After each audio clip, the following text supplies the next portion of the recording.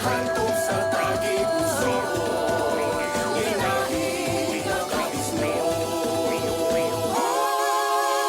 Isa ka banwa, isa ka handog, sa una-una kagbalatyago, hantog sa tagi-pusoon, linahig na kapisnon, linahig na kapisnon.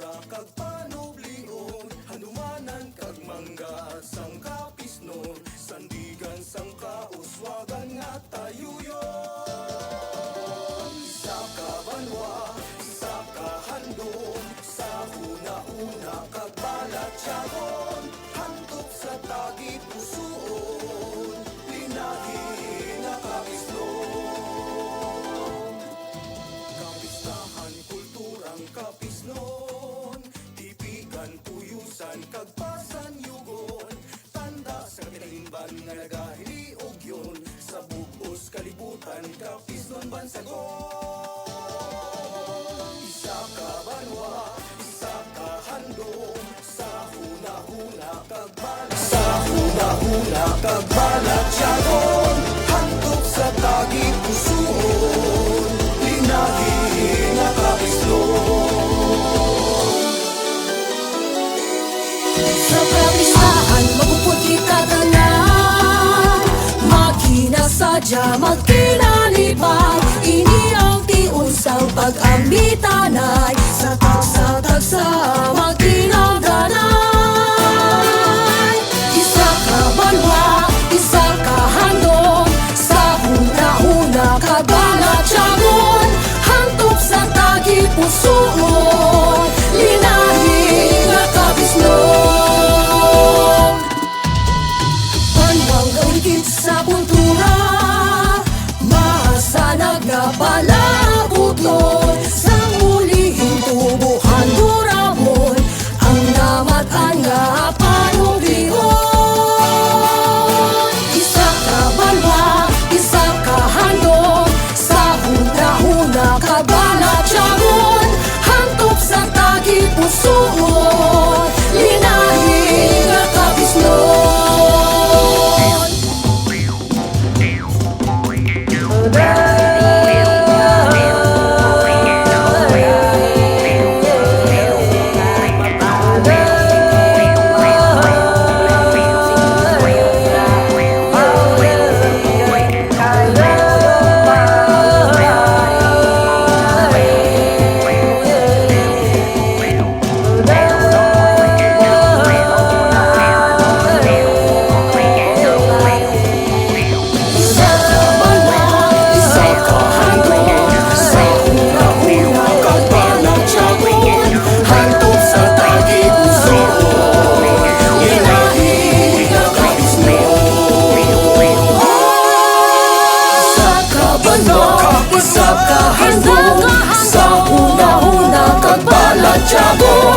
Hantog sa tagi-pusoon, linahig na kapisnon, linahig na kapisnon.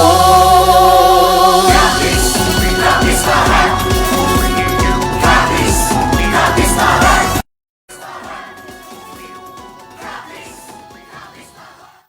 To start our program, please rise for the opening prayer, the Philippine National Anthem, and the Capiz hymn to be rendered by the Capiz State University Main Chorale.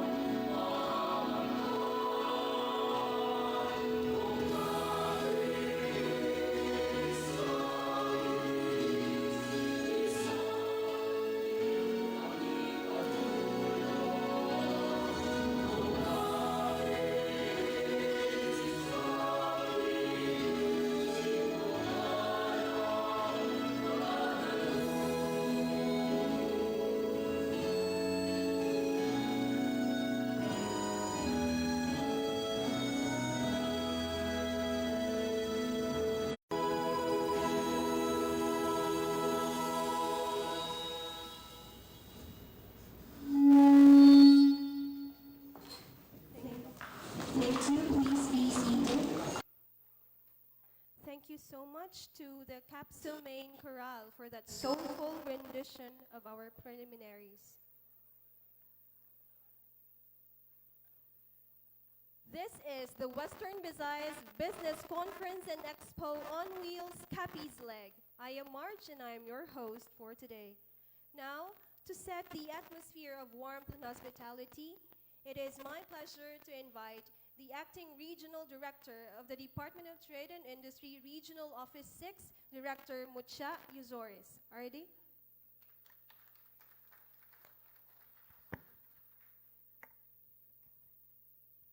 Thank you, Marge. Maayong aga sa tanan. Medyo maluya. Sige, let's do it one more time. Good morning, Capiz. Amo na, yeah. Welcome to the Capiz leg of the Western Visayas Business Conference and Expo on Wheels 2026. What began last year as a vision discussed and nurtured within the Economic Development Committee of the Regional Development Council has now transformed into a regional roadshow, one that brings together a strong cohort of national government agencies, private sector partners, business development organizations, and development institutions with a singular purpose: to bring services, opportunities, and support closer to our micro, small, and medium enterprises. As we gather here today for the fourth of the 5 provincial legs, we're now on our 4th leg. One might think that ang team ni DTI would already be running on tapered energy, no? So we've been going from one province to another. I think that was middle of July, no? So one would think that our energy, we will be running on tapered energy after weeks and days of preparations and traveling across the region. Yet the exact opposite has happened. In every province and in every leg of the roadshow, we have encountered a unique flow of energy, commitment, and collaboration. So from the moment we stepped into this venue, masiling ko nga lain pag ma-pressure gali si Ma'am si PD Miriam. So every stop has brought its own stories, strengths, and aspirations, affirming one important realization: that things just keep getting better and better. And today, Capiz certainly recharges our spirit. Congratulations, Province of Capiz. Iba ang energy man, no? When we stepped into the hall, my welcome cohort, and you know, when we entered this venue, habalamon, we're not gonna expect the same things, no, what we had in the previous provinces and roadshow. Seeing the enthusiasm in this room and feeling the vibrancy of the local business community reminds us why we embarked on this journey in the first place. The energy of Capiznons, especially our entrepreneurs, continues to inspire us to work harder. And Enil Castro, can we give Governor a round of applause? Ably represented by our provincial administrator. It was really a pleasure knowing him and sharing secrets with him, ni ARD, as early as before 10 a.m. Attorney Arthur John Binas. Sir. And he's backed also by the Provincial Economic Development and Investment Promotions Office with Mr. Rio Garcia, our LEDIP officer. Thank you, good sir, sa support mo sa DTI Capiz and DTI Region 6. Of course, the Philippine Chamber of Commerce and Industry, Western Visayas, mahambog kami sa DTI because we have a strong ally in the person of the Regional Governor, Engineer Fulbert Rue. Together with PCCI Capiz, President Antonio Rex Chan and Vice President Sir Dale Bernas, thank you, sir, for the on-ground support. The Provincial MSMED Chair, Sir Ernie Olendo. And of course, the partners from the national government agencies. I hope they will be recognized later, no? The provincial directors and provincial heads. Can we give them a round of applause? We have also partners who came all the way, from the regional offices and their counterparts here in the provinces. Of course, our development organizations, local government units, other business organizations, the academe, financial institutions, and private sector. And most especially, we recognize the reason why we are gathered today, the true backbone of our economy, our micro, small, and medium enterprises. This month is National MSME Month. Kabalo ka mo sina, that this is your month. July, we celebrate the second week of July, a National MSME Week, but the whole of July we are having celebration for the National MSME Month. And it is only fitting that we give special recognition to the drivers of economic growth in our communities. Your enterprises generate jobs, you create opportunities, you stimulate innovation, and strengthen local economies. Your resilience, creativity, and this afternoon, we will be convening our MSME participants in a policy sprint workshop. It's a participatory and collaborative approach to problem solving where entrepreneurs themselves can contribute ideas, recommendations, and solutions to issues affecting your sector.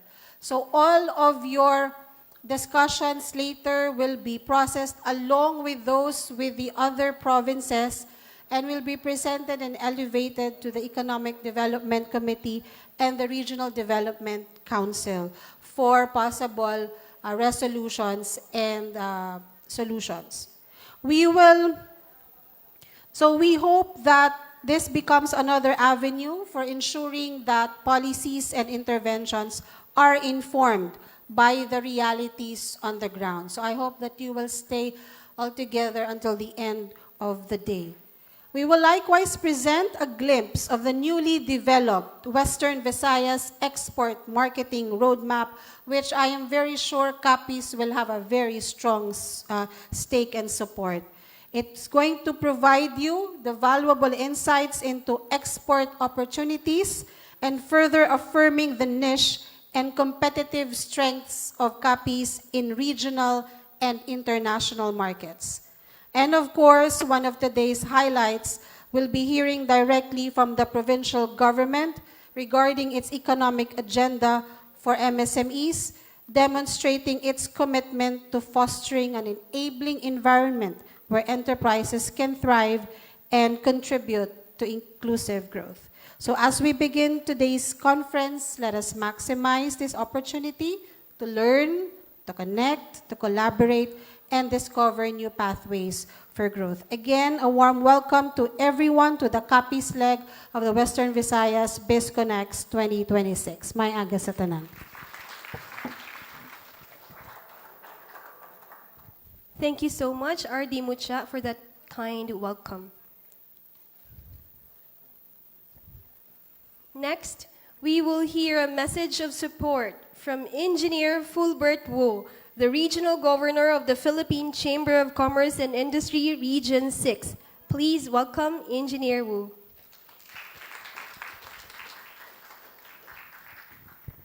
Thank you, Mayong aga sa inyong tanan. And nice to see you, a lot of DTI officers from yesterday and today. And hopefully it will continue until next week. You know, it's a good practice for also private sector like PCCI to get together also with NGA, the national government agencies. Makita man natin ang mga programa nga hindi nato makita in regular days. And I tell you, there's a lot of program, DTI, and other government agencies that are here present that can really help MSME. As we all know, the MSME comprises of 99% of the total economic industry sa Pilipinas. 99%. So, ibig sabihin, halin sa sari-sari store, hasta sa negosyo namon PA, consider kami nga MSME because ara kami sa level nga ga retail sang aton mga negosyo, aton mga produkto. And those programs needs also support of the national government agencies like DTI. And even amon negosyo, hindi lang ko mag-promote, but kailangan namon support sang DTI. And that's the most important thing that we will experience today. The partnership between the government, which is the national government agency of DTI, as DTI, and our LGU, the province of Capiz, and the industry, amo ng aton mga negosyante, MSMEs or PCCI, and ang aton mga academe, nga sa mga gatudlo sa mga subjects nga economy sa aton nga mga kabataan. But before I deliver my message of support, I would like to recognize the very important person here today. Siyempre, i-recognize agad ang ever hardworking and very young and active acting officer in charge of the regional office of DTI, Ma'am Mutia Yosores. Let's give her a big round of applause, please. And another young acting regional director of PCCI, of DTI. Kita mo lang katala ng ngalan. Aton nga young and active ARD, Sir Romel Amihan. Let's give him a big round of applause, please. And aton na provincial director, yeah, we always say, we cannot say no to her as well. Si Ma'am Miriam Asas. Pag-abot mo pa lang daan, kakadlaw na siya. So hindi ka ganyan, dapat makusmot. Pag-abot niya, pagkakadlaw sa iya. And also, let's also acknowledge our provincial officers, provincial of Capiz officers, headed by our Honorable Governor Fredelin Castro, heavily represented, mga big boys ng Capiz, Arimandi, heavily represented by our good friend, Attorney Ike Binyas, our provincial administrator. And ang leadership officer nato nga si Sir Rio Garcia. And also like to acknowledge ang PCCI officers here present, the Vice President of PCCI Capiz, our good friend as well, Sir Dale Bernas. And aton nga speaker later, ang chairman sa PCCI Capiz, si Sir Bob Ong.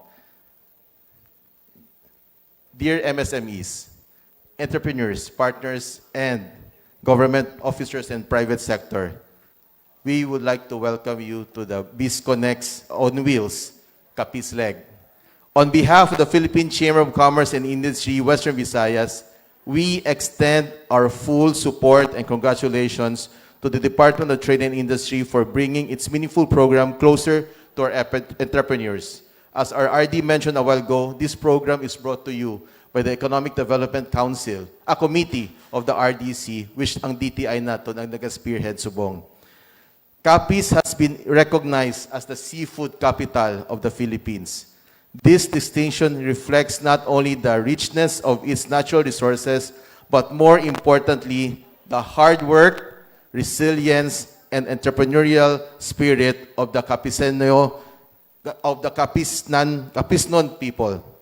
Recent data of the Philippine Statistics Authority, or the PSA, further reinforced that the Capiz strategic importance to Western Visayas in 2025. Ano na siya? The Capiz contributed more than 60% of the region's total aquaculture production, making it the leading aquaculture producer in the Western Visayas, and this tells us that Capiz is not only blessed with abundant resources, but it is one of the key drivers of our region's economy on the food security and economic growth. Imagine the impact if we continue to strengthen the industry through innovation. That's why gapatig ang PCCI and DTI that innovation is very important for the current stand of economic growth.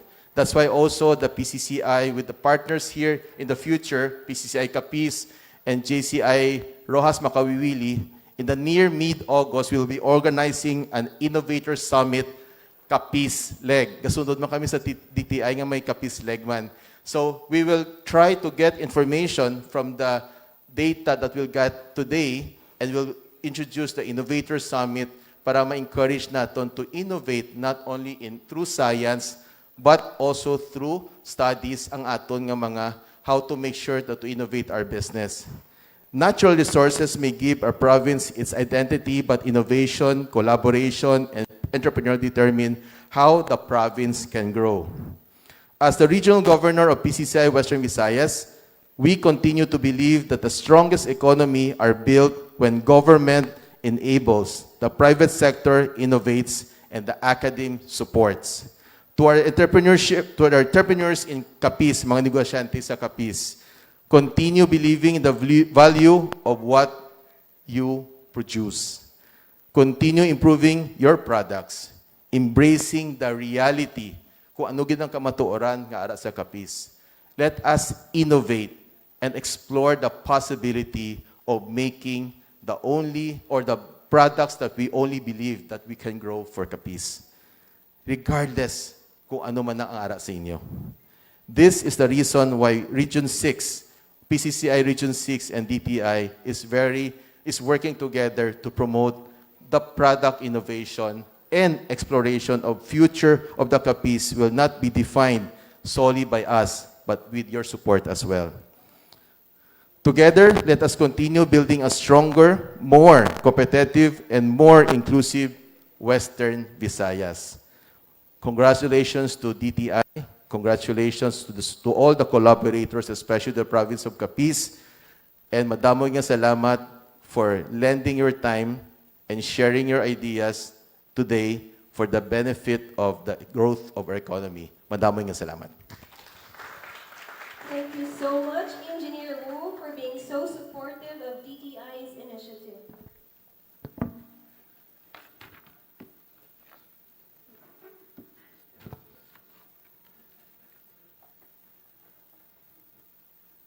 So this time, to introduce our featured speaker for segment 1, may I call on DTI Capiz OAC Provincial Director Marian A. Asas. A round of applause, please.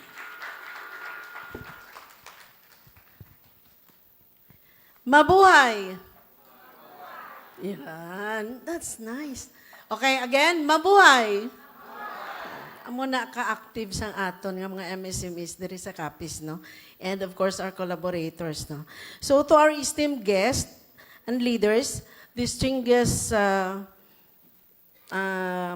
guest nato, no, sa subong nga adlaw. Dear MSMEs, good morning. It is my honor and privilege to introduce to you our featured speaker for today during our fireside chat. The Governor, because Governor Castro is indispensable today, no? Kaya may very important and equally important meeting gid siya today, no? In his behalf is another dedicated public servant to speak on his behalf, no? Sir. Attorney Arthur John Honrado Binyas, widely known sa amon nga si Mayor Ike, is a seasoned lawyer and committed public servant whose career blends legal excellence with hands-on local leadership. He brings to the provincial administration decades of litigation experience, proven municipal governance, and a track record of community programs that improve services and livelihoods across Capiz. His legal and administrative expertise is proven through decades in government litigation and corporate law, including service at the Office of the Solicitor General and as head of litigation and in Security Bank. He served for the 3 consecutive terms as municipal mayor of Sapian, recognized as the most outstanding mayor by the League of Municipalities of the Philippines, Capiz Chapter, for measurable improvements in public services and local development. His leadership roles in the Integrated Bar of the Philippines, Capiz Chapter, and the Rotary Club of Roxas, where he launched programs such as the Mega Bigay Sustansya program to help underprivileged families, showed the impact he made on this community. Attorney Binyas now channels that blend of legal acumen, administrative skill, and community commitment into his role as provincial administrator of Capiz, advancing policies and programs that prioritize the welfare and progress of the province. It is with great honor that we welcome Capiz Provincial Administrator, Attorney Arthur John Honrado Binyas, as the Governor's representative for this fireside chat on the Capiz Province Economic Agenda for MSME Growth. With his distinguished background in law, governance, and community leadership, coupled with his proven track record as a transformative mayor and now provincial administrator, Attorney Binyas embodies the vision and commitment of the provincial government to empower micro, small, and medium enterprises. His insights will not only Featured speaker for segment 1, the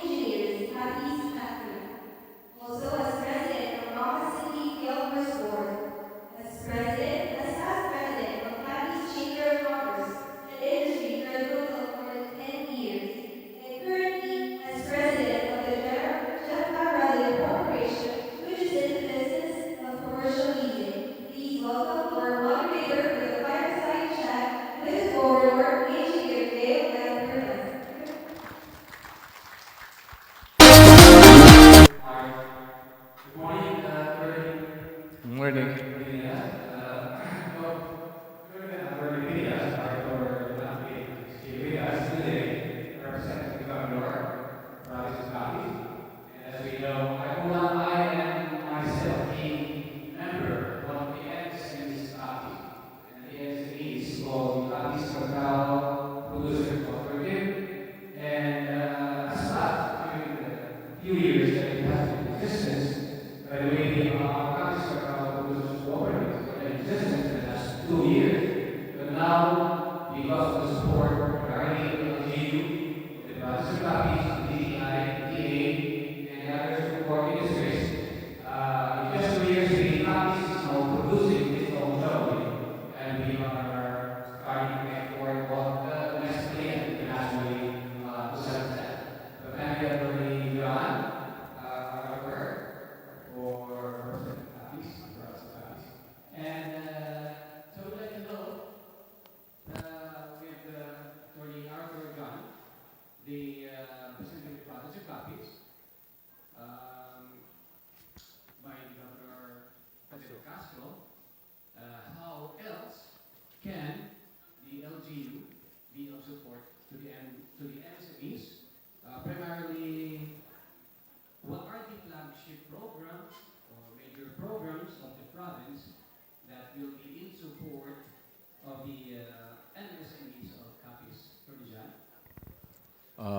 Before I answer your question, I'd like to inform you that I am one of your customers. I always buy your products, most especially the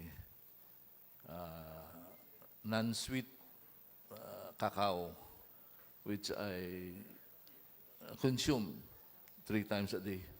Diba? That's why I am quite fat.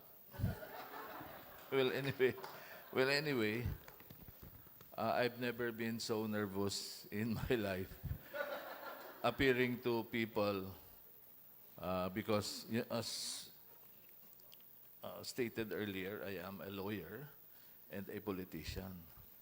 So I tell my people to prepare the economic agenda. I just read it. No, but anyway, since I was sent by the governor, I have no choice but to do this. Di ba? Hindi ako ang ekonomista. Pero kung pamangkuton nyo ko kung pila ka tuig imong maprisuhan, balaan ko na. Di ba? Kag kung paano magdaog sa eleksyon, balaan ko man na. Well, anyway, our flagship programs are first. We enable the MSME environment by establishing, first we established the PDPO, which is part of the provincial government, the Provincial Economic Development and Investment Promotions Program, which is headed by Mr. Rio Garcia. Did you do a good job, Rio? Well, anyway, he said yes. The PDPO strengthens the local economic governance and enterprise support services by investing, number one, we established, or the PDPO established, the Maragtas Pasalubong Center. The Maragtas is a dedicated marketing hub for local products. All the products coming from the different municipalities can be sold through the Maragtas Pasalubong Center, which is located, which is self-explanatory, di ba? Oh. Another one is the improvement to the Capiz Government Business Center to provide a more conducive environment for MSME. We also are supporting or have supported the recovery and productivity of livestock enterprises through the Swine Industry Recovery Project. As you will know, bumalik na naman ang Asian swine, African swine. Hindi gali kita upod. Asian kita eh. Diba? The African swine disease. So we have established so many so many types of blocking this African swine disease, which did not originate from the province of Capiz, but from the nearby provinces. I don't want to mention their province, but I know for a fact that nagasulod lang na di sila sa amon, tapos nalat na amon mga baboy. Gani ang baboy namon subong, ginapamatay sa mga tag-iya, kaginalubong na lang. Well, anyway. Another project of our government is the Project Gugmanok. Gugmanok. It's the project of our LGU to propagate the best chicken in Visayas, which is the native chicken. Have you tasted our native chicken? Did you taste our native chicken? Why pa? So you go to my house. Another one is the Carabao-based Business Improvement Network, or our dairy box. We also support the Carabao owners and growers. Another one is the Enhanced Enterprise Competencies, which is we conducted 5 enterprise skills and development trainings in partnership with DTI, benefiting at least 90 MSME from Pilar, municipalities of Pilar, Ibisan, Mambusaw, and Hamindan in the processing of seafoods, shellcraft, and bamboo craft. We also implemented the Agri-Fishery Innovation Challenge, providing 360,000 pesos in seed capital for 28 young agripreneurs, with provincial winners subsequently securing 300,000 in the regional fund and 500,000 in the national level. Another one is our continued enterprise capability development through the Farm Business School, technical trainings, entrepreneurship coaching, and value-adding programs in agriculture and livestock. We also have the improved market prospects, such as the Kadiwa ng Pangulo. We've been implementing continuously this Kadiwa for 3 years already, with 24 participating enterprises and 40 sellers. We also organized the annual Capiz Farmers Market during the Kapistahan Festival, which is held every April of each year. We also conduct year-round trade fairs, festivals, street markets, and promotion activities to expand the domestic market opportunities and increase the visibility of Capiz-made products. That's it. Thank you, Dory. So, good to know, we've covered a lot of ground. We have Gugmanok for native chicken. You're addressing the problem of ASF, African swine flu, and you're in support also of our seafood and agriculture, and even the market. Value chains and developing the workforce and MSME. The strategic direction is reinforced through key local policies, regulatory reforms, including the streamlining veterinary certification processes by reducing processing steps and improving the efficiency of regulatory services.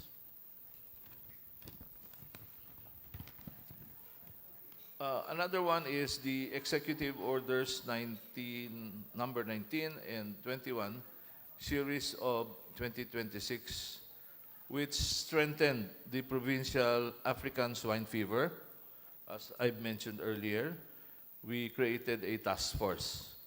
To be specific, we reinforced our border control measures and implemented stricter biosecurity protocols to protect livestock enterprises and maintain supply chain resilience.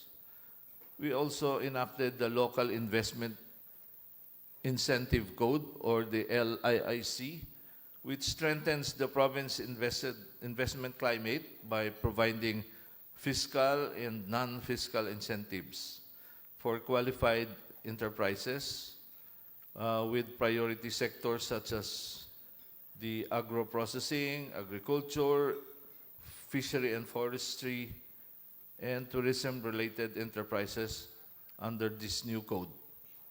Now, the new qualified enterprises may avail of local tax incentives for up to 5 years, encouraging business expansion, value addition, and employment generation. The participation of the Small and Medium Enterprise Development Council as the civil society organization representative in the Provincial Development Council to amplify MSME concerns into provincial development planning and policy making. Our implementation is further strengthened through interagency convergence with VDIPO, OPA, the provincial VET, which is working closely with, of course, DTI, DA, DOST, DOT, TESDA, and DAR. Thank you, Tony. So you have included in your class incentives for expansion and employment in SMEs, and you provide fiscal and non-fiscal incentives, and all of these are embedded in your 5-year plan for the year 2017 and 28, a 5-year plan of the fiscal development and provincial development and fiscal framework plan. It's a longer plan done by us. Thank you, Attorney. And do we have, for SMEs, do we have initiatives in place to help them SMEs adopt sustainable and green practices to encourage them to go environment friendly practice? Yes, we do have. We are helping our MSMEs transition toward greener and more sustainable business practices through the following initiatives. First of all, we promote green economic development, focusing on resource efficiency, low carbon technologies, and sustainable infrastructure. Number two, we support organic agriculture through the Organic Crop Production Program and assist producers in obtaining organic certification under the DA's Participatory Guarantee System. Number three, we encourage eco-friendly packaging and cleaner production technologies through DTI shared service facilities. We also promote livestock waste management through biogas systems, composting, and organic fertilizer production, while strengthening environmental compliance and biosecurity. Thank you, Attorney. So, like, you've covered 4 items with regards to the initiatives in place to help MSMEs adopt sustainable and green practices, which are promoting low carbon technologies, encouraging organic farming, and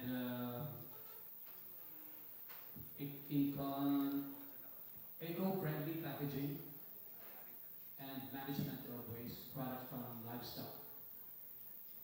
Thank you, Attorney. And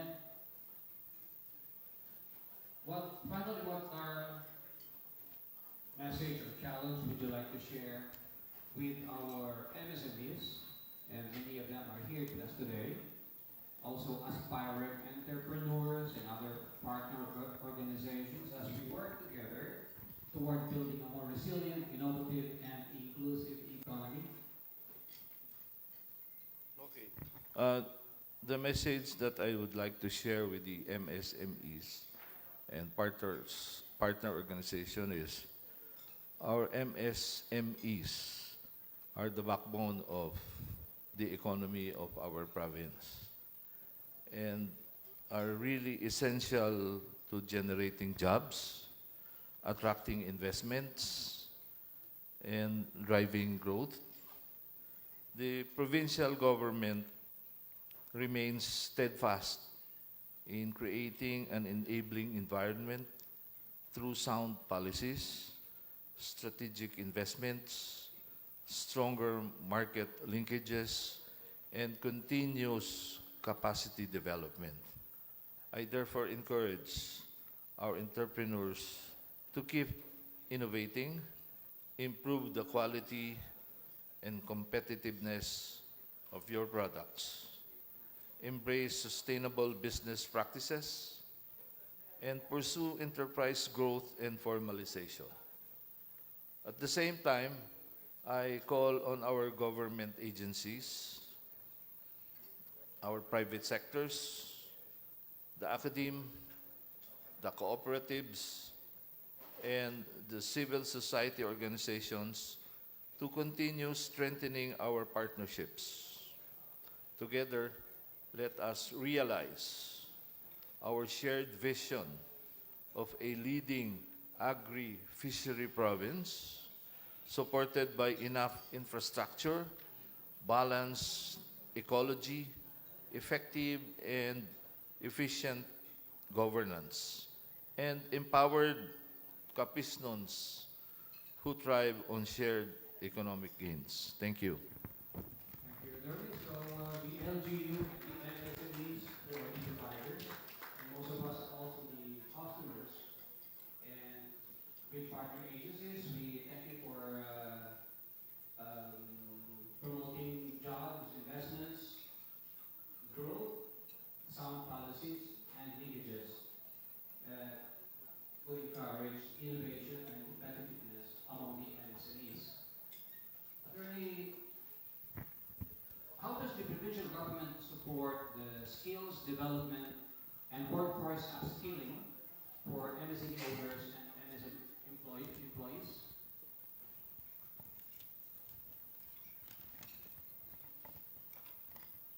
How does the province support the skills Provincial government support skills and workforce and workforce? and workforce. I thought I was already done. So there's another question. Of course, I will obligate. I will obligate to answer you because of so many people who are listening. First of all, we support the skills development and workforce upskilling through the following incentives. Number one, we conducted 5 provincial skills training benefiting at least 90 MSMEs through PDPO and DTI. So we should acknowledge Mr. Rio Garcia for this provincial skills training. We implemented the Farm Business School to strengthen entrepreneurship, marketing, and agribusiness management skills among farmers. We provide technical capability building on processing, utilization, and marketing. Skills training through the PDPO. Attorney, do we have incentives or regulatory reforms to encourage formalization and ease of doing business for MSMEs? Incentives or regulatory reforms for Capiz to encourage formalization and ease of doing business? Okay. We integrated into the MSME support program through the following initiatives.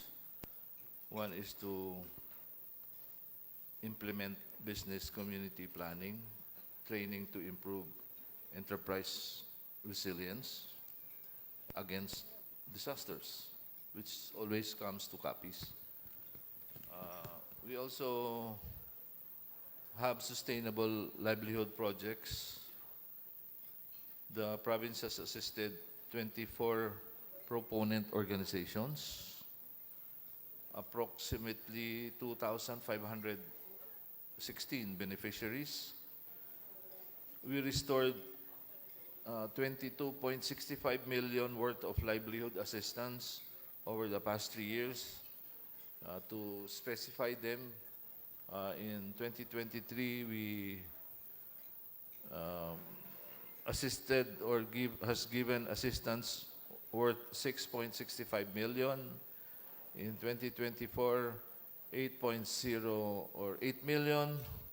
In 2025, another 8 million.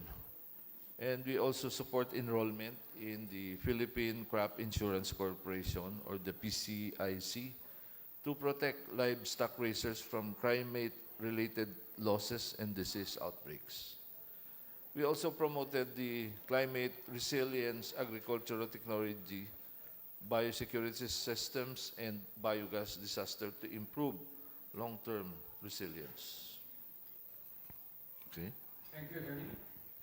So, one of your thrusts is prevention through disaster resilience, sustainable training, and insurance through the PCIC, the Philippine Crop Insurance Corporation.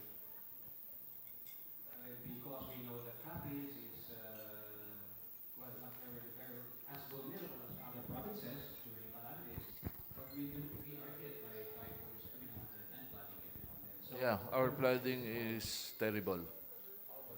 Our flooding is terrible. And we are waiting for the DNR to fix our Panay River Basin. And PRPIDP. yeah, I was mayor in 2013 and we're already discussing that Panay River Basin. Up to now, there's no Panay River Basin accomplishment. 2013. Yeah, so, we have 4 presidents, 2013 up to now, di ba? So, I don't know. Probably when I become president, siguro I will do the Panay River Basin. But anyway, For the PRPIDP to address the planning program of Capiz, where does the funding come from, attorney? From national government? yes, from national government. It started in 2013, if I can remember it right. I think it was only the budget to be appropriated is about 13 billion. 13 billion. At the present moment, it's more than 40 billion. 40 billion Yes. for the whole project. Yes. The project includes the proposed dam in Capiz, Yes. and it will run the water catch basin there will allow the water to pass to the Panay River and out towards the Punta Tinamong Dagat, and also sa Pinan River, or not? Not. Not. And this will address, this will provide for us, this dam, PRPIDP will provide for us about 20 megawatts of power and potable water, and will address the flooding problem of Capiz and provide irrigation for our farmers. No? This would have been a very good project. The Chamber of Commerce Authority is also very much in, as a private sector, supports and in fact actively endorses this project in our capacity as private sector. And in the Chamber of Commerce, Mr. Danilo Sorchan over here is one of the most vocal proponents of that project. I hope that the Panay River Basin project will push through and be finished in our lifetime. Di ba? In our lifetime. Out of 17 municipalities, that includes Roxas City, mga 4 lang ang wala ginabaha. That includes my municipality because we are on the higher ground. So we are the highlanders. So wala kami ginabaha. Ako, si Felipe Yap of Ibisan, of course, ang tapas, ay ginabaha. Kag, ang part sang Roa City. Di ba? Kung masolbar ang baha, ang aton na mga produkto, times 3, times 4, ang aton nga pagka harvest. Kaya kung maagyan sang baha, kaluluoy ang aton farmers, pierde na, way pa kwarta. So, responsibilidad niya sa national government na padayuno na nila ang Panay River Basin. Di ba? So, hambalan nyo ang, ang kung sino man ang in charge, number 1 na tayo, mga DNR na taguro, di ba? Oh. But anyway, every time I speak in a body like this, I always bring that up. Because, daw ginapuntat niyo ko. Because we have been suffering for 5 decades. 5 decades. Di ba? Ang mga pariente ko sa iba na banwa, ay nag-inutang na lang sa akin, kaya na sila sa si Vice Governor gari Aryo, amo nang ginautangan na nila. Di ba? Because, you know what, it's really a disaster for our farmers. Kung wala yung mga flooding na yan, dako nga improvements sa mga kabanwahanan. I'm very sure of that. Thank you. Thank you, Attorney. So we'll work for the PRB dam project. Attorney, some of us are in the private sector and some of us are the academic and civil society. How does the province engage with the private sector, the academic, the civil society to create public-private partnerships that will benefit the MSMEs?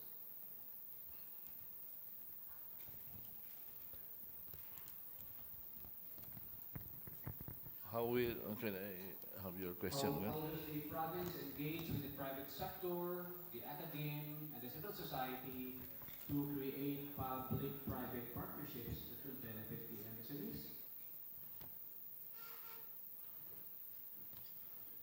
Yeah, as I mentioned a while ago, we are promoting, first of all, the local tax incentives. We can help the private enterprise do business by giving them a 5-year tax incentive program. Now that's one. And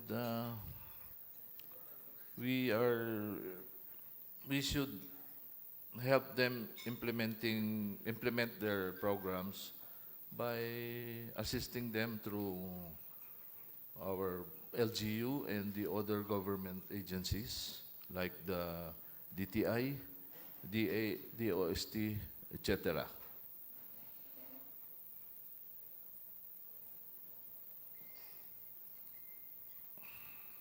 Having heard from you, Attorney, I'm convinced that the province of Capiz, through Provincial Governor Fidel Castro, and with the team that he leads, including you as the provincial administrator, is doing its best to help the MSMEs of Capiz.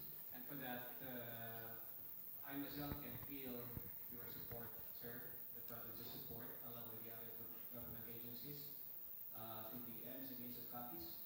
And thank you so much for giving us information that will be relevant to our MSME. Thank you so much, Attorney. Thank you too. In behalf of Governor Ferdinand H. Castro, I give you the assurance that the provincial government, including our Vice Governor here, James Magbanwa, and all the board members and the employees, you will get our 1,000 support for this program. Anything that will be that our province is capable of, we will give you help. If you cannot go direct to governor, you go to the vice governor. If you cannot go direct to the vice governor, you go to me. Thank you. Thank you so much, Capiz Provincial Administrator Arthur John, fondly known as I. Conrado Viñas, for that very comprehensive discussion of the Capiz Province economic agenda for MSME growth. A big round of applause, please. And also to our moderator, Sir Dale. We now come at the designated time for our group photos. So I invite everyone to please stand for the crowd shot. And our distinguished guests, local leaders, please stand at the center stage or at the center for our group photo.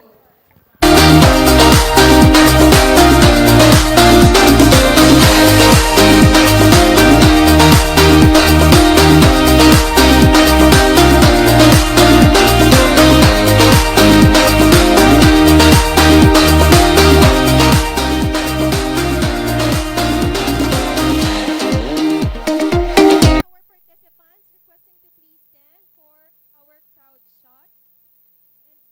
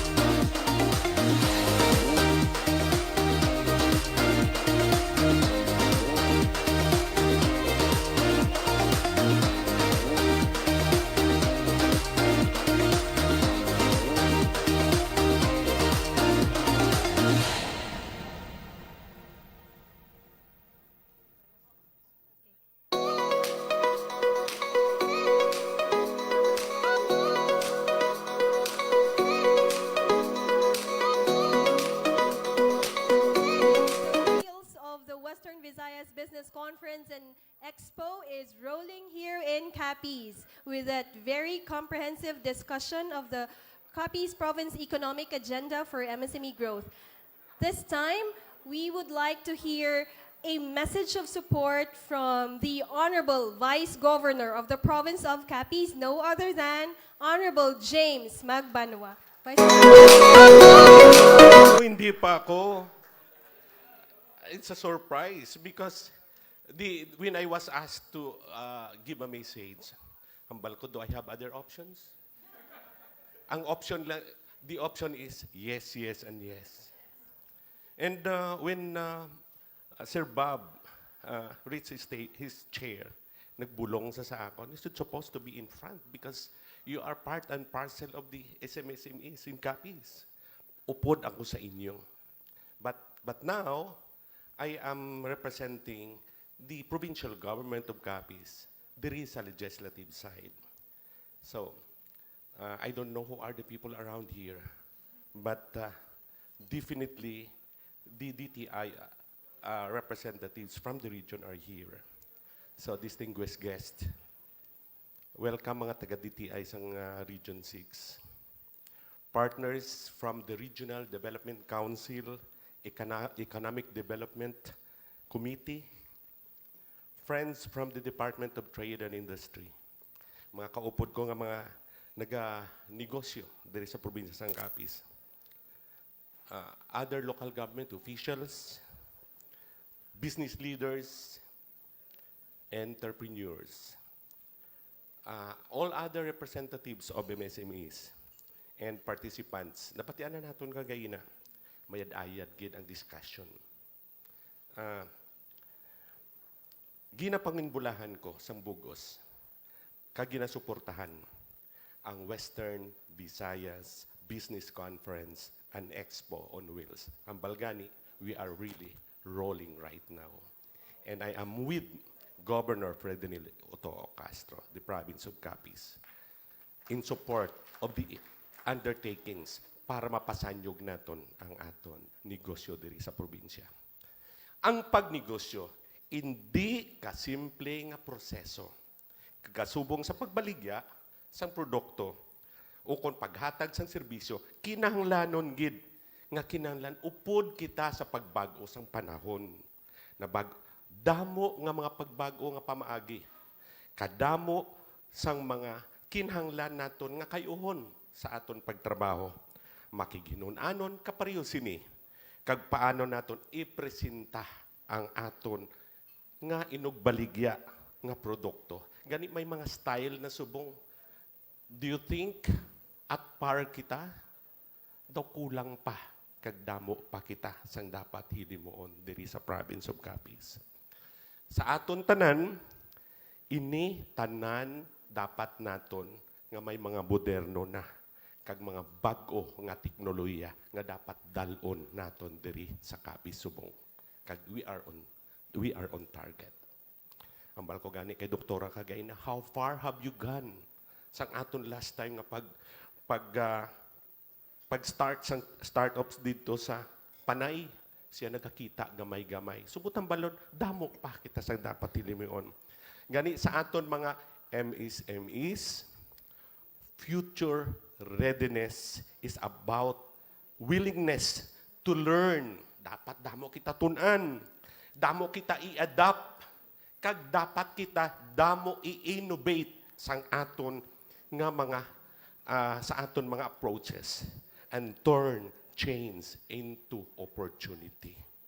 Kabaluman kita nga hindi mahapos ang pagdumala o kon pagpadalagan sa isa ka negosyo sa subong nga panahon. Masyado na gid ka competitive.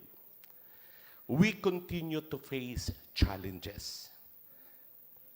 Challenges una, funding. Nagapangurakot, gapang ano pa kita, gapang kutkot pa kita kung diin kita mangita sang aton. Sorry, wrong. Ano hindi pangurakot? Gakutkot ha, hindi ya pangurakot. Gapanghutkot pa kita kung diin kita madig para makakuha kita pundo. Mangita pa kita market access. Kag mangita pa kita sang learning sa mga technology nga kinanglan magapadayon kita staying competitive and makakita kita nga ma-met naton ang market demand sang aton mga customer.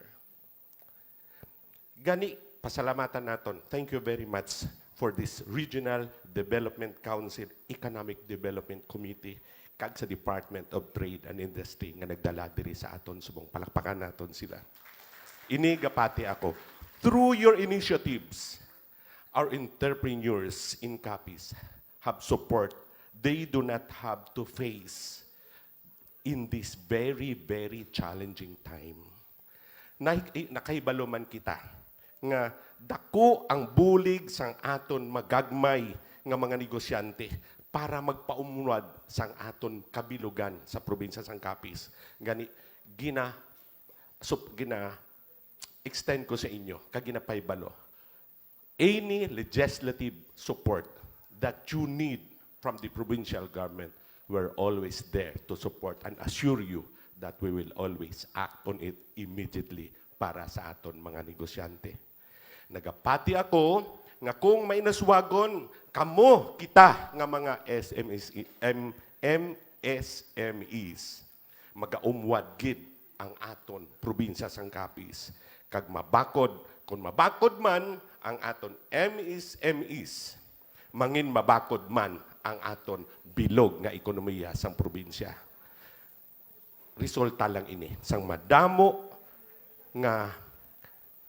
gid nga pamilya ang mahatagan sang paglaom kag oportunidad para diri sa buwas damlag sa mga pumuluyo sang Capiz. Congratulations sa aton mga organizers, partners, and participants kag sa aton MSME sa probinsya sang Capiz. Mabuhay kamo tanan, mayong aga.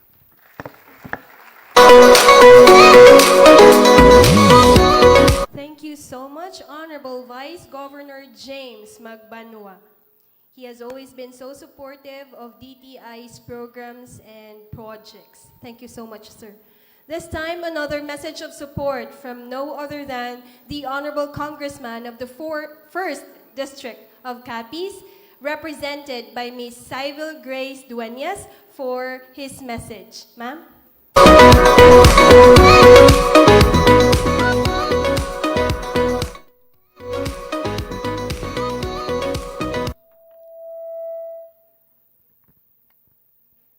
Distinguished guests, good morning. Do instant mo na ganing invitation para sa akon kay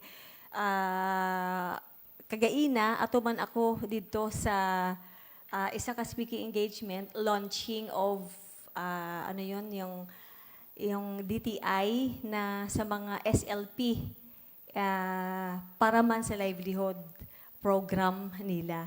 So pasensya gid kay na late ang akon nga abot kay tungod nga ato ako dito kagaina. So in behalf of Congressman Howard Ginto, Congressman of the 1st District of Capiz, gapangayo gid siya sing pasaylo nga wala siya diri sa inyo subong. It is because kahibalo naman kamo nga nag-resume na ang opisina sa Congress. So adto dito siya para nga magpanarabaho para man sa 1st District sa Capiz kay sa bilog nga Capiz. So, basahon ko ang iyang mensahe para sa inyo. On behalf of our district representative, the Honorable Howard Abindanyo Ginto, allow me to express his sincerest gratitude for the invitation to join you for the Capiz leg of the Western Visayas BIZCONEX on Wheels. We congratulate and commend the Department of Trade and Industry, Western Visayas, together with the DTI Capiz Provincial Office, for bringing this meaningful initiative closer to our local entrepreneurs. By gathering local officials, industry experts, business owners, and other stakeholders, BIZCONEX on Wheels provides an important platform for learning and the exchange of practical ideas that can help our enterprises grow and become more competitive. Our micro, small, and medium enterprises remain the backbone of our local economy. You create jobs, sustain livelihoods, and encourage innovation and keep economic activity moving within our communities. Behind every enterprise is a story of hard work and perseverance, as well as the hopes of individuals and families who depend on its success. Capiz has so much to offer, from the world-renowned Capiz shells and seafoods to our locally produced delicacies, processed food products, handicrafts, cacao, coffee, and many other homegrown goods.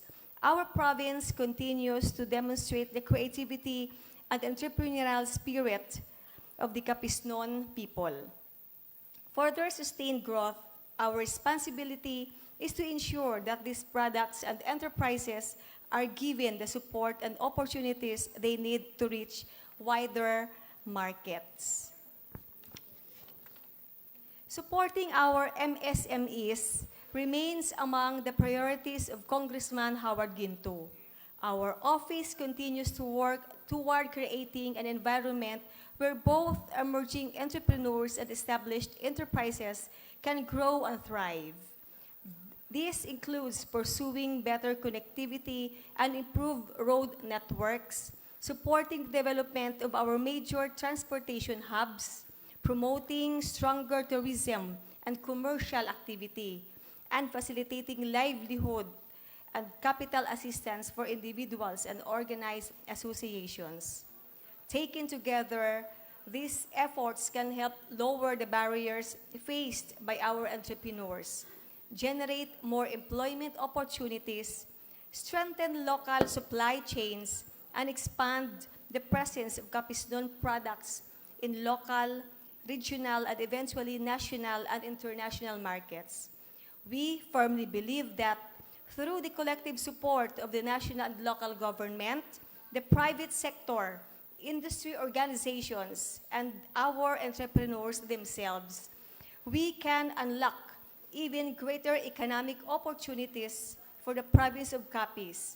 Rest assured that Congressman Howard Ginto and our office remain fully supportive of initiatives that empower our MSMEs.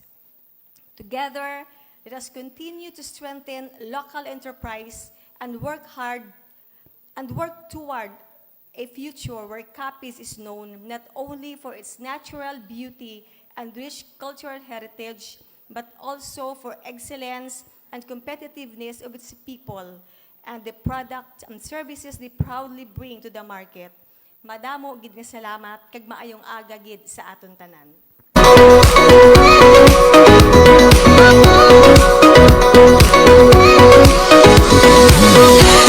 Thank you so much, Ms. Cybel Grace Dueñas, representing the Honorable Congressman Ginto of the 1st District of Capiz. Now, we will have someone who will talk on sustainable and eco-friendly solutions for MSMEs. So allow me to introduce her. She is a distinguished pediatrician, civic leader, and agricultural entrepreneur whose career spans clinical excellence, institutional governance, and grassroots development. She has served as medical director and board trustee of St. Anthony College Hospital, led the Capiz Medical Society, and chaired the medical mission group of Roxas City and Capiz, while also presiding over the Young Women's Christian Association of Capiz and the Rotary Ants of Roxas City, roles that reflect her deep commitment to community health and service. Today, she channels that same strategic vision into sustainable agriculture as chairperson of the Philippine Cacao Council Region 6 and the Capiz Cacao Producers Cooperative, and as owner and chief executive officer of Cogon Hills Integrated Farm, a Philippine Good Agricultural Practice certified operation and agricultural Training Institute certified learning site for agriculture that combines best practices, farmer training, and market development to strengthen rural livelihoods. Across medicine, civic engagement, and agribusiness, she is known for compassionate care, practical leadership, and a results-driven approach that builds capacity, improves access to services, and creates resilient opportunities for families and farmers throughout Capiz and Region 6. Everyone, please give a round of applause to Dr. Rosemary Nava Conlo. Welcome to the heart of Capiz.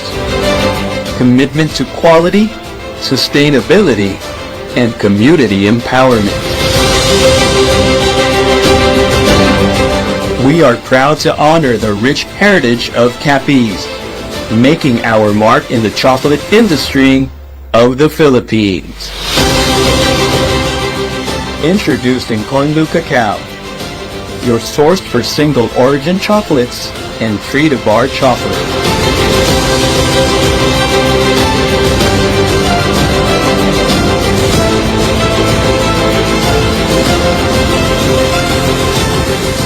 Join us in making waves in the chocolate industry as we amplify opportunities in the provinces and support local communities.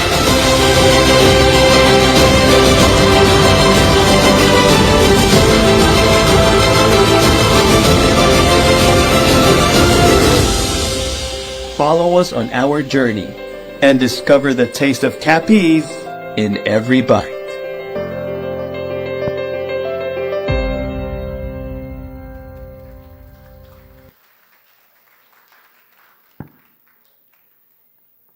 Good morning, everyone.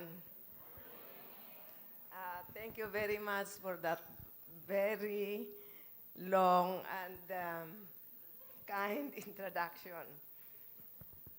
Let me share with you our Capiz cacao story. A story built on heritage of our Capiz cacao story. A heritage and a dream that is becoming our sustainable future. I am proud to share the story of the Capiz Cacao Producers Cooperative, a movement that is redefining our agricultural landscape one cacao pod at a time. You may not have heard of the town of Panitan, which is just about 21 kilometers from here. The rich agricultural lands of Panitan Capiz is where our cacao story takes root. It is home of the Capiz Chocolate Factory. For years, cacao was just a backyard crop in our province, something we prepared for the consumption of our families. But we saw the potential to produce something extraordinary. The cooperative was born out of a shared vision to unite local farmers, elevate our agricultural heritage, and prove that Capiz can stand proud among the finest cacao-producing regions in the Philippines. Our journey is deeply rooted in heritage. We aren't just farming. We are preserving a legacy. By establishing the Capiz Chocolate Factory, the cooperative has successfully shifted from being mere raw material suppliers to creators of premium, value-added chocolate products. When you taste our chocolate, you aren't just testing cocoa. You are testing local craftsmanship and the hard work of Capiznon farmers. The cooperative is made up of 30 regular members. Any Capiznon who has planted cacao or who plans to plant cacao is welcome to join us. In 2025, we have bought 1.1 tons of fermented dried beans from about 20 members and other smallholder farmers from all over the province, and have produced 960 kilos of chocolate and tablea. Buying at a high and stable price shields local farms from the volatile fluctuations of the global community market. This also encourages farmers who could only produce a few kilos of cacao beans per harvest to put value in their cacao trees and to plant more. When a farmer knows their crop has a secured premium buyer right in their hometown, it changes everything. It means stable livelihoods and the confidence to invest deeper into sustainable agricultural technologies. The factory and the farm is open from Monday to Saturday to any farmer who needs information on cacao production.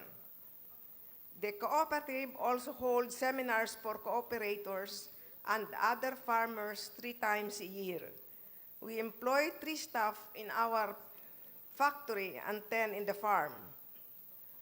Our facilities come from personal investments and grants and donations from the provincial government, the Department of Agriculture, the Department of Trade and Industry, and in 2024, the Department of Trade and Industry granted us our solar facility. So now, our electricity bill is 0. Yes.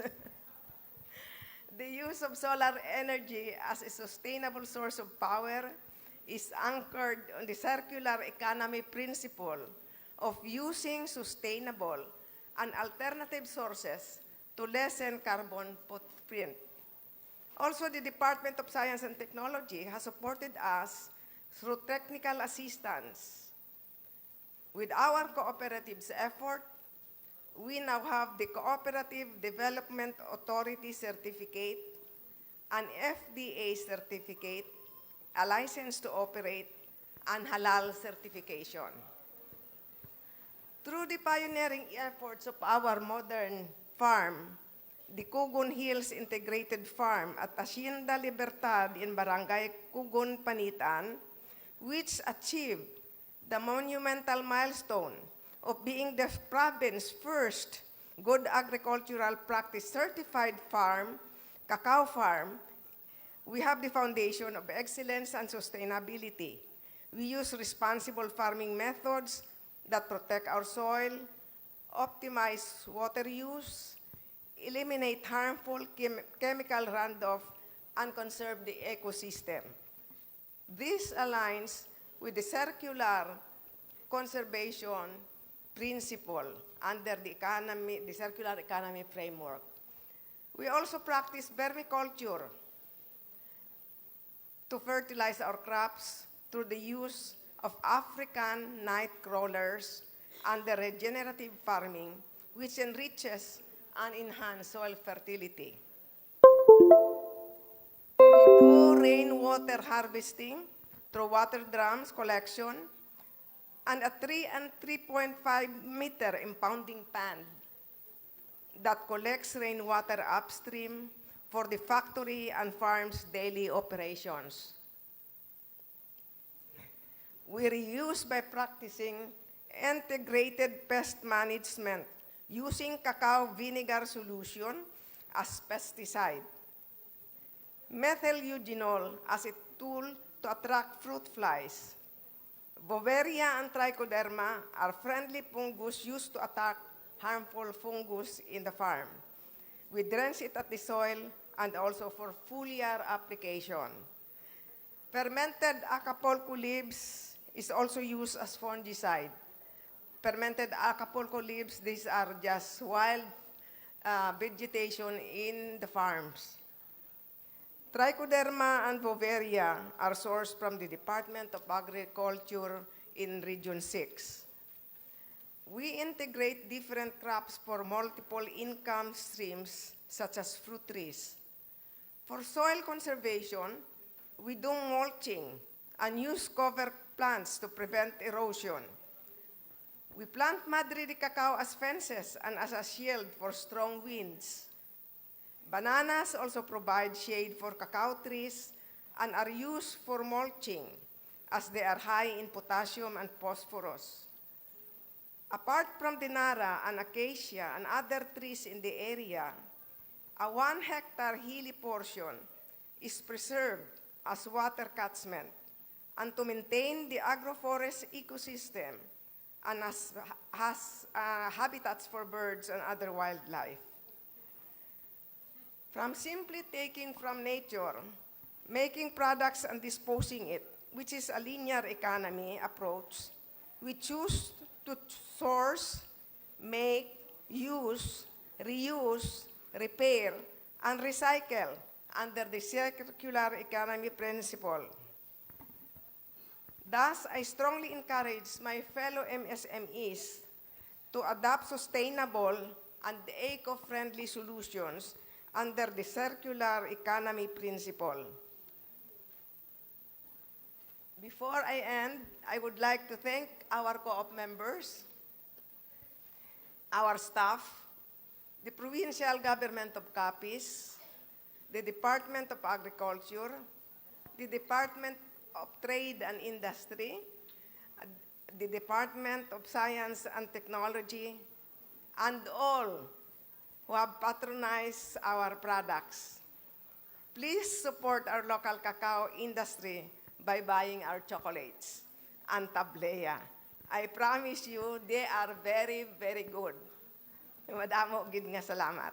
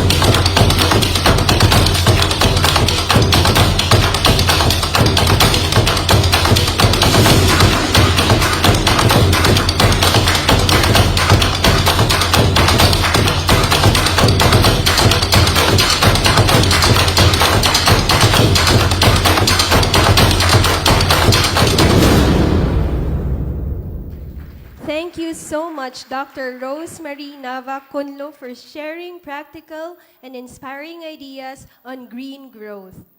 Convinced na kita tanan nga mabakal kita sang Kunlo chocolates? Yes, we will. Si Provincial Administrator Dugay na kuno ng gabakal. And he finds it very sweet. Unsweetened, rather, ang iya ginabakal. Okay, thank you so much. This time, we will be moving to the MSME Spotlight segment of our program. This features success stories and lessons learned of our outstanding Capiz non-MSMEs. So allow me to introduce our inspiring leader for today's segment. He is a leader whose work bridges enterprise and community, tradition and innovation, a visionary entrepreneur and a tireless advocate for inclusive growth across Western Visayas.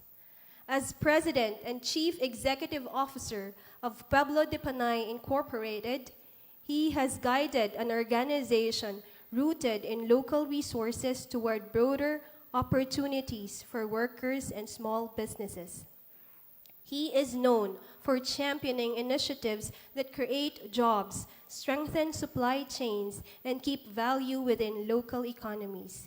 He combines practical business acumen with a commitment to sustainable practices and skills development, helping communities adapt and thrive in changing markets. He speaks from experience about turning challenges into opportunities, about building enterprises that serve people as much as profit, and about leadership that listens before it leads. His message is one of resilience, partnership, and the belief that regional progress is built one community at a time. Ladies and gentlemen, join me in calling to the stage a Capiznon business leader, a catalyst for community progress, and a visionary for Western Visayas. No other than the Jose Neri Babong. Sir?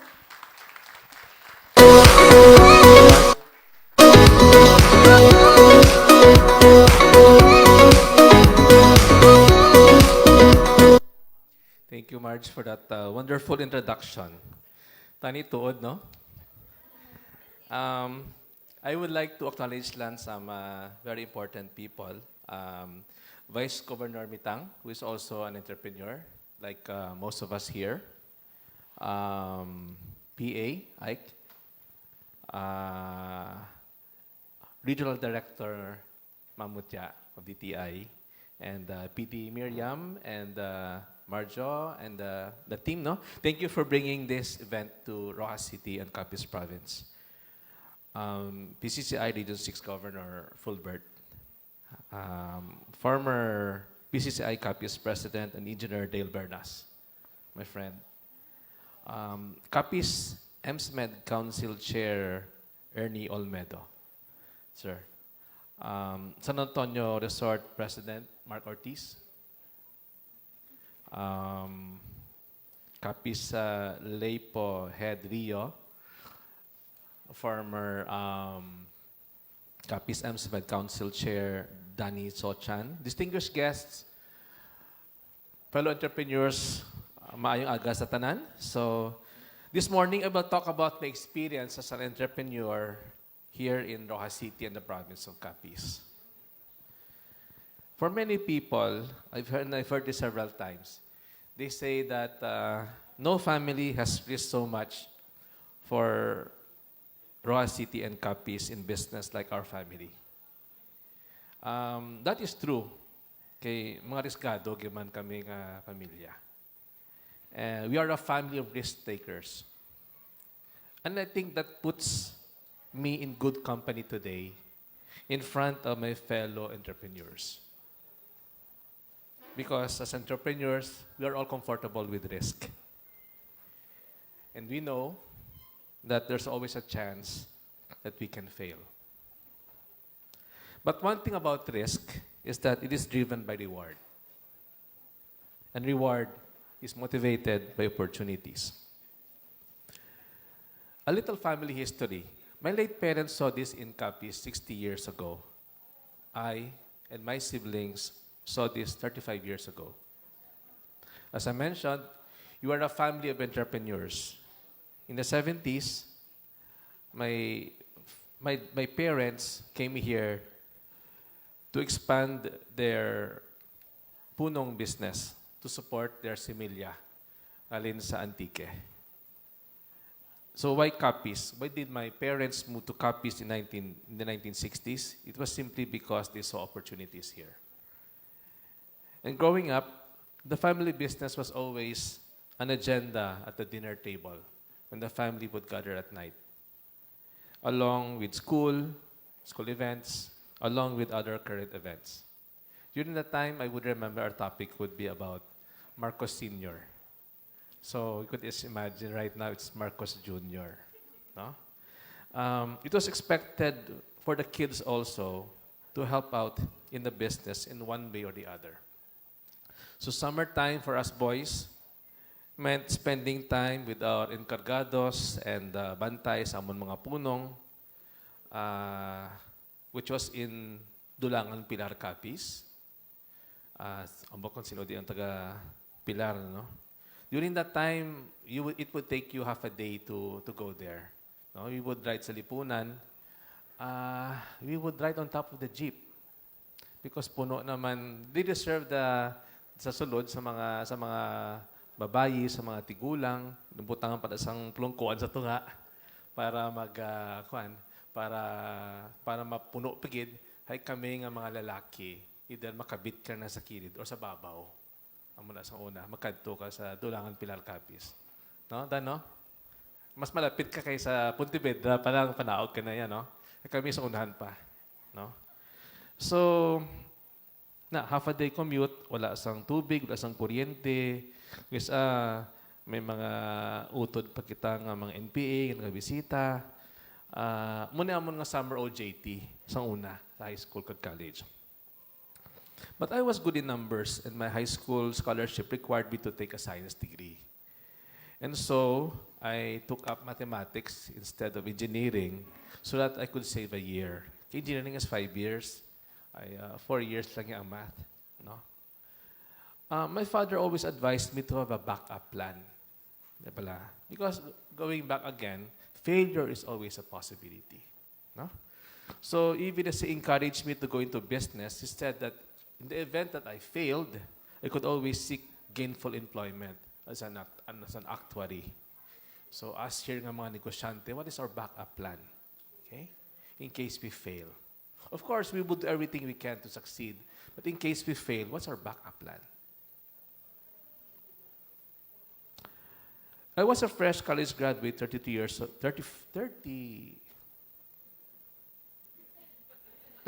ago, 1992. And during that time, our country was in economic and social turmoil as we transitioned from decades of dictatorship into a young democracy.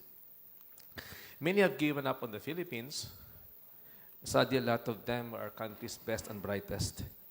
It was sad to see many of our generation move abroad for a better life, they think they cannot get locally. Out of 4 college friends, for instance, I was the only one who stayed behind. Because admittedly, the grass was greener on the other side of the globe, in the land of milk and honey. But I thought that, are there not successful entrepreneurs even in the worst parts of our country? During that time, Mindanao was really, had practically a rebellion. But why were there successful entrepreneurs or business people there? And even in today, in Afghanistan and perhaps in the Middle East, in Iran, no, there are successful entrepreneurs. So, well, it could be that although location or environment could be a factor, but in the end, maybe it's the person entrepreneur or the entrepreneur that is more compelling or plays a more important role. And I ask myself, if I migrate abroad to North America, didn't they start where we were? Blah, blah. So why couldn't we make our local grass greener as well? I realized that turning it green was possible, but it would require nutrition and cultivation of our local grass, and it will take time. So as a 20-year-old then, would I be willing to commit time and possibly the prime of my life doing this? Because entrepreneurship, business ownership, requires full-time commitment. You know that, di ba? So, those 7-Eleven man kita. We are open anytime. I reflected on this during my 4 years in college, and finally, amidst the uncertainties and the lure of migrating abroad, I decided to stay and give our country a try. And despite the economic chaos, we saw a glass that is half empty, waiting for entrepreneurs to take advantage of overlooked opportunities. That's one thing about entrepreneurs. They don't look at things as threats, they always see opportunities. They don't dwell on the problems too much. They look at problems as challenges to be solved. So immediately after classes ended, I went back home to my home province. My family was there, and I felt that as a young man searching for some significance in my life, perhaps my personal mission was there as well. Nebla Butch, upod kita, no? Ang adults program. Bataon pa kami ni Butch sa to. UCPB, plus ito si Butch, manager. It was in 1992 that I co-founded with my siblings our family's new venture in housing development. And since then, and since there was, during that time, wala na ko kamartsagan sa amon college. So, we started with 1.7 million in 1992. The first 2 years for young entrepreneurs, for new businesses, as you know, would pretty much be the survival stage. Makasurvive kaayahan sa imong ginumpisahan. So, we need to watch our cash flow. Cash flow. Din aton kwarta. Ara sa cash, ara sa inventaryo, ara sa pautang nga sulukton, din aton kwarta. No? We need to watch our cash flow. Ang kapital bala mabudlay na gani is already scarce, so we should watch it. Ano ang aton but at the end of the day, you have to know where your cash is. Di ba? As you know, if you study your business, this is what they call a cash conversion cycle. Okay? So where is your cash? Because sometimes we could have a profitable business, but what we lack is liquidity. Di ba? Ara lang sa ating inventaryo, sa ating pautang. Di ba? So, when you're starting, always watch your cash flow. And during that time, when I started, I asked my mother, Mom, ano ang aton nga kwan diri, aton nga finances. And she showed me a notebook. Cash flow gid man. Cash in, income sa punong, cash out panindahan, cash out bulang ni tatay, cash. So muna ang kwan. So ang point ko lang nga how many of us here comes up with a monthly financial statements? Kan cash flow lang anay. Okay? Ang atong cash flow, it is complicated. It is may cash flow, income statement, balance sheet, but kan cash flow lang anay. Where is your cash going? And you ask yourself, where am I now? Am I bleeding? Am I putting money into my business? No? Nag-aabono pa ako? Okay? Either nag-aabono ka pa, or number 2, nagapatas-patas ka na, nag-break even ka na. Which means nga wala ka nagapagwa sa imong kwarta. No? Nag-sustain na ang revenues, expenses, nagapatas-patas ka na. No? Second stage break even. Ang last na point, are you profitable? Okay. Cash flow positive ka na. Okay. Di ikaw tara subong. Bala? You ask yourself, di ka da subong. Kay may mga kingalang nga obrahon conforme kundi ikaw. That's why, aside from that, you also need to know kung you have to have a report kung di mo cash flow. Number 2 is also that as entrepreneurs, you have to aware that you are the brand. Okay? You are the brand. So, of course, Dancor is actually Danny Sochan. Danny Sochan is the brand of Dancor. Diba? Kunlu Cacao is, of course, Tita Rose Kunlu. What is Kunlu Cacao without Tita Rose Tinebla? So, San Antonio Resort is, of course, the Ortiz family. Since you are the brand, diba, you have to protect the brand. Diba? So, if you are the brand, are you showing up on meetings on time? Do you make people wait?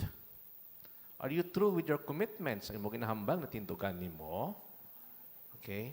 Because how will they trust your brand if hindi sila kumbinsido nga ang pagkatawo mo daw hindi maayo? Right? So you are your brand. The entrepreneur is the brand. And also, we should be prepared to go out of our comfort zones. No? So, functionally, we have our strengths and weaknesses. But as an entrepreneur, we have to be a generalist. Muslingon, we have to be jack of all trades, master of all. Okay? Sometimes, ikaw ang hindi ka lang dentista, hindi lang ikaw doktora, but nagakuan ka man nagabulig ka man harvest, nagabulig ka man packing, no? You're a generalist. Okay? So, let me just share that things started to stabilize for the 3rd year. The business began to prosper, but on the 5th year, in 1997, the Asian financial crisis hit the country. So at that time, the family enterprise was successfully running mainly based on common sense. Common sense lang Diba? But this truth awakening was instructing me the need to equip myself. Maybe right now they call it upskilling and reskilling. The need to study and learn business theories and frameworks as well. So we should always think of ourselves as a glass that is perpetually half full. Being always open to new knowledge or opportunities to improve ourselves. As entrepreneurs, we're always curious. There is always something to learn in this competitive environment that we are in. Of course, we've heard about the term lifelong learner. And even today, as I turn 55, so many things to learn. I try to update myself about AI, about cybersecurity, about geopolitics. It's just so many things to learn. It doesn't stop. So maybe that's one thing that you should also try to do as an entrepreneur. And so, after carefully maneuvering the company out of the crisis, I decided to pursue and finish my MBA. I did as my thesis the corporate strategy of our soon-to-be-formed real estate business group. Let me just share with you that there's a need to, when we study, we always have to bear in mind that the purpose of studying is to learn. And the purpose of learning is not for our diplomas or certifications, but to help our learnings solve our problems, to apply it in real life. And so, armed with fresh insights from business school, I eagerly applied them in business. And after a couple of years, it later became apparent that we already acquired the capability to undertake larger scale projects. It was about that time that we needed a strategic direction on how to move forward. There was this fork on the road. It was asking us, which way do we go? If we were to grow, how will we grow? Should we grow broad or deep? Broad means expanding our housing development to other parts of the country, starting perhaps with Panay Island. And deep means choosing to concentrate our resources and investing heavily in Capiz. And during that time, doing both was not possible. We figured that both options would give us back our expected financial returns, but in the end, we decided that concentrating our limited resources in our hometown just feels right. By that time, after decades of reinvesting everything we had, and through the grace of God, the family was already able to acquire a substantial land bank. This was, of course, Pueblo de Panay Township. Let me share some township aspirations. We felt that we were gifted with the opportunity to greatly shape our community and leave a meaningful legacy to our hometown and for our future generations. And so, after an intensive research on the history of our home province and integrating it with other business and social considerations, we came up with a Capizeño or a Filipino-inspired township brand called Pueblo de Panay. We are housing developers, but township development is a different ballgame. There are very few successful township developers in the country. We knew that going into it would require our long-term commitment. What we realized is that because of its magnitude, it would in fact require our lifetime commitment. And its sustainability would depend on our next generation. So what about your enterprise? Are you willing to go long-term? To sustain it? To make it grow? Will it survive beyond you? May masawo? Do we have a succession plan? With regards to entrepreneurship as a mission, things were really moving very well, and then our mother suddenly passed away in 2006 at just 63 years old. And needless to say, we were all in shock. But the outpouring of sympathy was overwhelming from our fellow Capizeños, and a large crowd overwhelmed the funeral mass at the cathedral. Less than 2 years after, my father also passed away at just 68 years old. The loss of our family matriarch and patriarch orphaned our family and our family corporation. But this great loss opened an inspiring realization. Perhaps these tragic moments in our lives happen to force us to pause and ask the things that truly matter. What truly matters to us? Why do we do the things that we do? What drives us? What is our mission in life? A mission is a calling. A personal mission is a reason for living. This is why we do things. So ours would be driven by love of family, concern for employees entrusted to our care, responsibility to the community that we do business in. Our mission is to be a meaningful catalyst and a source of pride in the communities that we do business in. Our family business and our extended family, which is our human resources, have been working incredibly hard to make this possible. Mission-wise, this was our humble way of showing that a countryside-based homegrown brand here in Capiz could have world-class aspirations. Please think and take time to craft your mission statement. Because for sure, in your entrepreneurial journey, you will draw inspiration from them during tumultuous times. During times wherein things don't go your way, and the weight is upon your shoulder, you need to go back to your reason why you do these things, why you continue to work hard, why you continue to invest everything that you have there. Time runs fast. Approaching 4 decades now, I'm glad that our family has decided to dedicate the prime of our lives in helping develop this part of the Philippine countryside. And what other entrepreneurial lessons could we share? Number one could be, how do we deal with failures? Because failures are inevitable. And I learned for the past 35 years now that you could only get better with age as you gain more wisdom. Perhaps your batting average would be 50-50 then, and as you gain wisdom, it improves to 80%, 90%. But there's always a chance that you will make the wrong decision.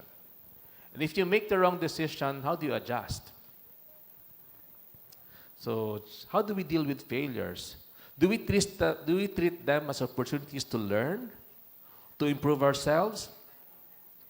I'd always tell my kids that as long as you did your best, failure is not a mistake if you learn from them. Note that there is a colitilia though. One should always give his best. Because I think we still have to see a successful entrepreneur who does not work hard. May nakita ka mo, ang successful na negosyante, na wala katrabaho sa mahukot?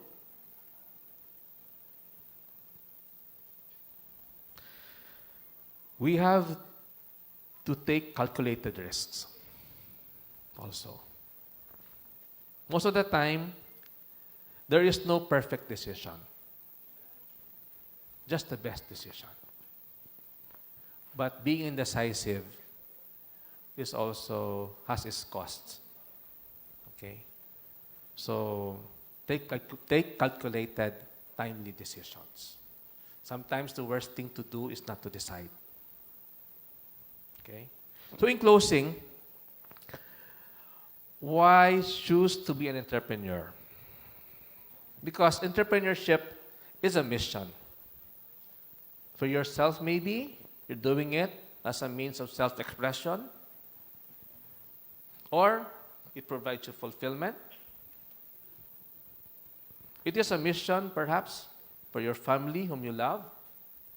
Perhaps it is a mission to your group, your institution, your community, because it's your responsibility or the sense of duty. It is a mission. Why be an entrepreneur? Because of the presence of opportunities then and now. Except that now it's even better. That maybe Roxas City and Capiz province is now investment grade, so to speak. And there would be like a massive disruption that's coming in terms of AI. How do we view AI? As entrepreneurs, we view it as an opportunity more than a threat. And entrepreneurship is laudable because it is the greatest creator is still the greatest source of wealth creation. A wealth that we badly need in this part of our country because we still have so many poor people in our midst. And when we understand that, we realize that although entrepreneurship may not be an easy path, it is a path or a mission worth pursuing. Entrepreneurship will always be in demand because the world is full of problems. The world has a lot of problems. And as long as there are problems to be solved, the world will always be in need of entrepreneurs. Thank you. Good morning.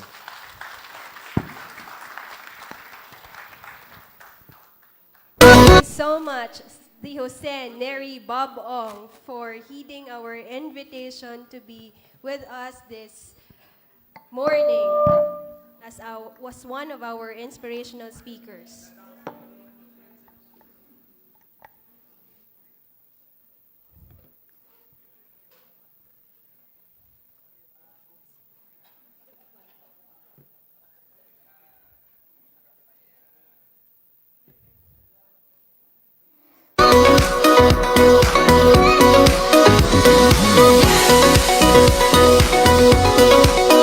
We would like to request our regional director, assistant regional director, and our provincial director for the awarding of plaque to the honorable representative of our governor, Attorney Arthur John Benyas.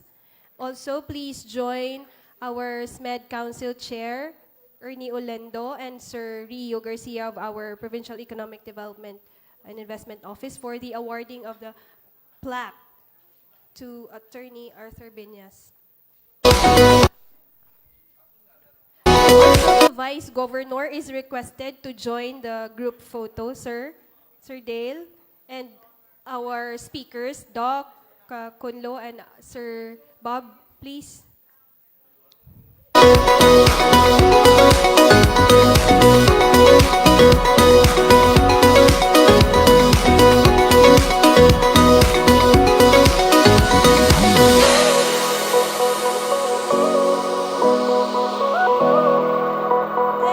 I'm so sorry. The regional governor of the BCCI Region 6 of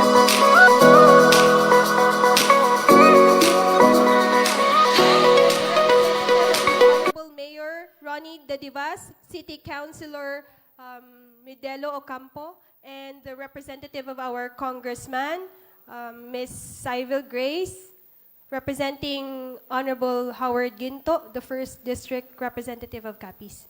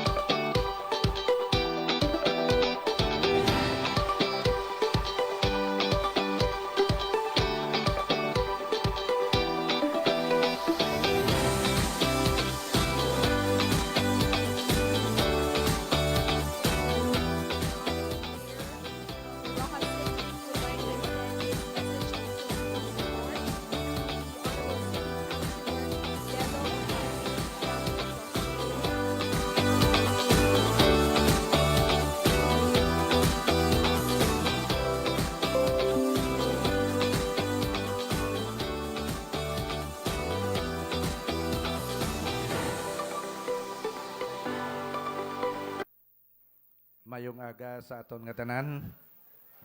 Feeling ko daw nagsala ako sa akon ginsudlan. Gina-expectar ko nga ang sudlan ko ako ang pinakagwapo. So nakibot ako nga ang mga ginaidolo ko ari diyan da nga aga kag swerte ko gid nga adlaw nabatian ko ang mensahe sang aton mga speaker from Ma'am Kunlo, of course kay Sir Bob, dako nga bagay nga nakabati kita sang iyang mensahe kag sa aton tanan gusto kita ni sang aton nga pinalangga nga Mayor Unida Dibas nga mangin kabahin kag mapabati ang iya personal nga mensahe para sa aton mga bisita, mga entrepreneur, apang bangod sang iya nga mga prior commitment kag sa kasugoon maswerte nga ako ang iya nga napilian nga mapadala diri subong para ipabot ang iya mensahe. Siyempre kay bangod nga swerte gani kay bangod nangin kaupod ko kamo kag nakabati ako sa mga mensahe nga sana sa akon nga pag-intindi nga dako gid ang mabulig para sa akon. So in behalf of our City Mayor, Mayor Ronnie Dadibas, I would like to extend our support to the Western Visayas BIZCONEX on wheels here in Roxas City, spearheaded by the Regional Development Council, Economic Development Committee, and the Department of Trade and Industry.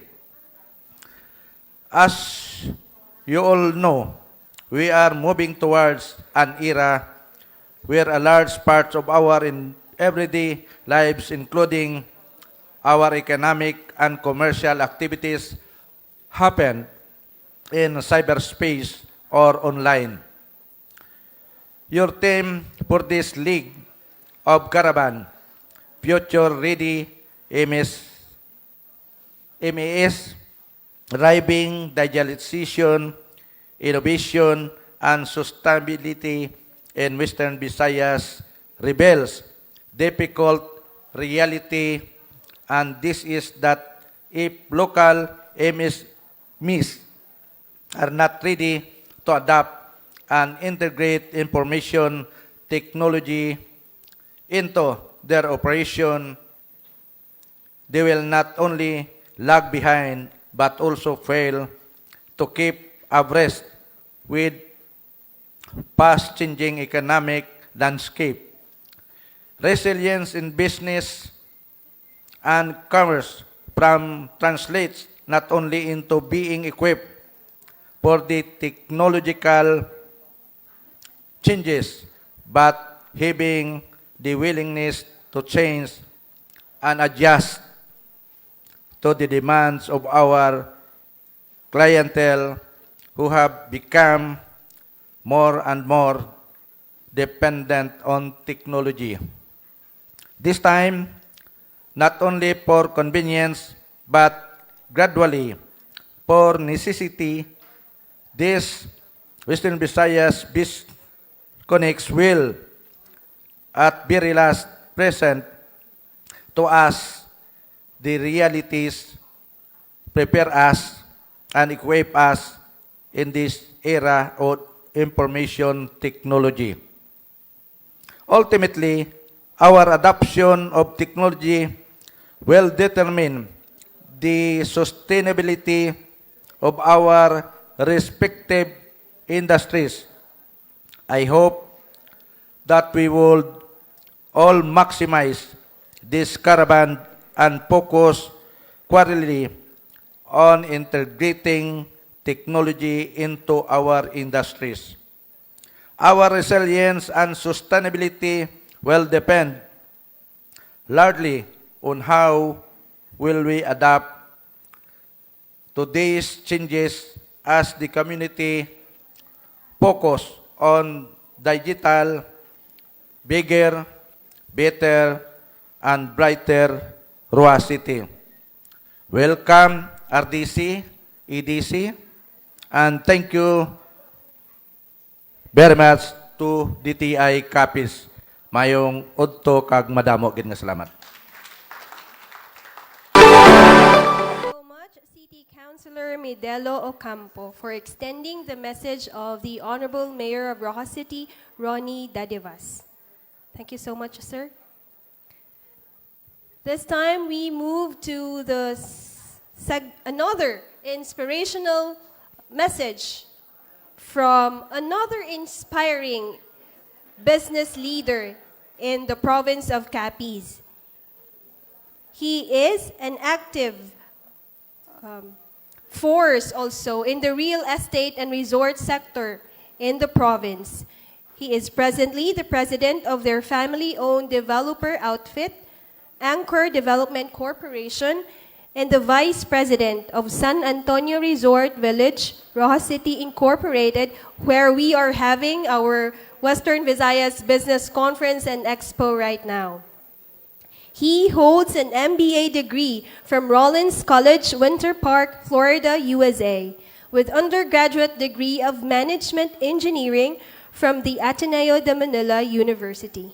He has served as city councilor for 3 consecutive terms in Roxas City Legislature, during which he ably represented Roxas City in numerous travels abroad and is now active in church and non-government work, foremost of which are Rotary, the Boy Scouts of the Philippines, and the Philippine Red Cross.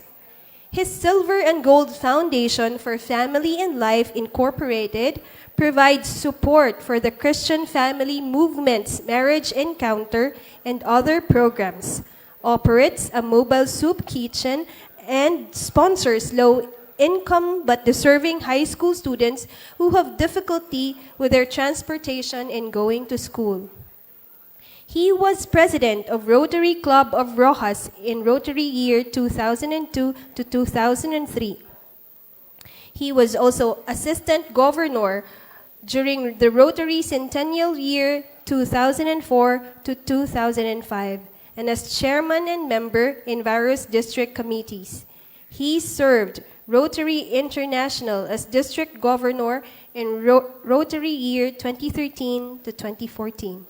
Presently, along with being a member of the National Executive Board of the Boy Scouts of the Philippines, representing the private sector, he is a regular member of the Board of Directors of the local Red Cross since 2017 and its chapter treasurer since 2021. Everyone, a round of applause for Mr. Mark Anthony G. Ortiz.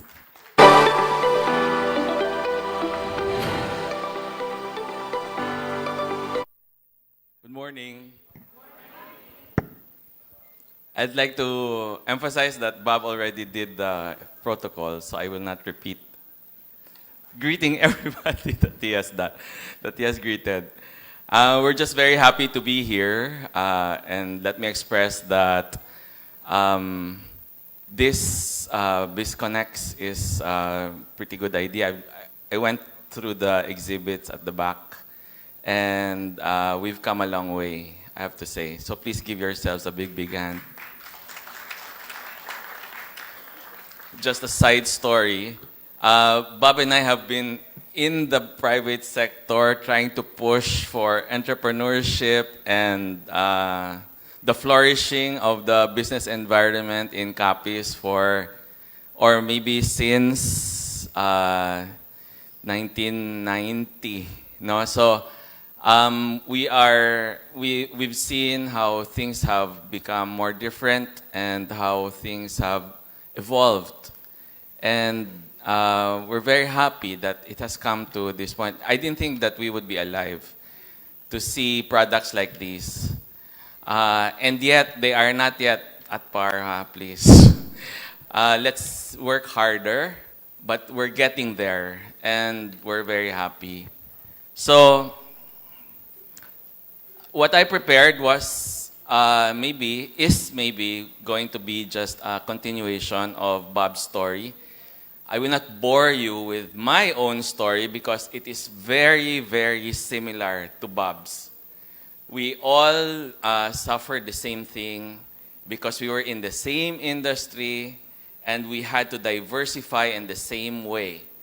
But along the way, we also had similar, very different stories of our own.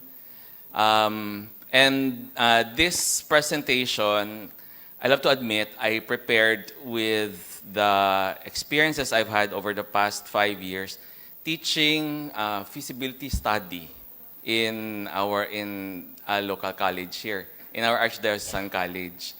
My students are actually, I'm very proud of them.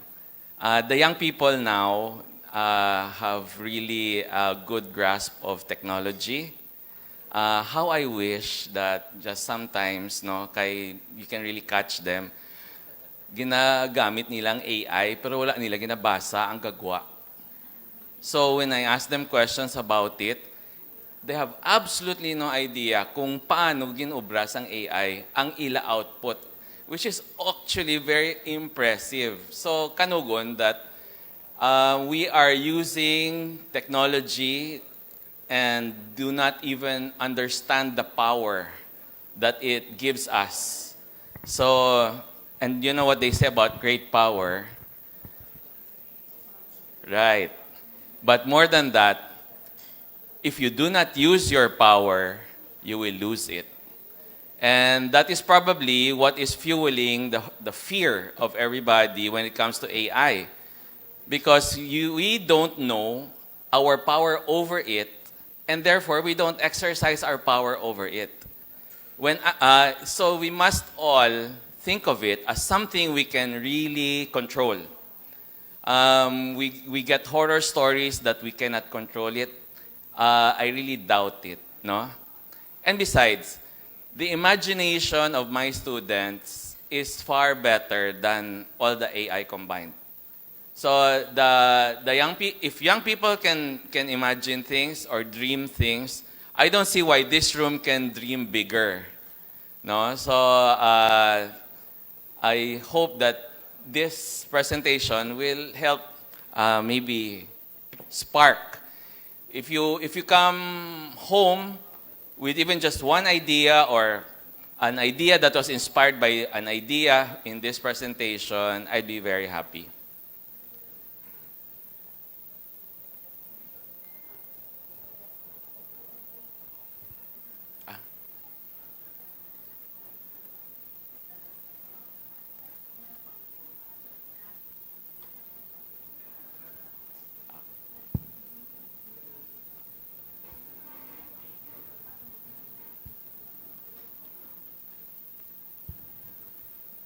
So, the professor.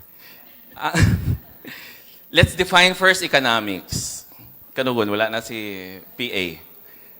Economics is the process of satisfying man's needs and wants using scarce resources. Capiz is a very scarce resource. And then the needs and wants, I will refer to as the needs and wants of the local community, the country in general, and the world.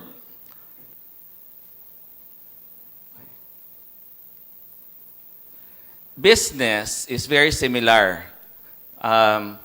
It is the process of providing goods and services to satisfy the customer's needs and wants for a profit.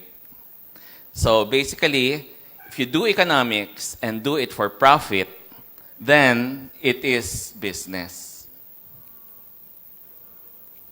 Now, entrepreneurship is doing business or finding economic prosperity in a new frontier, and I will add, in a frontier that you like, in a frontier that you're having fun, in a frontier that you love, in a frontier you are strong at.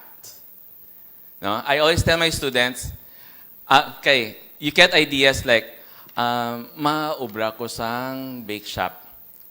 So the first question I would ask them is, naman galuto ka? No? Kabalo ka mag-bake? No? If you cannot demonstrate that particular skill, then this feasibility study is not for you. Okay? You must always be able to make a feasibility study that you will know back and forth. No? So, hindi pwede nga you will just venture in some business that you have absolutely no idea. A lot of people make the mistake of copying from another business. And that is the worst thing that you can do. It is a insult to yourself because you are not looking inside what you really can do, no, or what you really like.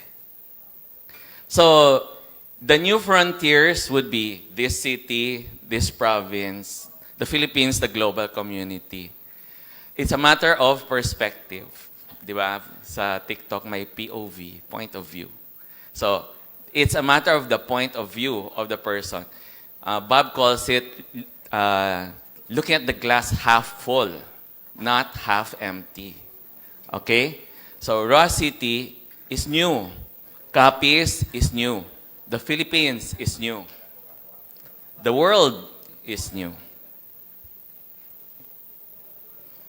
Now, looking at Ross City and Capiz, damo na diri sang work from home. You don't know it, pero ang imong nga kaluyo already has a racket online. No? For sure, we are able to access already job opportunities from abroad. And we are all doing it from the comfort of our own homes. Thanks to Pueblo de Panay, there are a lot of opportunities for business process outsourcing. Damo man ko sa nakita nga nag-research sa cuisine and slow food. No? So, daw ang mga takeaways ko so far, mga binakol sa pasok.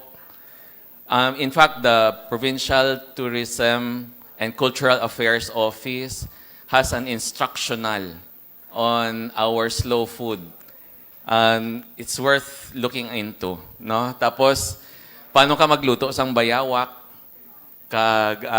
takway. I'm not saying that is in that website, pero nabatian ko, may ara sa mga subong sina. Halo. And then in tourism, damo na gid sang possible nga product-based tours. No? Panay, sinong taga Panay? So, kung ga-tour si Tita Rose sang how to make chocolate in your own backyard, or si OG Coffee on how to roast coffee, no? I'm sure there should be a tour on how to make puso. Tama man? No? And then, my students came up with the term abacus sliders. Kay hindi na uso ang abacus slippers. No? So they called it sliders. Using it, yun sa terms yan dahil sa mga kabataan na sa mga chinilas, no? Chinilas na siya. And then the traditional religious-based tours. And then I'd like to make mention of Brix's Steakhouse, steak. Pero ang ako lang gusto i-emphasize is he makes it nga excellent. No? So though he is a case in point nga if you do something very well, people will pay. People will pay for something done very well. But you have to see how he does it because he does it very well. No? Hindi na yan basta lang niya ginsalpak niya ang steak kag tapos gin-serve niya sa inyo, no. Okay? And then, I also like the idea of Castillo packaging. Kay, he realized or he saw that many people are doing food, no? Di na to ganyan. Anyway, ang laser, di na to. Ina?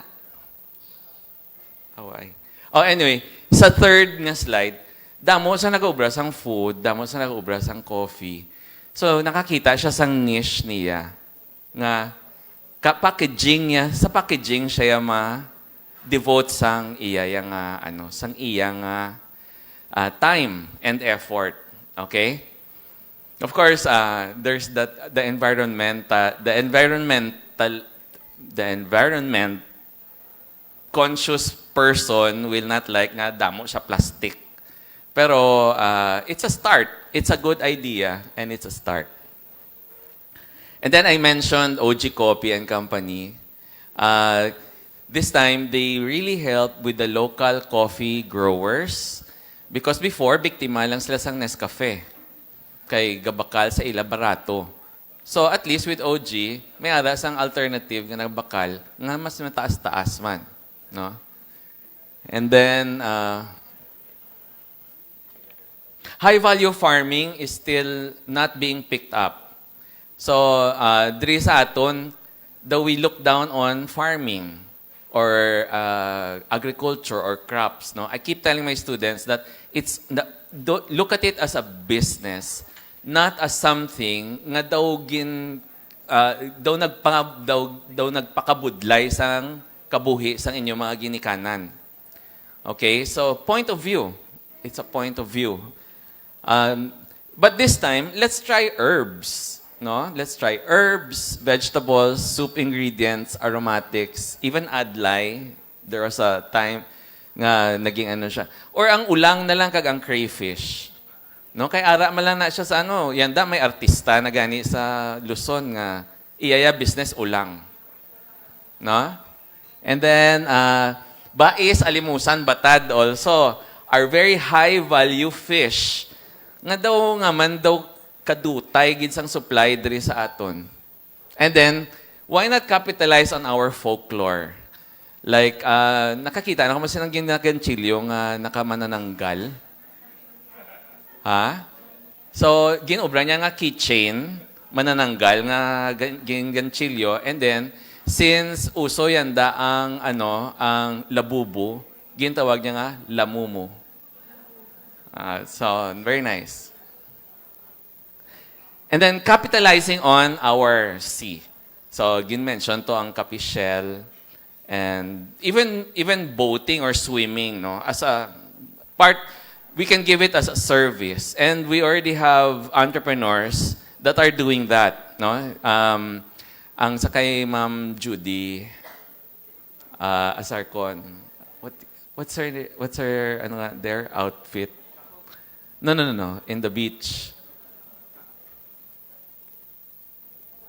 Basta may ara siya for rent ng mga rides.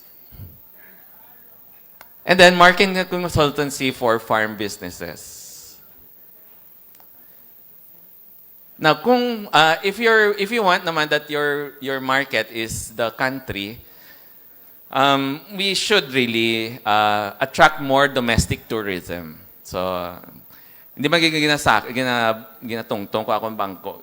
Pero that is the inspiration that we got from San Antonio Resort.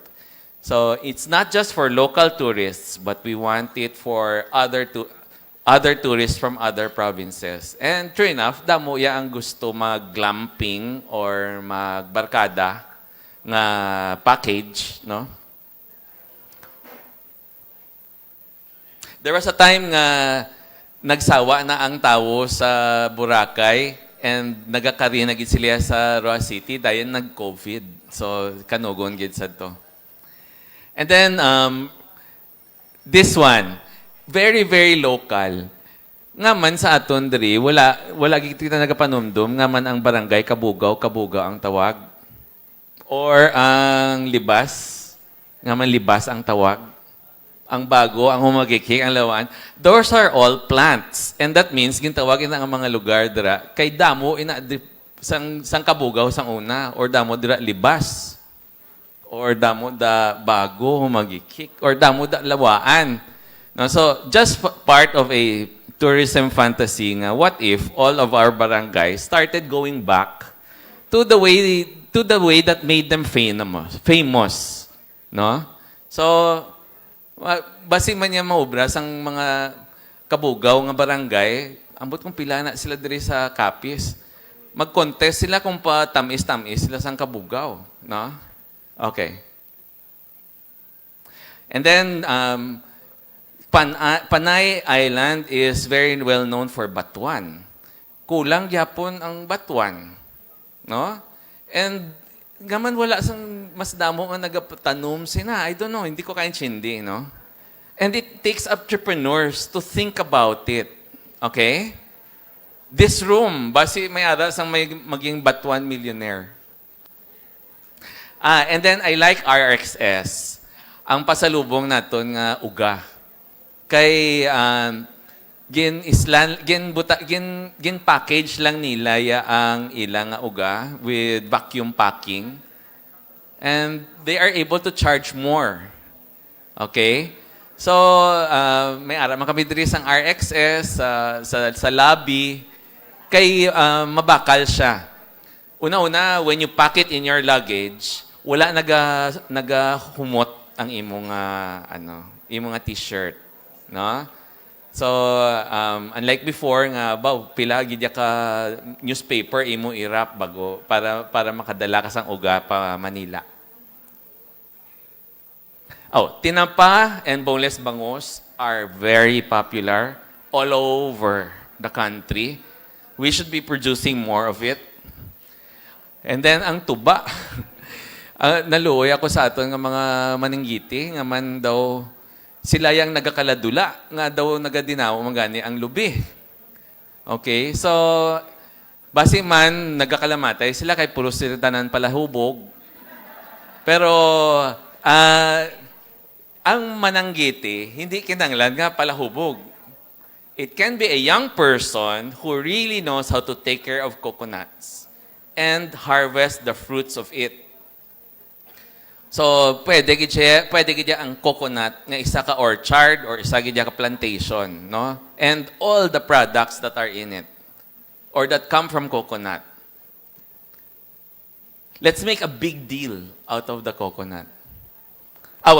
Syempre sa Philippines may aragid kita diri sang potential for infrastructure projects. Pero somebody has to come in. Somebody like Ramon Ang or San Miguel Corporation. No? And this time, we should develop our destinations. May araman kita manami nga waterfalls and then nanugunan gid ako sang Suhuton sa Hamindan. Ang may ara kita sang snail nga manami man sa Pilar, no? Also work from the provinces. So this time, instead of Roa City, you can work pagidya sa mga munisipyo naton. Business process outsourcing requires good English capability. And we are very good English speakers, I would like to think. No? So, may araman yun ay isang future. You can teach English from Capiz. Education and science research capabilities are already within our fingertips thanks to the internet.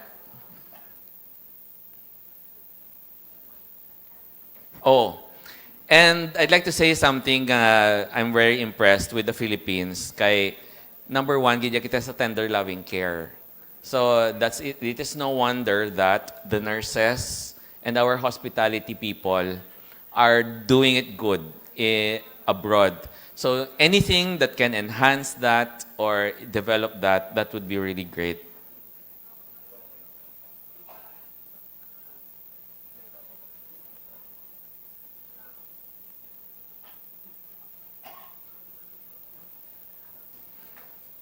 Now, global marketing. The global market. Diri kasulod siguro ang artificial intelligence.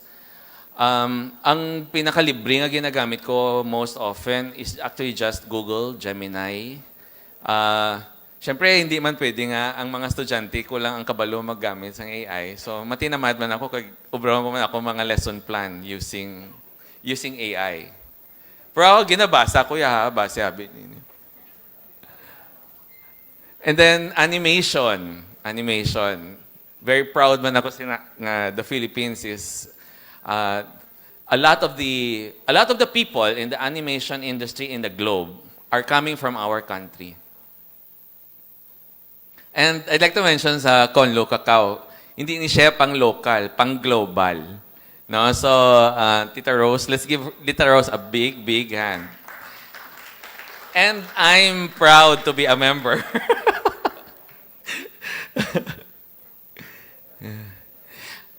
And then white coffee industry is also very nice. The white coffee that we see, those are backyard industries lang.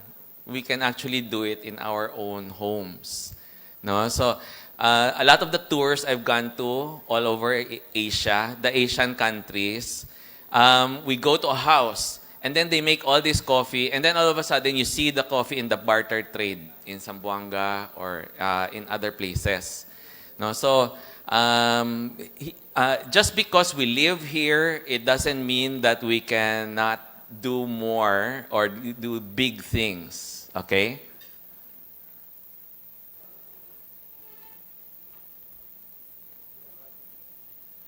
Aqua farming, I just want to also say a note about it. Okay, if we can concentrate more on increasing supply, especially the crabs, mapabarato na to na siya. And that's economics, no? The more the supply, the lower the price. So that means kung mahal ang alimango, but silingon, masyado ka ginaagawan. No? So we need to produce more crabs. And I think this is a good venue also for to increase crab production. Kay many of us might be able to find a way to increase our supply. Oysters, until now, we're shipping it as raw material when actually we should be processing our own oysters. Damo-damo, panayas ang iba nga product forms, hindi lang inaayang ginatilang sa luyo ninyo. No? Oysters are very, very global. Kagdamo, pagid siya sang hindi lang siya oyster sauce, may harap pagid siya sang canned oysters, may cocktail oysters. Ang mabudlay lang sa aton oysters dabi kay hindi ko gusto i-put down ang ating mga oyster farmers. Pero natamaran sila mag-maintain sang ilang oyster farm. Kay para magdalag ko imong talaba, kinanglan niya ginatahalan mo na siya, gina-clean mo siya. Kay kung pabayaan mo nga magkinunpol lang tanan nga mga oysters, gagmay sila tanan. Unlike kung nakalimpyo siya, nagadalag ko, kag pwede natin ma-produce nga uniform. So, a lot of the countries in the world, they want uniform sizes. They don't like, rambol, nga ginatawag. So, pili kita, inang 250 pesos per sako nga rambol, or isa lang yung kalata, $12 na. No? So, depende na sa isa ka entrepreneur like you. And then, diwal, how to make it more year-round or less seasonal. And then, scallops. Do you know that scallops is illegal? Wala pagidya sang legal way to catch it. It uses the troll fishing method. Wala pa ko sa nakita nga scallops gatherer nga nagagamit sa ibang nga method. And troll fishing is illegal in the Philippines. So, inang ginakaon natin sa mga restaurant, wala ko kabalo kung paano nadakop. Kung legal or illegal. Okay? Pero nami siya, di ba? So, ang ato nga, it has to be also safe Kay, that's why troll fishing ang pinaka-safe way to get scallops. Kay, nagalupad na siya sa tubig. So, hindi mo man siya pwede i-dive, kay basi paglupad niya, kag ikaw ang makat. No? So, it has to be a safe method, but it also has to be a legal method. Crab meat is also very abundant here. Kanugon na dula ang aton crab meat factory, which was already exporting to San Francisco. But it can be a local. Somebody can develop a local version of the canned crab meat. So, what are the common trends?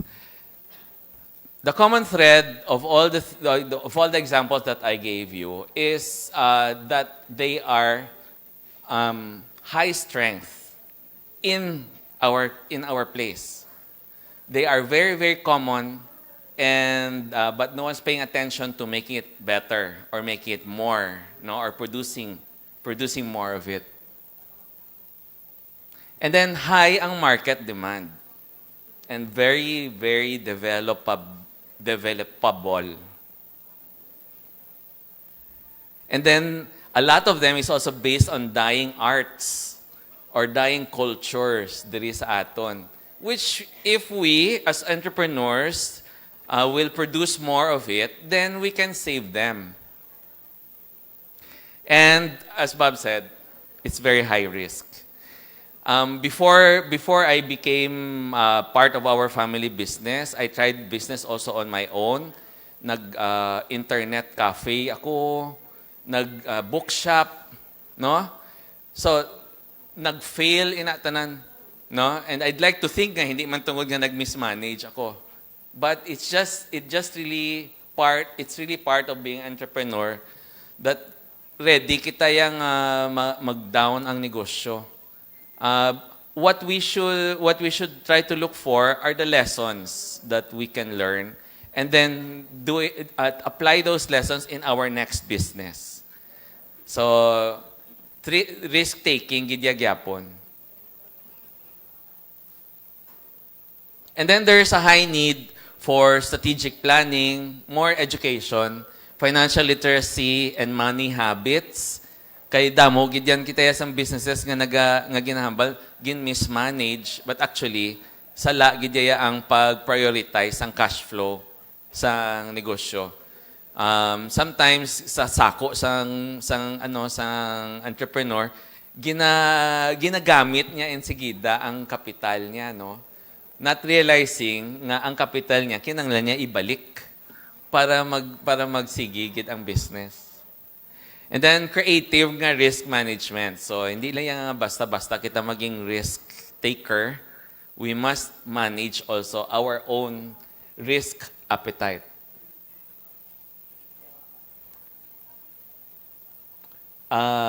Well, since ari ang TESDA, na-remind ako, we should all enroll and go back to school. So, let's learn more skills.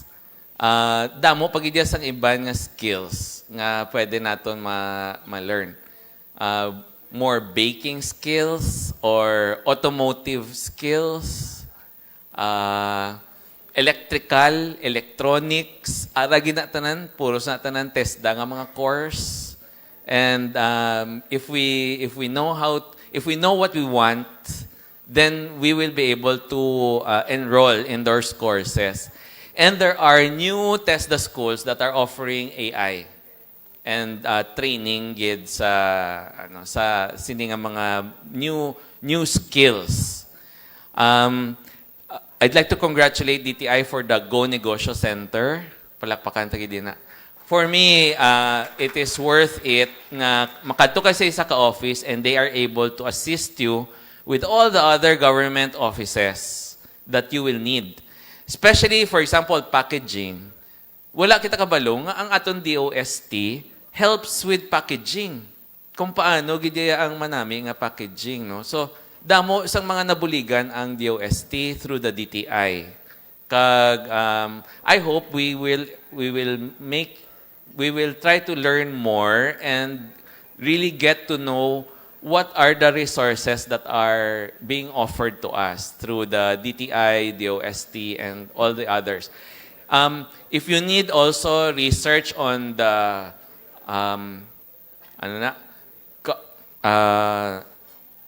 calorie content, mga subong sa mga food naton which is required to nga information sa aton mga food businesses. The DOST also has that kind of technology. So it's a matter of really researching and being better in those things that we need. So I think I will leave you there, and we're very glad to be invited, and mabalik ako sa ginhambal sang father manamon sa amon. Capiz becomes small because many people dream small. If you dream big, then that is the time that Capiz will also become bigger. Okay? And then, number 2, ang ako lang personal motto kumanya, make sure that you have fun. But when you're an entrepreneur, there is nothing like having fun and making money. So make sure that when you think of something that will make money, it is something that is fun to you. So enjoy and good afternoon.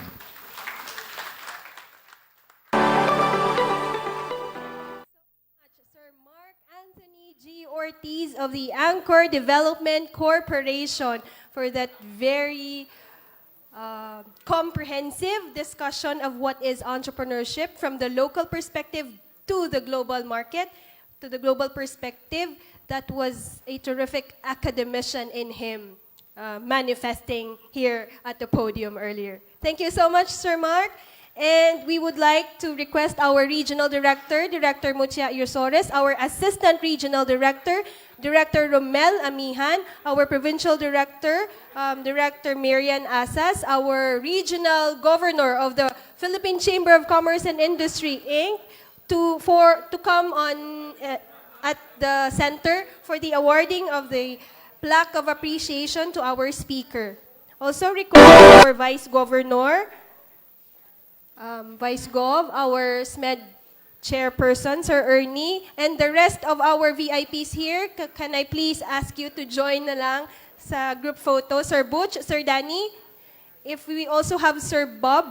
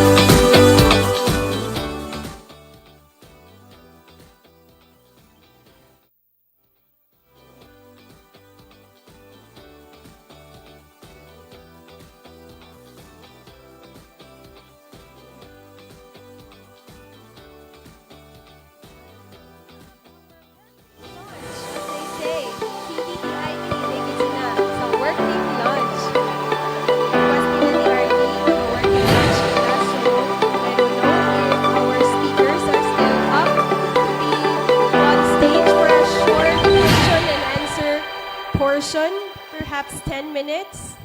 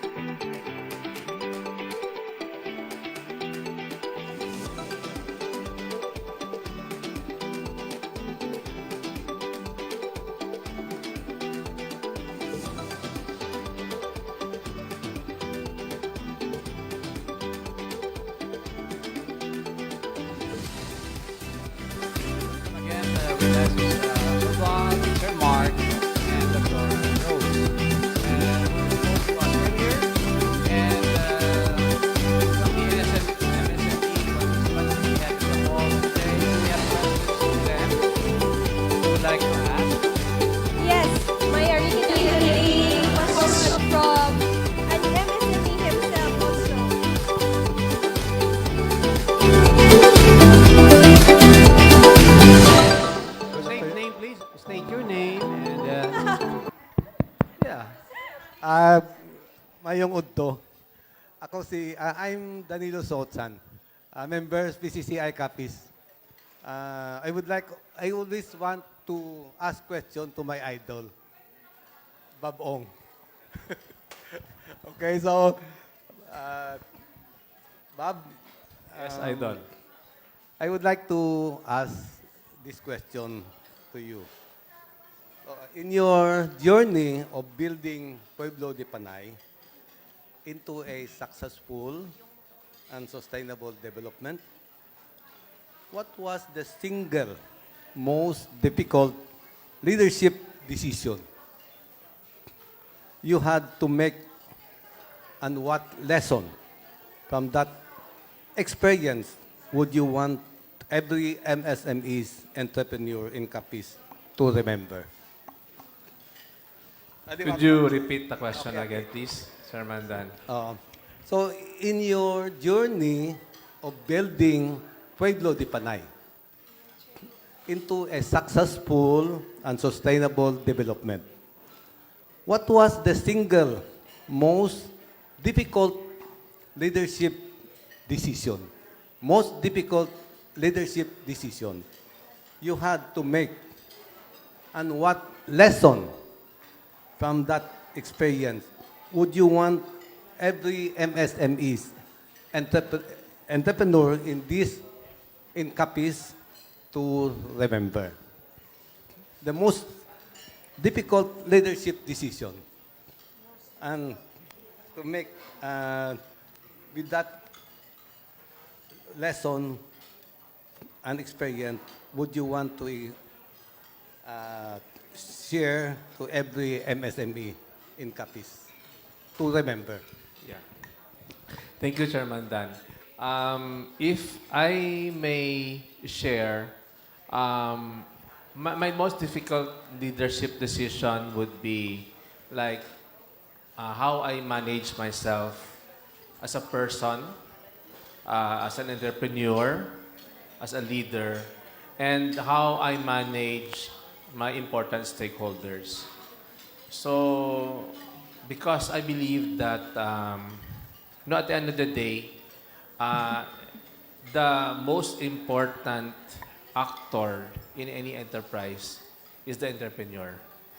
So, but later on, this entrepreneur would realize that he cannot do things by himself.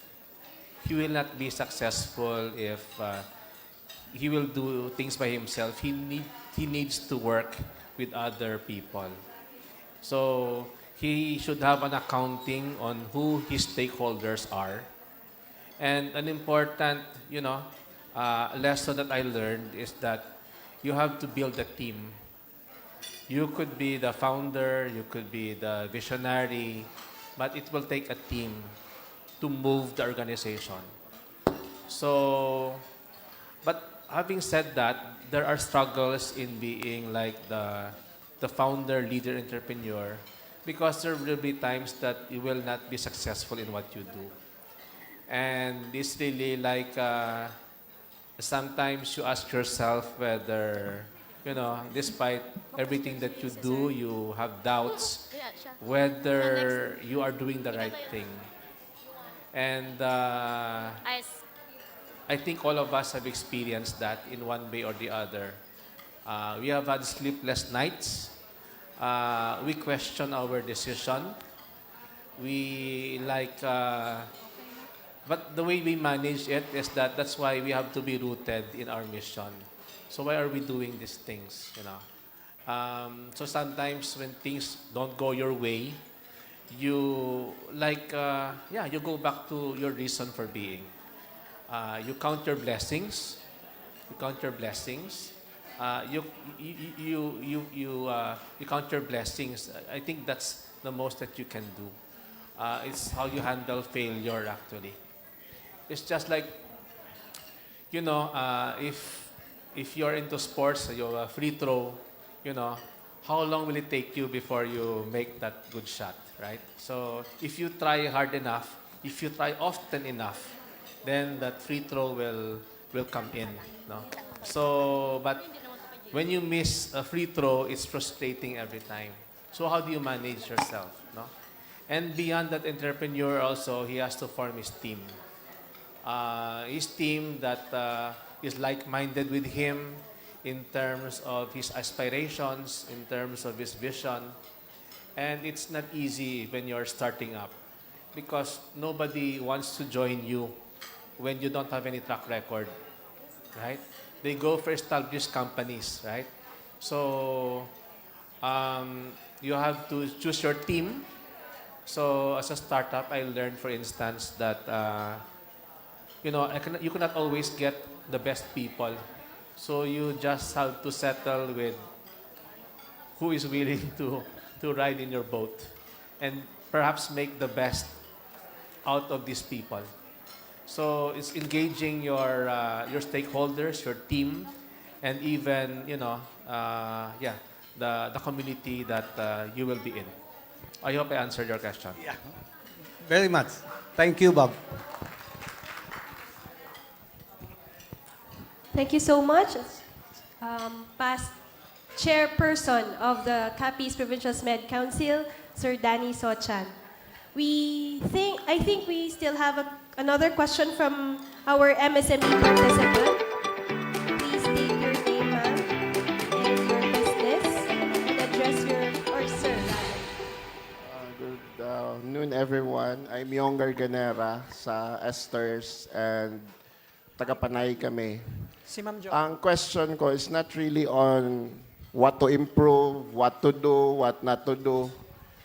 It's more of as leaders ng aton business community. What can you comment or kumbaga sa community in private and sa government kay ang pinaka-problema gid sa Capiz is foot traffic. Kung wala man og bakal, kadamo sang produkto tanga manami na mention nyo kagina, and actually part ako sang tourism council sa Panay. It is in fact the heritage abot kung sa whole Philippines ina or sa province lang, but wala turista. So ang mga MSMEs wala baligya. Pero kung may mga products, ara gid ya sa kilid-kilid, may mga nami gid nga products. So, ano sir ang comment nyo, and how can we help both on our sides as a business community?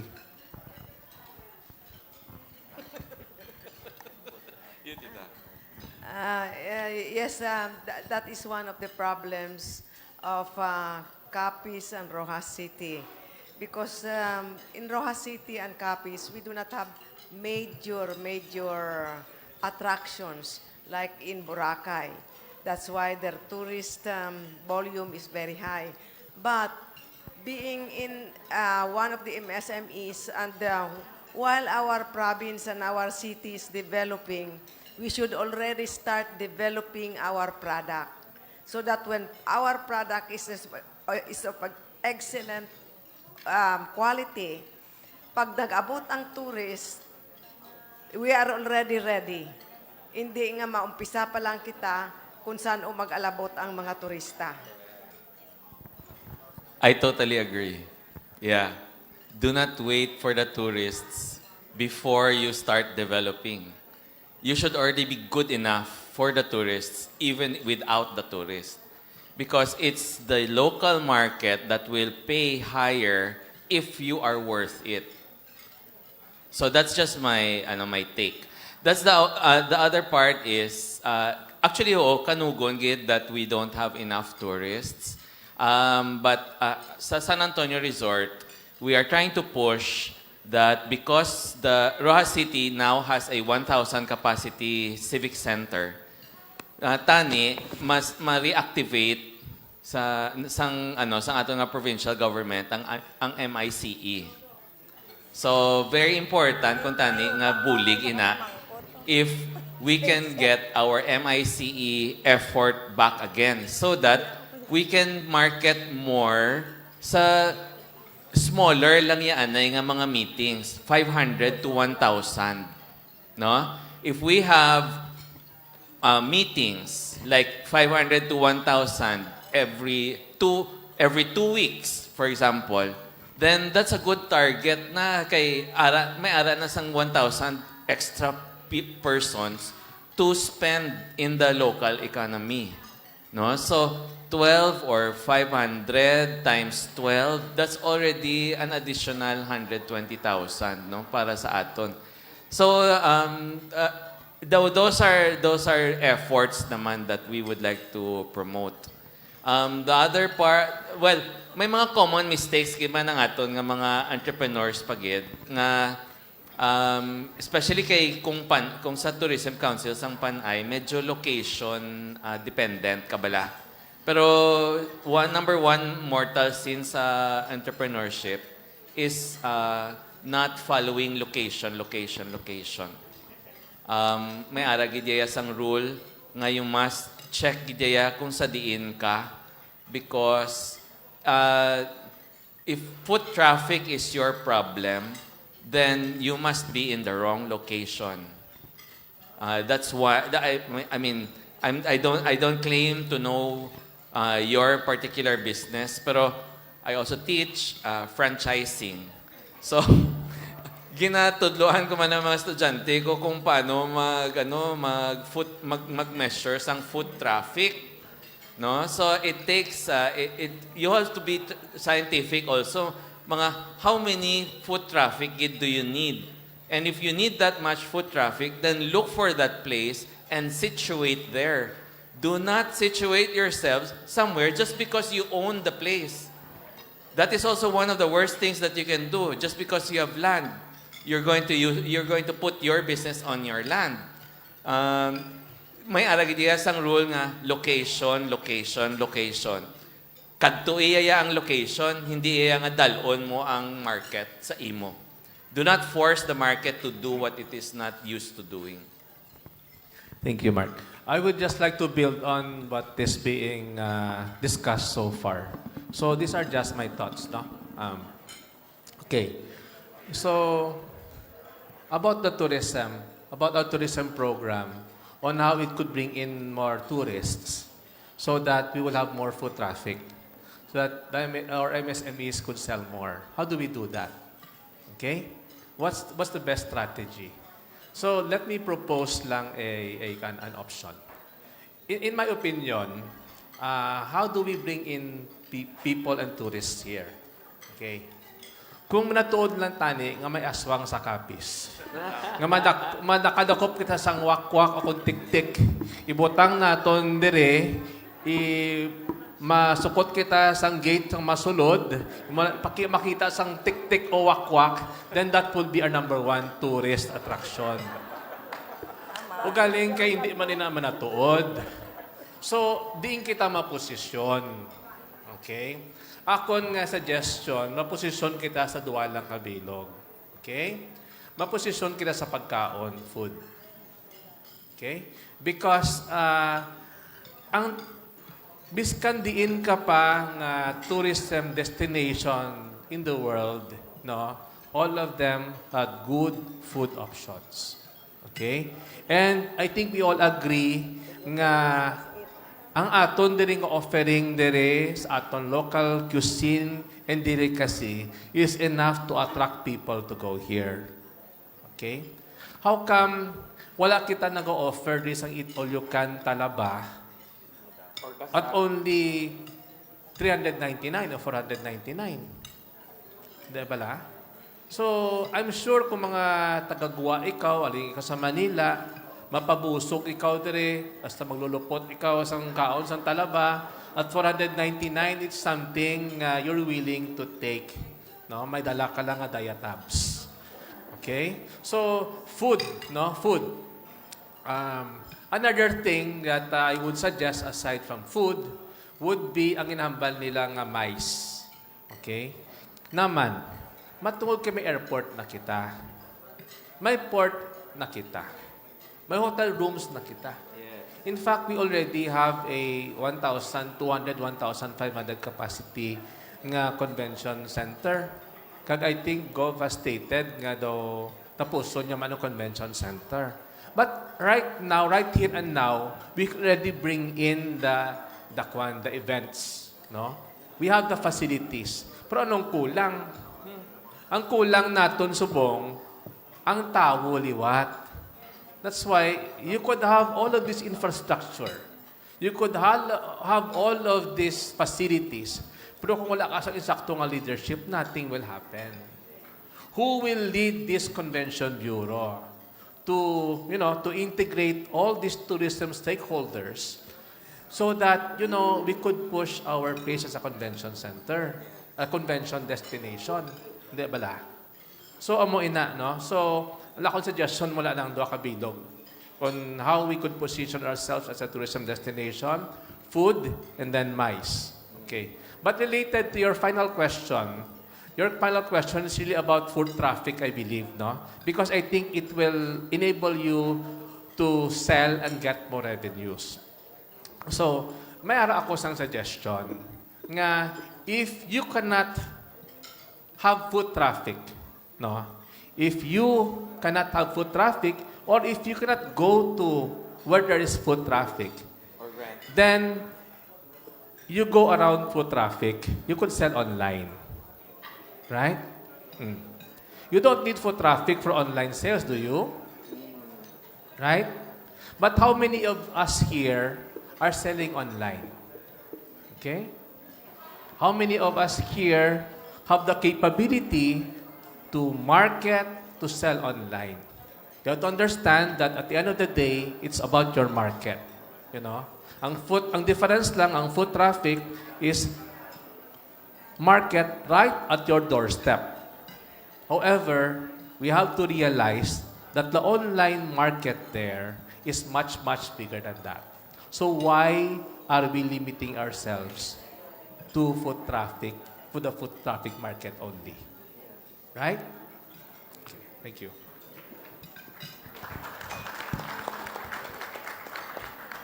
May add lang. Ang isa pala ka-trend nato nyanda is I just want to point out another error of entrepreneurs.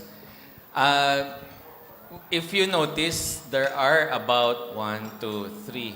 I can point to 3 street food places already in recent history, siguro the past month. May ara dira sa Dayaw, may ara diri sa Baybay, kag may ara dito sa Sigma sa Bypass Road. So I don't know kung may ara pagid sang iban nga street food nga ginatawag. Ang tragedy lang kay they keep selling the same things.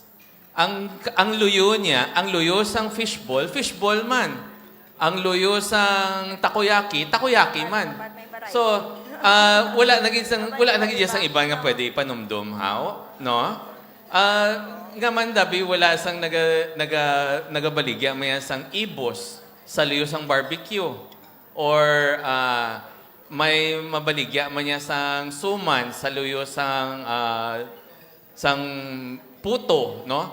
Ang daw kulang pagidya sang daw madalian permi nagasako kita nga wala kita nagapanumdum base ang nagakadto pagidya sa mga street food hindi lang ya ina ang ilang nga gusto gaman nga man manigurado kita nga inagid pirmi ang ibaligya nga man hindi kita mag-try man nga lakutan bala sang iban pagid nga lain ang aton nga ginabaligya.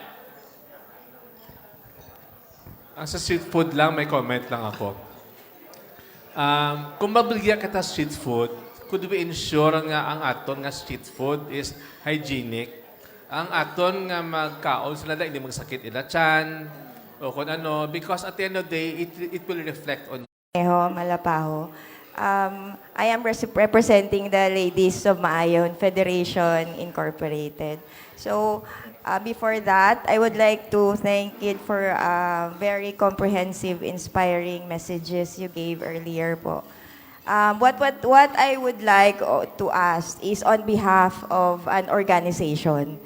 Actually, our organization is a non-profit organization wherein we have several livelihood projects. So, gapasalamat gid kami nga ang DTI na-acknowledge kami, sir. For the past 2 years, sir, 1 to 2 years, we ventured into bamboo and nito handicrafts. So, we are just more or less 1 to 2 years. Nito is really available because the key points or key takeaways earlier is sustainability, resilience, amo gina ang mga amon sa takeaways kagina. So, ara giteriya sa maayon ang nito and bamboo. So, what advice can you give us as a starting organization? Actually, we are venturing into organizing into an cooperative. Kasi non-profit organization po kami. So, dapat maano kami sa cooperative. Kay income generating na siya ang livelihood projects po.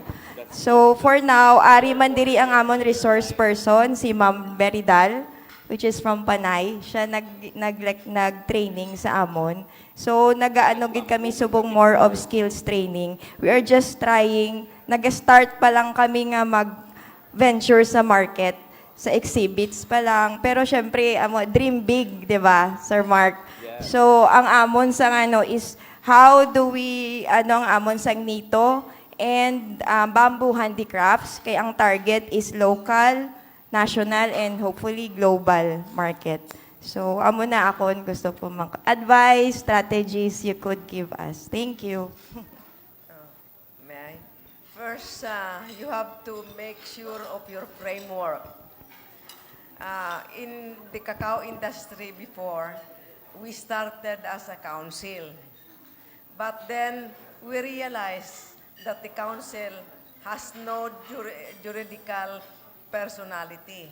So wala sang government institution nga makahatag sa inyo grants. So we became an association because we were in a hurry, because DTI will give us now their SSF, their machines for chocolate, and we cannot accept it because we are we need to be a cooperative. And then, here comes FDA. They do not give licenses to associations. They only give licenses to cooperative, SEC-registered, and single entrepreneurship. So the first thing is that arrange your framework first. What are you? What is your personality? If you want to be able to get grants from government, you have to be a cooperative. They also gave to association, but in a smaller amount. So go for the big one, especially if you want to go into bamboo, because bamboo needs a lot of good machineries. And when you go into nito and into bamboo, think out of the box already. Stop doing basket, because everybody's doing basket. I do not mean to discourage basket weaving or something like that, but there are now a lot of MSMEs doing that thing. So if you're into bamboo and you go into out of the box, say wood tiles, bamboo tiles, bamboo parquet, and that gives in a lot of money compared to when you make a basket or a lamp that everybody is doing already. So set your goal more forward, and what can give you more for the resources you're using, because we have to think of the resources, that we don't waste our resources, but it has to be made into something that not everybody is doing.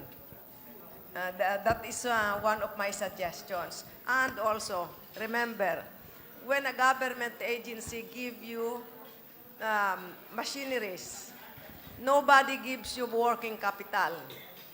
So working capital has to come from the individual organization. So this has to be this is a very serious matter.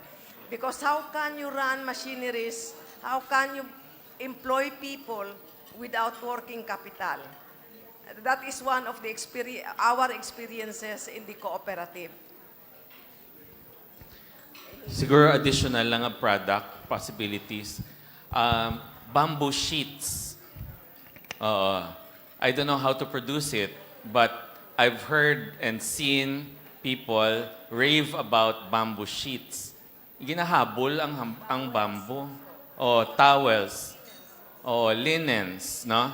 And then, maybe, even if you go into baskets, target not the local market, but target the global market. So it has to be as good as something that Pier 1 would sell or the Japanese would buy, no? Hindi pwede lang. And then make sure that you ensure supply.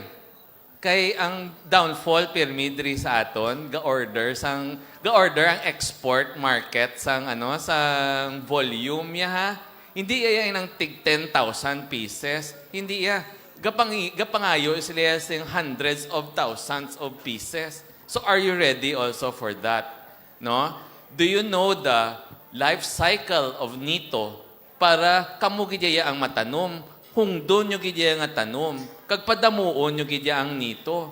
Amo man ang bambo. Hungdo nyo gidya nga ang tama nga species ang inyo nabalaan. Hindi lang basi kawayan ina or bamboo ina or lain pagidya nga species. It has to be very specific types of bamboo nga i-target gidya padamuon and then i-process gidya dayon niya into i-research lang naton siguro kung ano mga machinery for bamboo sheets or other product forms. So, damo. And then, use also a good designer.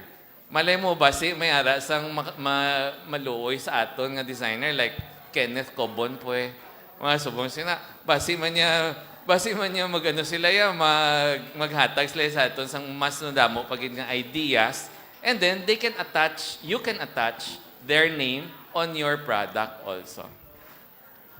Thank you, Mark. Okay, perhaps if you would allow me to share and suggest based on observations. No? So, first of all, Dr. Jo, thank you again for volunteering.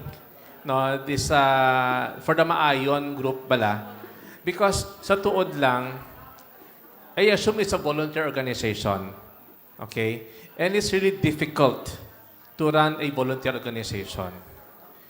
We are known in the Philippines as not being able to work together. Di ba? But why do we need to organize ourselves? No? Because there is strength in numbers. Okay? So, kung isa ka lang, hindi ikaw pagkatagan sa importansya. Mabudlay si mo mangayo sang bulig, mabudlay si imo nga ma-recognize kung isa ka lang. That's why there's a need to group yourselves really. You know? Especially nga sa aton diri many industries in the Philippines, they're called fragmented. Kasi they're small. So they don't have the scale to be recognized as individually. So they need to work together. But having said that, malaan nyo naman it's difficult to work together in a volunteer organization. That's why I admire what you do. No?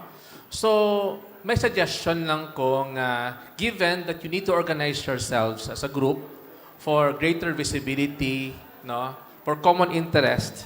Now, if you're able to do that, may mga suggestion lang ko. Number one is that hindi na sa padamo-damo isang membro. Okay? So, pilion ninyo inyong mga miyembro. Diba? Nambagal nila that mas importante ang significant few rather than a trivial many. O silingon, nga mas maayo pong nga dutay kamo, kaysa sa damo-damo kamo nga hindi gani kamo kaistoryahan na budlay na i-manage. No? So, when you organize a group, keep it to a minimum. No? Avoid being too political that you accommodate everyone. Importante you take in people with shared values. Okay? So, amo na. Limbawa, ang co-op. Pilang minimum sang co-op? 15 gapon? Oh. Maybe we just have 15 committed stakeholders or 16. You don't need 150 nga mabundayan ka man mag-manage. pilion ninyo ang inyong nga members na may the same shareholders because mabudlay mag-sustain sang voluntary organization. No? Kung madamo. Okay. Number 2, sa organization nga are you trying to professionalize it? Silingon, are you able to come up with a monthly financial statements? Fiscal cash flow lang.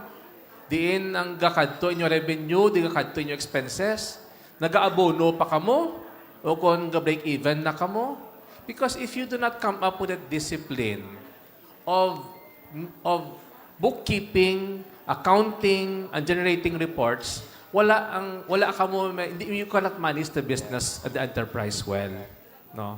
So, sa mga organizations dire, are you able to generate that monthly financial statement? Biskan simplified lang, no?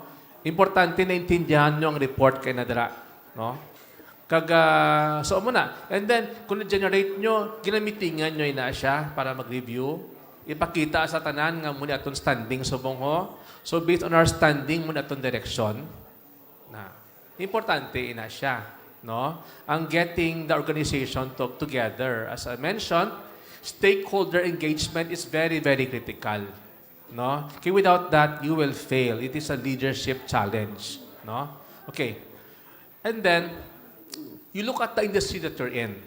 Like for instance, you're talking about the bamboo and the nito industry. Okay? You do a study, on the industry. What are the ano mga value chains sa industry nga na? Because you need to study the industry before you could come up with strategies. Okay? So, based on the industry, how do you come up with strategies right now? Tama itong hambal ni Mark that ang mga successful subong ng mga industries are those that are integrated, that have scale. Look at our export winners. No? We are very, very poor as a country in exporting. Pero ano itong export winners? Sa agriculture. Either banana, or plant or pineapple. Why are they successful globally? Because they have a system of having scale and they integrate. No? Del Monte integrates from the tissue culture of the planting materials to the harvesting, processing, canning, branding, distribution globally. So they're successful because they're able to do that. It is something that we could aspire for. No? That we have scale, we have integration, no. So, but it's the strategy will be dependent on the type of the industry that you're in. So you have to study the industry, the value chains there, before you could come up with strategies, no. And lastly, would be synergies. Okay, assuming na you are able to do proper housekeeping na sa imong grupo, how do you take advantage, how do you leverage on synergies with other stakeholders? What do I mean with that? I mean, it could be working with other stakeholders like the DTI, if they have a shared service facility program, no? Working with perhaps our provincial government or congressional leaders, so that we could get funding from them, no, to support our cooperative or institution, no. So in that way, we could leverage on these other strengths, no, within our community. Thank you. Thank you so much. Stemming from Doc Joam's question, I think we should challenge DTI. Yung sa one town, one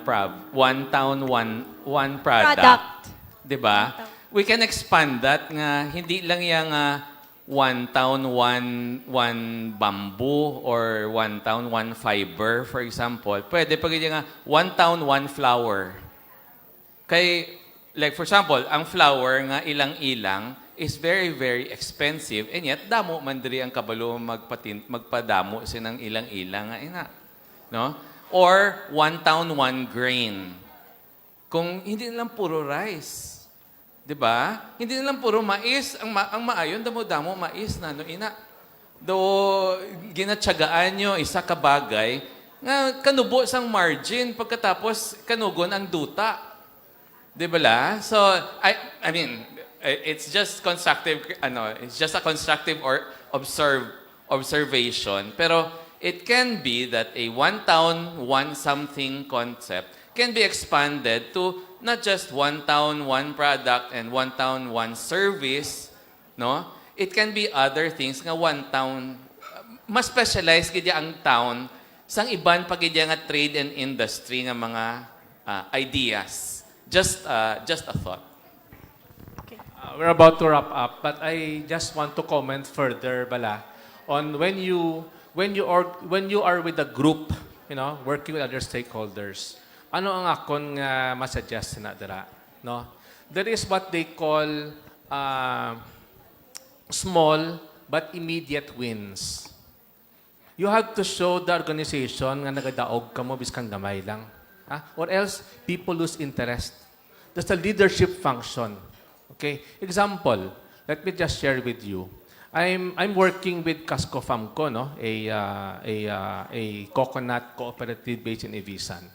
So I was telling them how but anyway, upon review of their financials, makita mo man da ilang standing mo, di ba? So I asked them that question. Okay, how will you drive? Paano ikaw maging profitable? Okay, mangkot ko na ang first question. The second question is, ano imuobrahon para maging profitable ka? No? Where do you make money now? Okay. So they're saying, we're making money from copra trading. Okay? So hambal ko sa ila, you don't need to do a lot of other things. You go where you're profitable and scale it up. No? So sometimes, amom na lang tawon ninyo, are you doing too many things that you lose focus? No? Identify one or two few things that you're profitable already, that you're making good in, that your marketing is defensible, make it strong, and focus on that. You don't have to focus on a lot of things. So in this case, they focus on copra trading. So ang ko, okay, sige, ma-focus sa copra trading. Anong constraints ninyo to grow your copra trading? Working capital. And so they work on working capital. And so when we infuse working capital, which they focus on copra trading, then their financials are better now. Okay? So muna, try to go for quick, small but quick wins. And number two, try to find out kung diin inyong obrahon nga maging profitable ko. It doesn't have to be a lot, ha? So, ma-focus lang ka mo kay mula ang isang sala sa entrepreneurs ng mga startups, they are all over the place. No? So, lang tawon ka mo kung diin ka mag-focus hindi na padamo-damo eh. Hindi na padamo-damo membro sa organisasyon ninyo, hindi na padamo-damo produkto. No? Importante, quality inyong mga members, quality inyong mga produkto. Ha? Okay? Thank you. Sir Dave. Thank you so much. Thank you for our participants and for our resource speakers, Sir Dave. Oh, Yes. sorry. Because Last word na lang. I think we need to wrap it up and reserve our questions. Okay, as per RD, we will take the last question from Sir Gary. Okay, Sir Gary.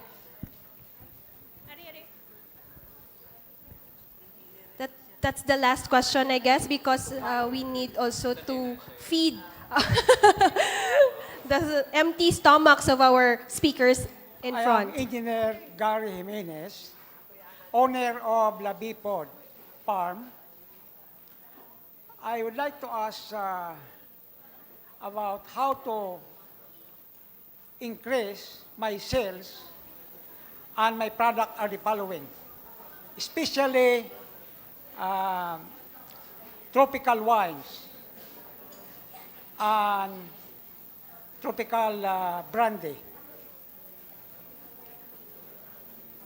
and other products. Yeah, I have so many products, but especially for this wine and brandy, what are your advice to increase my sales Increase his sales. Okay. monthly? Okay. I believe Sir Gary is asking our speakers some tips on how to increase his sales on selling brandy and wine, tropical wines and brandy. Yes, that's correct, ma'am. Yes, that's correct. Coming from what fruit? What fruit, sir? Actually, I have the farm. I have dragon fruit farm, and I have chico farm. I have coconut farm. I have bognay and many more, many process. I produce this one into meat wine, like for example, dragon fruit wine, bognay wine, chico wine, drabog wine, goyabano wine, and many more. I have also dragotsi wine, gongonay, which is gongonay wine. It is dragon fruit, goyabano, and bognay. And I have brandy, which is coconut brandy, dragon fruit brandy, bognay brandy, chico brandy, and many more. And I have also flavored mango, coconut brandy flavored bognay, coconut brandy flavored goyabano, coconut brandy flavored chico, and many more, sir. Please advise how to increase the sales of my products. Okay, thank you so much, Sir Gary, for that question. Again, the question is your tips on how to, your tips for him to increase his sale on wines and brandy coming from those fruits he mentioned. If your sales are low, then that means no one's buying. So hindi siguro nami imo wine. No, what I mean is we should get an expert to taste the wine and then see which one is the most marketable all over the country or all over the Philippines. Okay, nami is very subjective. But if it doesn't translate to sales, then there's something wrong. And we don't have time to be nice to each other. If you're going to suffer low sales, then we should do something that we have done before. We should be ready to change some things that we are not doing. Ang ako lang nabatian is the coconut brandy. I'd like to try some of that. Pero, how was it made? And then, will it pass, for example, the brandy makers of the world? No? It's also nice siguro if may tuba factory ka and then maybe make it more marketable. Yeah? Basta, though there may ara sa extra steps, sir, that can make your products more marketable. And we need to do that by getting what are the likes and preferences of the market. So, ano ang aton target market? Kag ano ilang likes and preferences? Have we answered that question? Okay, sir. I'm not an expert in the brandy industry. I assume you're an expert on that, no? But these are just my thoughts and recommendations. I assume that you are a new entrant, no? You are a new entrant in an established market, no? When you are a new entrant in an established market, you have to differentiate. Okay? So, hindi pwedeng nga gaumpisa ka pa lang, kagasulot ikaw sa merkado, nga imo produkto, parehas malanda sa iban. Dapat you have to differentiate. How do you differentiate? No? Come up with a product that that's differentiated so that testingan ka nila. Because it's difficult for them to try you out kung you are like one among many. Di ba la? Pero kung ikaw lang ang subong sa nadra, then interested na sa nga testingan ka. No? So, what are these differentiated products that you could come in? No? So, but let me just share with you ang sa Capiz Investment Forum, we selected local products that we think could compete globally. No? These are like our local cacao, local coconuts, and our local coffee. No? Why? Because these are products nga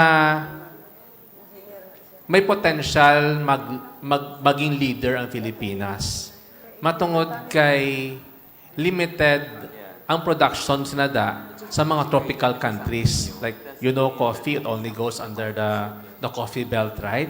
Tropical product na siya mong.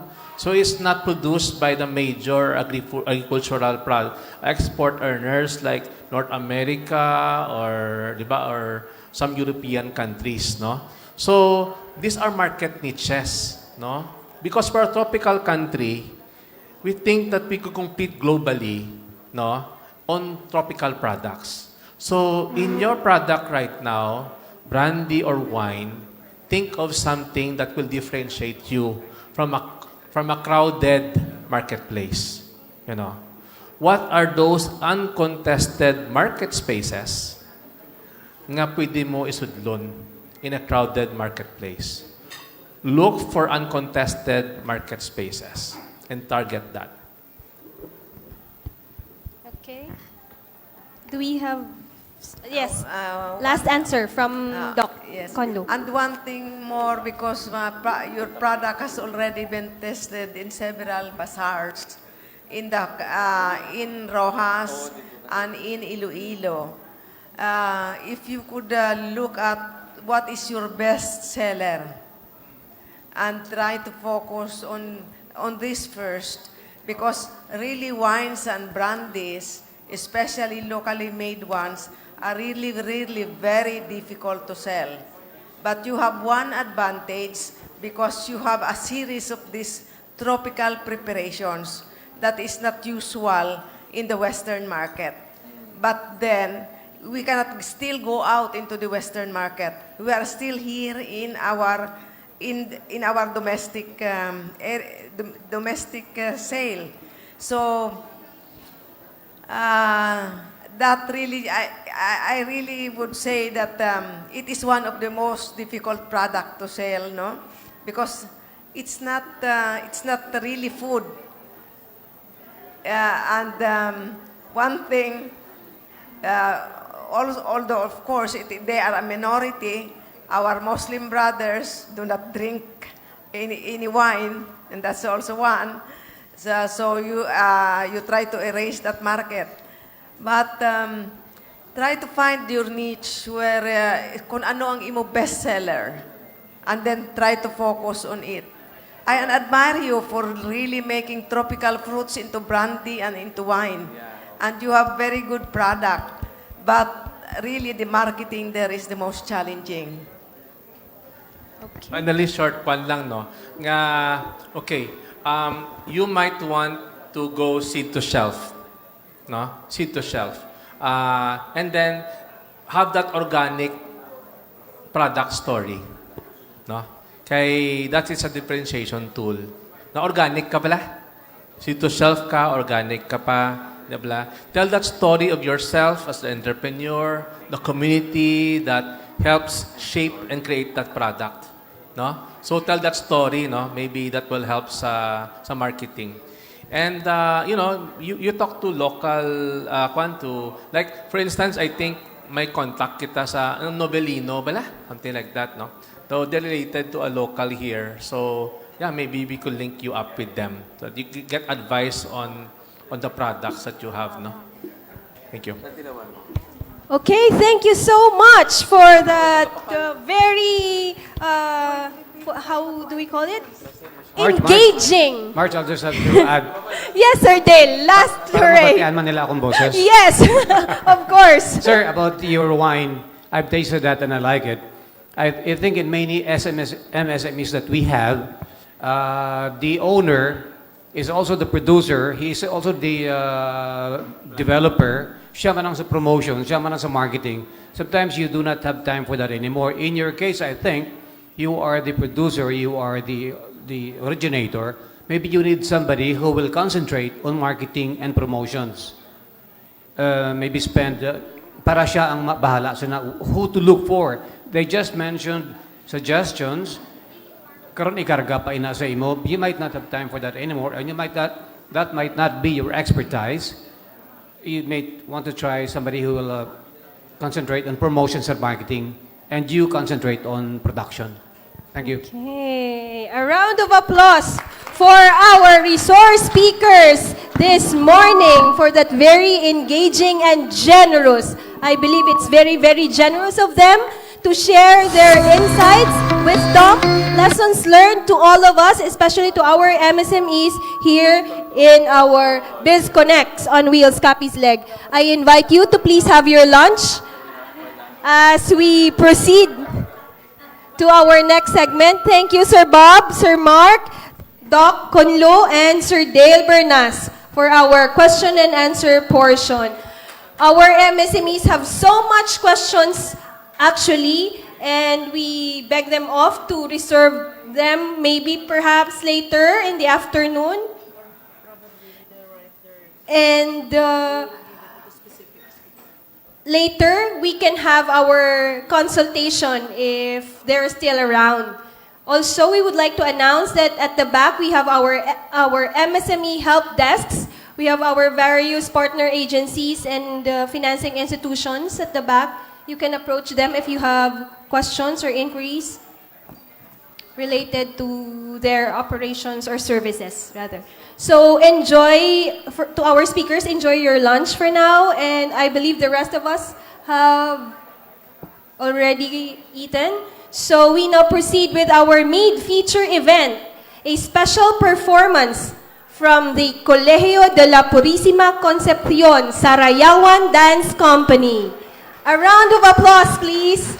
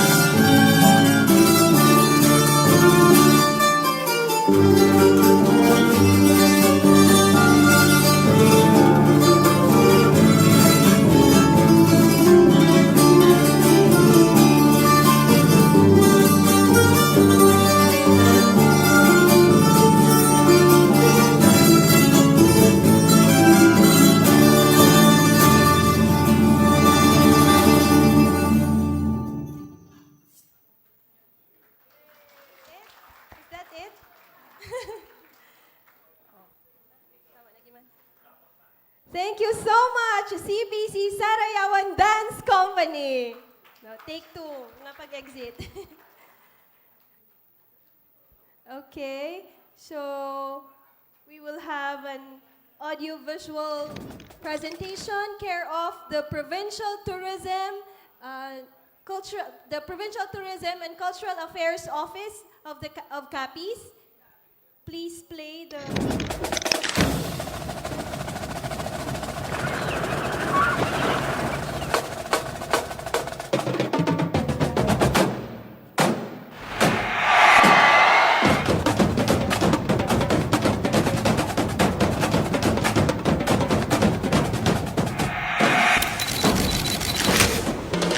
Rojas, City of Light. Rojas, City of Light. Come visit us, enjoy kagit. Come visit us, mabusog kagit. Come live the good life every day and night.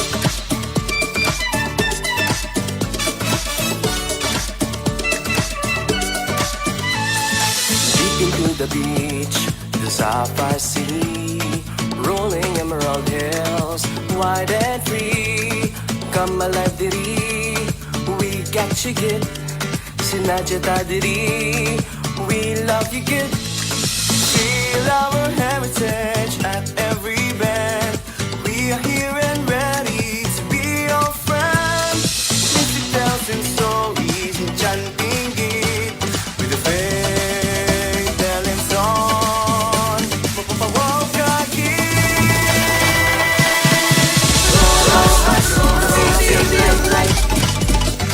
Rojas, City of Life. Come visit us, enjoy kagit. Come visit us, mabusog kagit. Come live the good life every day and night.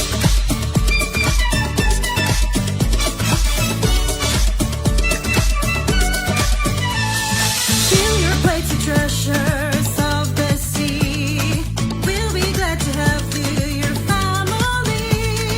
Beauty deep within, my experience kit. Fun food, life, faith, completo gift.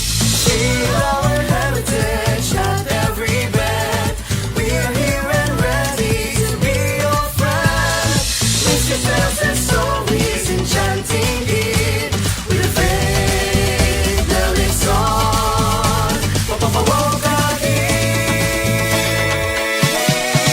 Rojas, City of Light. Rojas, City of Light.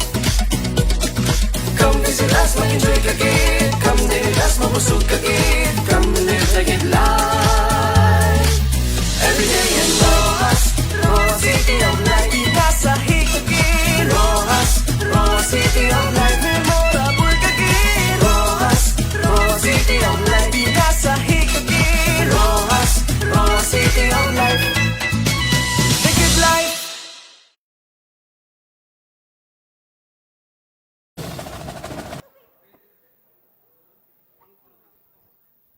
Okay, that's Rojas City, the City of Light. Now, let's welcome back for another dance performance, the CPC Sarayawan Dance Company.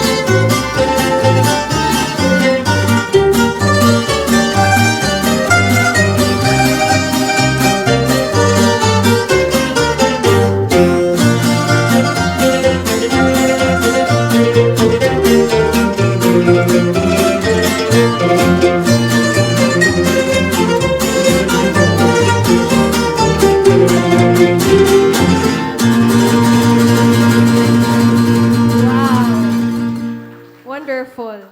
Thank you so much, CPC Sarayawan Dance Company, for that beautiful performances. Thank you so much. This time, we proceed with, yes, Tinulabong. Yes, thank you, Sir Mark. That was a folk dance, Tinulabong folk dance. So now, since everyone has eaten and are ready, I think our tummy and our brains are ready for the second session or the afternoon session of our program. We now proceed with the Western Visayas Export Marketing Roadmap, to be delivered by no other than the OIC Division Chief of the Industry Development Division of DTI Region 6, Ms. Aurora Teresa Alisen. Ma'am?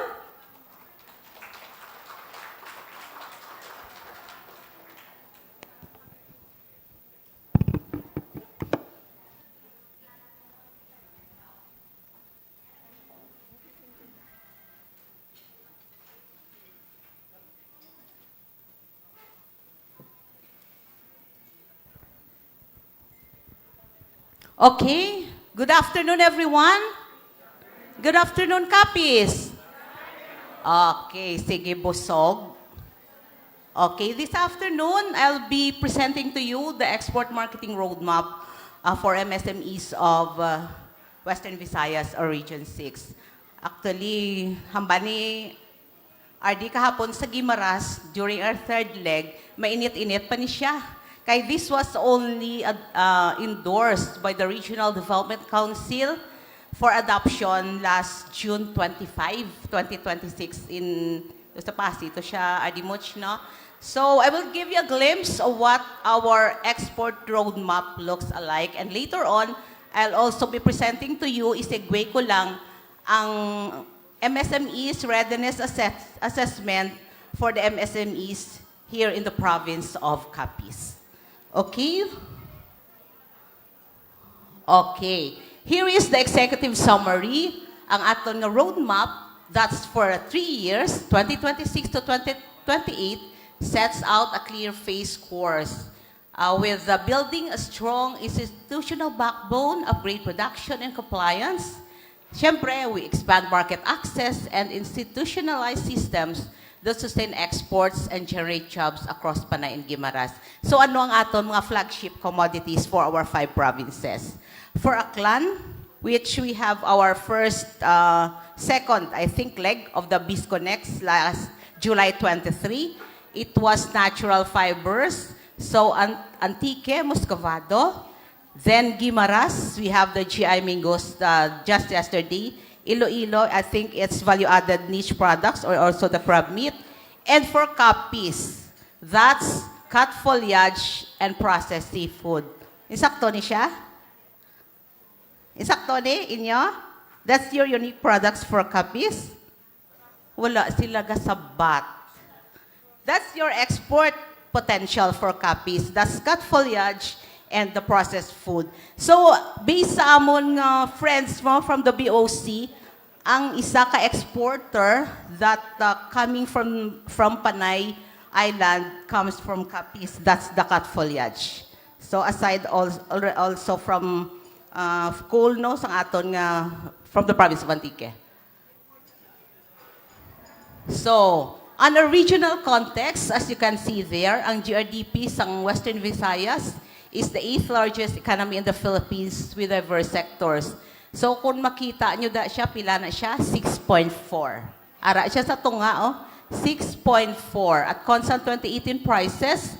And our services are sector mix. Ang pinakadako naton is services, 66.5, followed by industry, which is 19%, and the AFF, or the agriculture, fisheries, and forestry, at 14.5%. So, ano ang aton export profile sa aton nga region, agri-food, agro-marine, processed goods, and we have also the key infrastructure. We have a total of 144 established SSFs in Western Visayas, wherein 13 of that comes from the province of Capiz. And you still have one, no, that will be established this year, and it was already evaluated and also approved by the members of our Regional Technical Committee. So we have also the Visayas Container Terminal, and we have also the manufacturing base. Okay, ano ang aton nga vision and mission of our roadmap? Ang vision is a competitive and sustainable MSMEs export sector in Western Visayas that contributes significantly to economic growth, job creation, and poverty reduction. So ang mission naman naton is all for you MSMEs, no? Support MSMEs to strengthen production capacity, syempre improve market access, increase export revenues through innovation, collaboration, and streamlined processes. So, amo ni siyang aton MSMEs Readiness Assessment. This was done prior to the crafting of this export roadmap. For Aklan, you have a mid-level readiness, mostly 3, based on awareness, syempre gaps in financial planning, logistics capability, licensing compliance. Sustainability is weakest due to dependence on single market. For Antique, you have moderate enterprise organizations with starting a business with a rate of 3. Ang Guimaras, strong administrative readiness. And Iloilo, you have lower readiness overall, many dimensions, that is rated 1:3. Ang Capiz ko, no, ano niya, sa Capiz may mixed data. So allow me, mapasigway lang ko sa inyong MSMEs readiness para maintindihan gid naton kung ano ang specific for Capiz. So let's look at Capiz, a province known for seafood and cut foliage exports. While it has strong potential, its MSMEs face significant readiness challenge.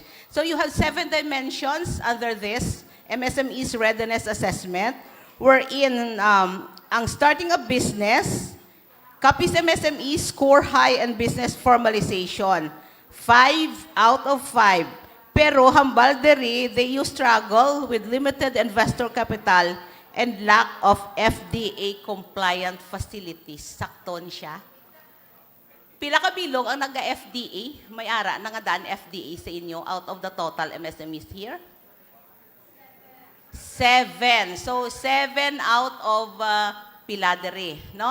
So, it just shows here, may strong potential ka mo, pero ang inyong MSMEs, amo na siyang inyong mga readiness challenges in terms of mga FDA-LTO and other compliant facilities.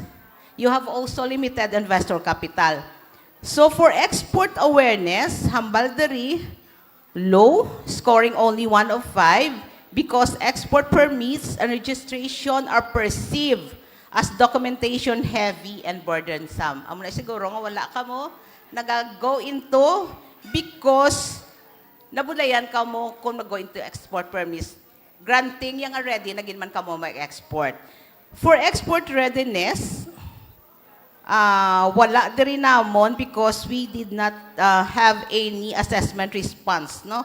That was given during the assessment readiness activity. However, this export readiness indicates a need for diagnostics and compliance gap assessment. Ang inyo naman yung market readiness, 2 lang out of 5. Definitely with no detailed assessment response. So MSMEs need coaching on buyer specifications and market requirements. For market entry, you score here high. 4 out of 5 because you have attempted entry but face high input and labor cost plus currency concern. Siguro Japan ang inyo gin-foresee nga export market for this because ang diri nga inyo currency concerns is pesos versus Japan yen. So ang roadmap nag-recommends expanding supplier networks, pursuing cost reductions via bulk purchasing, and timing shipments for peak seasonal demand. Ang export sustainability naman nyo taas siya. Showing resilience is 4 out of 5. Showing resilience, but climate and natural calamities pose risk to production stability. Ang export expansion was not assessed, but the roadmap calls for establishing a baseline and defining an expansion plan focused on seafood and foliage lines. So anong aton nga key takeaway? Capiz shows strong potential in market entry and sustainability, but readiness and awareness remain weak.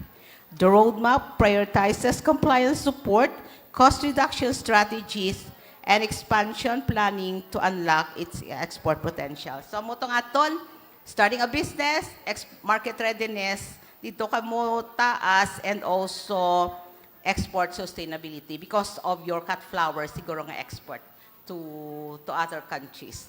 So with that, we have here also ang SWOT, no? Magsili ka SWOT test mo, may strengths, ano ang strengths, no?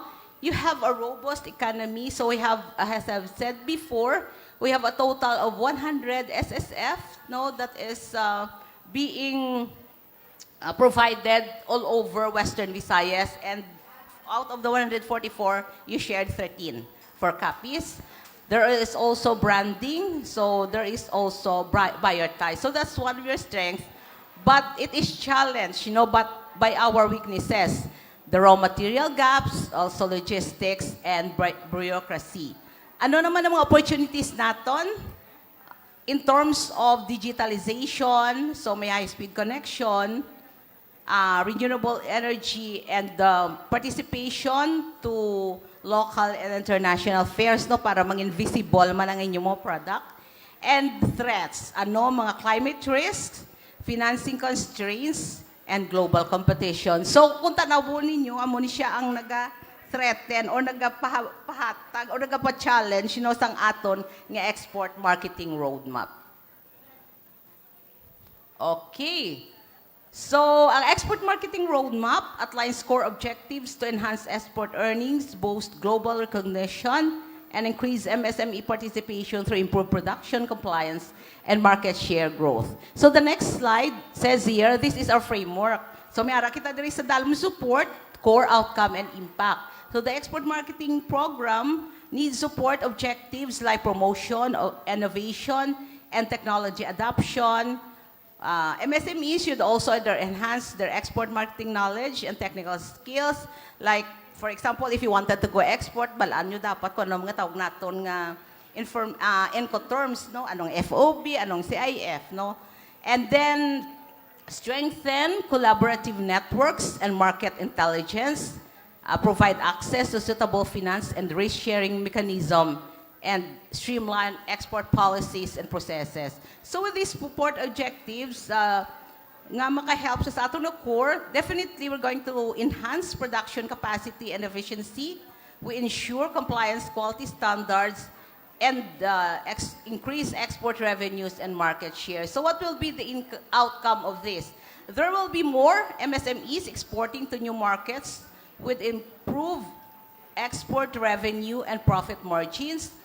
And with that, if more MSMEs are exporting, we're going to have an increased regional export earnings and global recognition of Panay and Guimaras products through higher value and branded exports. Okay. So, we have 4 phases for implementation of our plans for our export marketing roadmap. We have here the foundation, which will be done the second semester of 2026. So we'll be establishing our Regional Export Development Council and also the Project Management Office, the one-stop shop, and also for the pilot cluster, which will be done this second semester of 2026. So as part of that, where we're going to establish the Regional Export Development Council this second semester. And also, the OSS, or the One-Stop Shop, will be launched this coming November 18 to 22 during the Panoblion Trade Fair. That's the regional trade fair of Western Visayas and SM City. So the regional trade fair will be on November 18 to 22 at SM City. So we'll also be going to have capacity building, cohort certifications, trade fairs, and packaging upgrades for 2026 and 2027. So for 2027, scaling up of SSF upgrades, trade finance, digital integration, and VCT Hub up to the 2028, wherein we hope that this roadmap will also be integrated in the annual investment plan of the local government units, no, as part of their plan, and also the green practices and evaluations. So in terms of the green practices, I think Capiz is one province that has already have some green practice in terms of use of the solar power, in their facilities. So Doc Rose have mentioned a while ago that part of the equipment that they have gotten from the SSF is the solar power, and we're also very thankful that it really helped you a lot, no? Aside from, I think there is other one is the PWAC, the WACA muna for Capiz, no? Sige. Okay. So, ano niya ito ng mga scorecard? Eh, syempre, kung may plano kita, dapat may target kita. Anong dapat natin himuon, right? Para at least, klaro man kung ano nga aton gusto matabo. So, diri, napatay.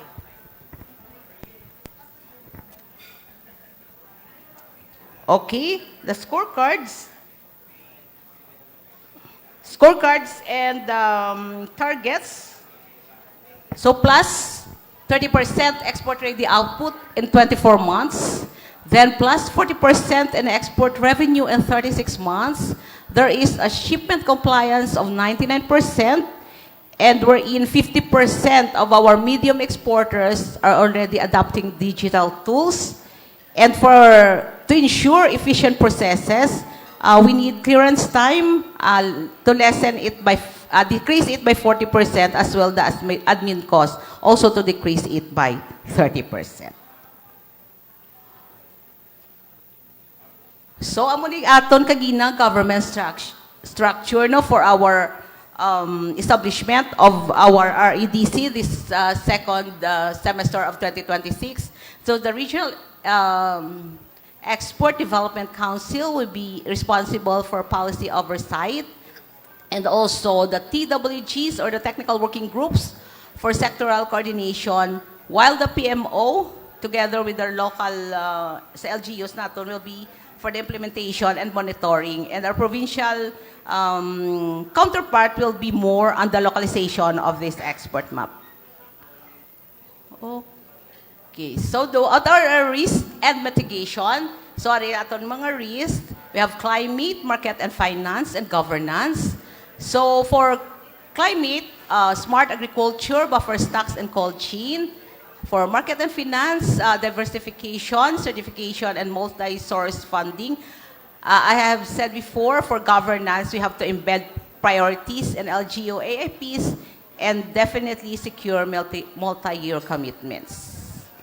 So anong dapat himuon? We join forces, we enhance partnerships, and support sustainability. We collaborate, no? MSMEs collaborate for MSME growth and innovation. And with this joining of forces, we'll be able to strengthen collaboration for sustainable development. And how to support sustainability is really, we need to invest in green innovations and technologies. Okay, before that, I just would like to, in closing,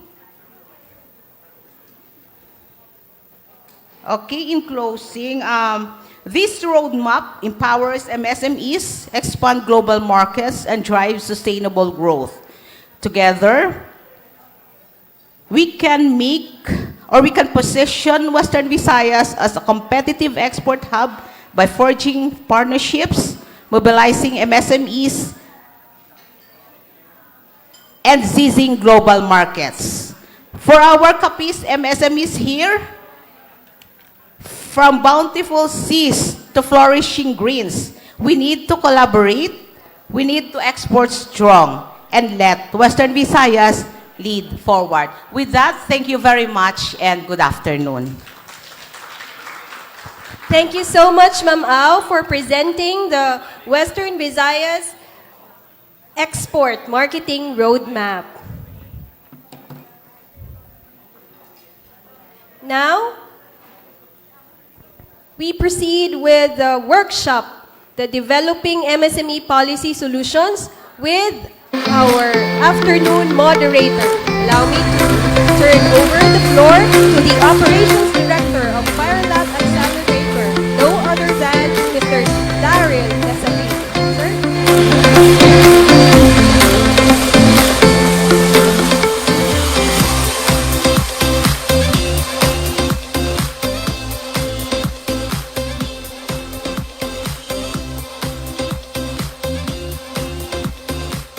Hi, good afternoon. Good. So, okay. Kaya pa? Ay, 2 hours pa ta. Sige. So, this afternoon is going to be our policy sprint, no, as explained earlier by Acting RD Mutia.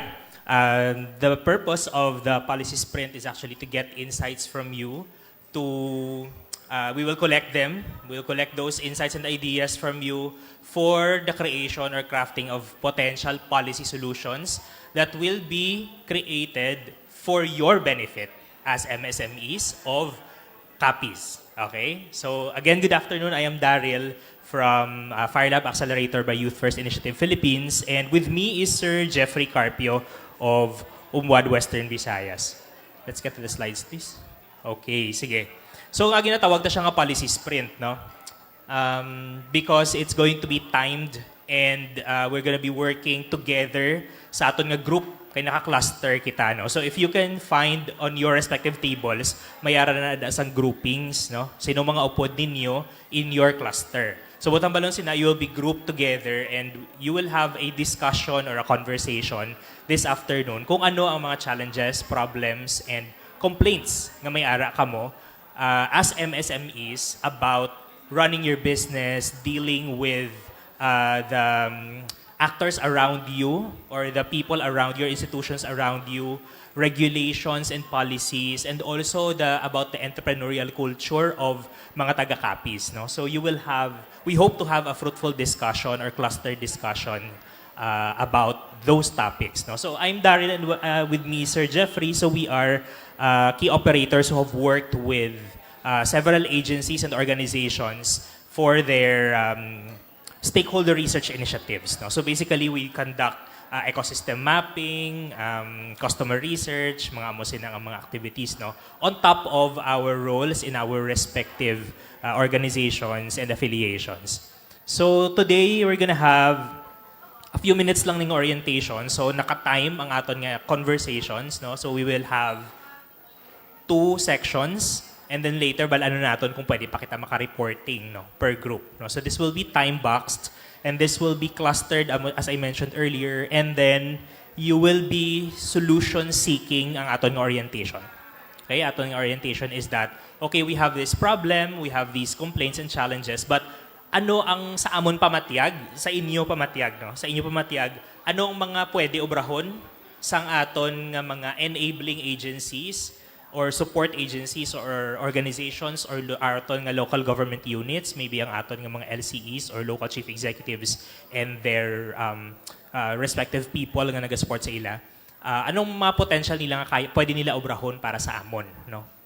Based sa inyong experience, based on how you specifically encounter the challenges. So obviously this is part of WV BIZCONEX on Wheels, and ginakonduct natin ini siya because these insights will be elevated to the Economic Development Committee of the Regional Development Council. So gusto namon nga matagaan kamo seat at the table so that nga hindi lang kami mamangkot sa inyo unilaterally, no, manugid kamo sa amon sa inyo problema, but you will actually have participation in crafting the solutions nga magabalik man sa inyo. No? So, don't worry, you will be guided by our DTI Capiz co-facilitators. Ginapanamdam ko kung tsakto ang province ang akong i-mention. I've been to 3 legs already. This is the 4th. So, so basi magsala ako province karon. Okay. So you will be guided by our DTI Capiz co-facilitators at your respective table. So, mag-guide lang na sila sa conversation pero dapat kamo-kamo ang mag-ilistoryahanay sa inyong upod. Okay? So, may gamay lang kita di nga ara. So we have 45 minutes for challenge generation. Amo ni ang aton nga mga challenges and complaints, no? And then i-reframe naton sila into a solution statement or a how might we statement, no? And then i-formulate ang policy, meaning ma-recommend kita what potential solutions could be done or could be provided to address this challenge, right? So i-align nato na siya sa how might we, no? How might we do something to achieve a particular outcome? So doon mo na nga mindset ang aton i-operate today. And then ilatag naton na siya later kung sino dang agency, sinong resources nga needed. Don't worry, may templates man ka mga sundon. So all you have to do is really share your insights. So don't be afraid, don't hesitate. Be candid, but at the same time, be respectful with each other. Try to hear each other's sentiments and then add on to that or maybe may different perspective ka mo pwede i-share. But our goal is for everyone to be able to share sang tagsa-tagsa or kanya-kanya nga mga problems. Okay? So, kamo gid ang amon nga target, MSMEs in Capiz. We'd like you guys to speak from your experience. So, gamay-gamay lang kitang house rules. So, one voice at a time, wala lang kita sang sampawanay, no? Try to listen to each other, as I mentioned earlier. And then when you're trying to share, refrain from trying to take over the entire conversation para matagaan taman chance ang aton upod nga mag-share. Okay? So, probably like around a minute nga sharing, like keep it brief, go straight to the point sa inyong problem, and then try to help our co-facilitators think of a potential solution to that sa imong perspective. You're not expected to speak on behalf of business people or entrepreneurs nga upod mo. You are expected to speak from your experience. Okay? We want those varied insights and experiences. The more different, the better. No? Hindi pwede nga, ay, daw pareho mo na sa akong problema. Basta may lain kaya. No? Different imo business, different imo industry. Alright? So, and then stay close to your topic. Your groupings will discuss different main topics. Okay? Ang aton nga exchange will be based on the main topic na naka-assign sa aton group. So, i-try ta lang nga i-contain lang siya dira. Alright? Sige. Amo ni aton main topics, no? Business, environment, and investment climate, interacting actors, and entrepreneurial culture and attitude. So, let's try to define kung ano na sila. So, ang aton nga business, environment, and investment climate, this group, so I think that's group 1 and 1 and 4, if I'm not mistaken. And then 2 and 5 ang interacting actors. And then group 3 is entrepreneurial culture and attitude. Okay. So, ang business environment and investment climate, this is about local regulatory conditions and government processes that affect daily operations. Okay? Dira lang na siya malibot ang ating conversation. So, ang interacting actors naman are availability, quality, and collaboration of local market support systems. No? So, these are the people and institutions that make your business happen. No? So, this could be suppliers, contractors, employees, support programs, no? Institutions providing support programs. Hindi siya regulatory mo, so they support you. What else? Distributors na mga muna, no? The people, institutions that you deal with para makanegosyo ka. Na muna siya, no? So, anong mga challenges nga na-encounter nyo with them? Next is culture and attitude. So, social dynamics, mindsets, and cultural barriers unique to your province. So, about social stigma sa pagnegosyo, do you have social stigma here? Nga parang, ay, kung naganegosyo ka, you are interpreted as a certain type of people ba? Are students encouraged to do business after school or are they still pretty much encouraged to go find an employment. No? Kung may naga-fail ba lang a business, what does the community do? Do they help that or do they openly compete na, ay, okay, one competitor down? Na, no? So let's have a conversation around that topic. So we will we will generate challenges for 45 minutes and then we will transfer them into a policy canvas. Sa policy canvas may ara nakadada sang policy intervention nga ginasuggest. So ano ang solution? It's basically the solution. So paano ta i-address ang problem nga na? Sino nga agency ang in charge? It could be a government agency, it could be a local government unit, it could be a business group, na local business group, it could be like maybe cooperatives who could help address that, and etc. No, it doesn't have to be concentrated on agencies maybe, no. Base may ara sang organization or group nga pwede mag-collaborate with such agencies. But then we are expecting that most of the interventions would be handled by agencies kasi policy siya. By either agency or LGU. So, but let's just talk and take a look kung base may pwede pa nga ma-involve da nga iban nga groups. Alright, so since naka-find your group na kamo, these are the guide questions for group 1 or main topic 1. So, pwede ni siya mangin prompt sa inyong conversation but hindi lang diri ma-limit ang inyong istoryahan. No? So, as I mentioned earlier, for business environment and investment climate, you can talk about navigating LGU business permit and licensing processes. Okay. Are you having difficulty going through that? Ano specifically in your experience? Okay. So kada isa, tani makashare. Dealing with tax administration and compliance costs. Like, if you're a micro business or a small business, are the compliance costs okay lang sa imo or nabudlayan kag magpangita to comply and to be able to, is that part of your business sustainability cost? Na. So, pwede mo muna ma-share. Understanding local land zoning or title requirements for physical storefronts. Are you having difficulty or are you having challenges with land ownership maybe or handling your real property taxes? Are your RPTs affordable ba for your business or for you as entrepreneur, etc.? Accessing and competing for government procurement opportunities because this is covered by a lot of regulatory policies and consequently issues, no? Kung naga-deal ka mo with government procurement. So, base may mga na-encounter ka mo related to that. Okay, balik lang ko sa how might we. So, if you're talking about dugay nga processing sang permit, okay, so how might we do something to achieve a certain outcome nga related sa kadugayon sang pag-process ang permit, no? So i-convert naton ang aton nga complaint or challenge into that, no? Complaint na i-convert natin siya. So the same is true with interacting actors. So other topics could be other discussion points pala could be applying for local loan programs, microfinancing or regional grants, no? Base may experience ka mo da. Connecting with reliable suppliers and distributors.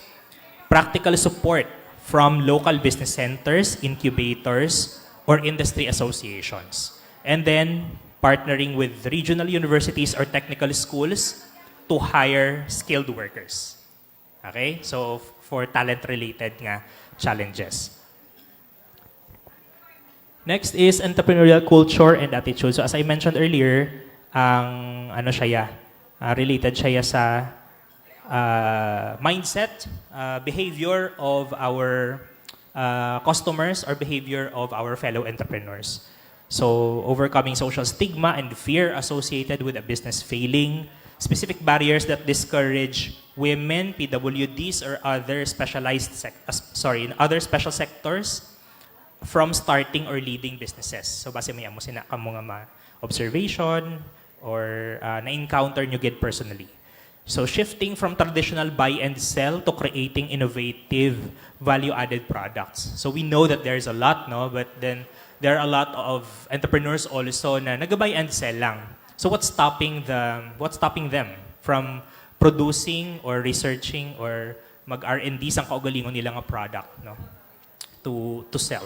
And building trust and collaboration among competing local businesses to share resources. So may mga competing businesses bala, like, are the F&B businesses here organized?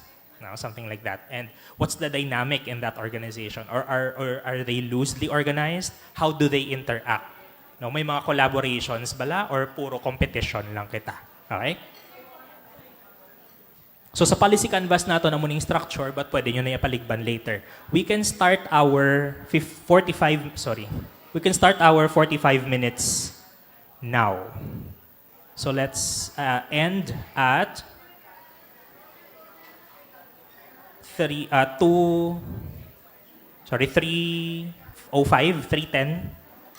No? So talk to your group mates.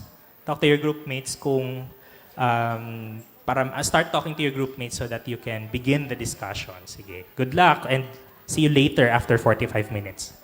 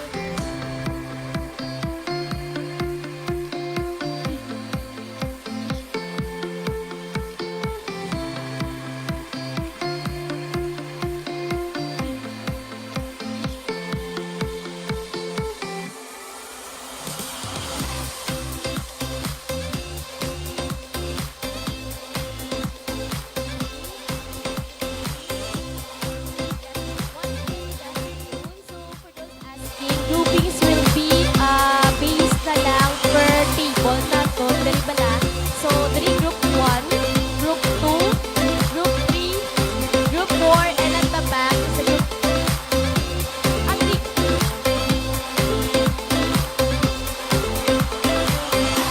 Yes, decided na doon man is 5 groups, but for the main topics na tatlo, may assigned na same topic, which is group 1 and 4 is the business.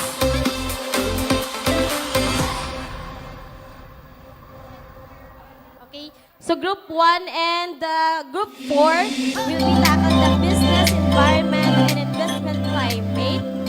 Next is the group 2 and group 5, interacting actors. And group 3 is for entrepreneurial culture and attitude.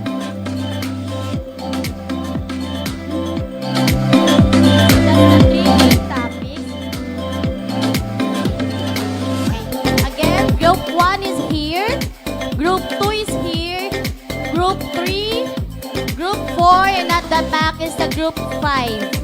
Okay? Once again, same topic will be discussed or be worked out during the workshop. Is group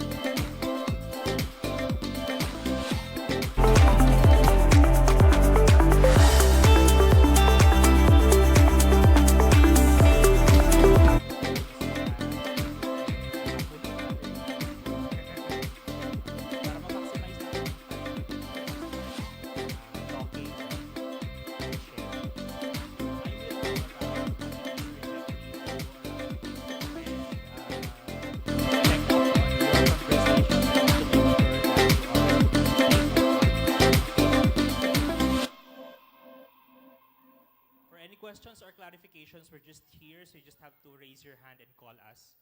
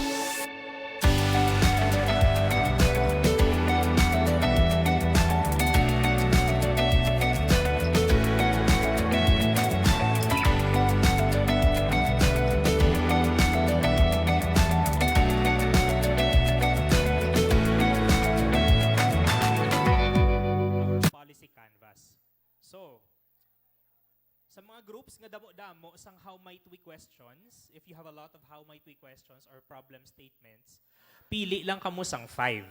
Okay? 5. Kung 5 lang inyo nga na-come up nga problem statements or how might we statements, i-carry over nyo na lang siya tanan sa policy canvas naton. Alright? So, ang matabo, problem statement, yung problem or yung challenge, it's the same thing. Okay? I-carry over ta lang siya. And then, policy intervention is the recommended solution ninyo. Okay? So, I'd also like to request our DTI co-facilitators to get the policy recommendations from the participants. Okay? Sila dapat sa ila mahalin ang suggestion or recommendation on what to do to address the problem.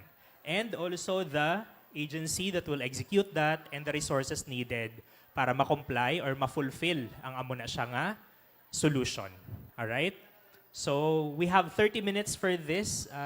Our technical team kindly project na lang 30 minutes so that maka-fill out kita sang policy canvas. And then, let's see sa time naton kung pwede kita maka-present sang per group. No? One participant will represent you kag i-present ang policy canvas here up front. Sige.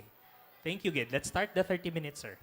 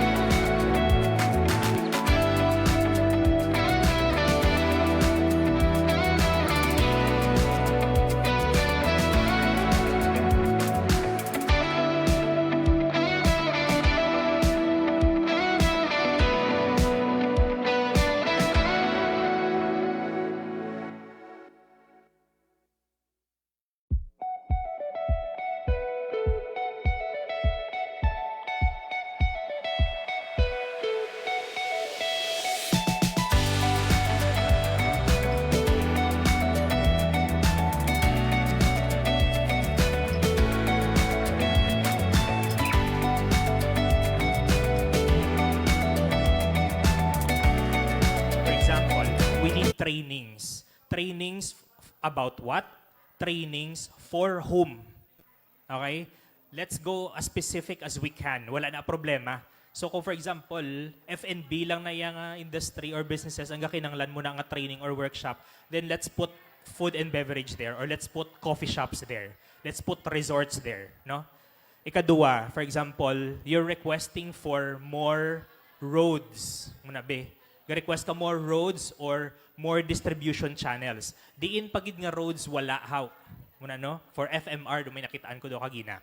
So kung request ka mo FMR, diin nga location in Capiz or in Roxas or in the towns, whatever, nga kung sa diin gusto nyo na ibutang. Okay, number 2 is kung request ka mo, ano pag itong mga parang do mga kwa naton, mga demands naton like, if we are requesting for funds, for example, or capital, no? Para sa ano nga purpose? Para sa ano siya nga type of business, no? Let's be specific para nga mas clear sa aton nga policy makers from the Regional Development Council kung diin na siya ihatag in particular. Okay? So yung mga generic, specify naton. I would encourage our DTI co-facilitators also from DTI Capiz to ask again the participants what they mean by that. Because after 10 minutes, we will select, you will select one representative who will pitch the solutions here within 3 minutes. So ang 5 nga solutions na tanan na, i-deliver natin siya within 3 minutes lang per group. Okay, sige. Thank you.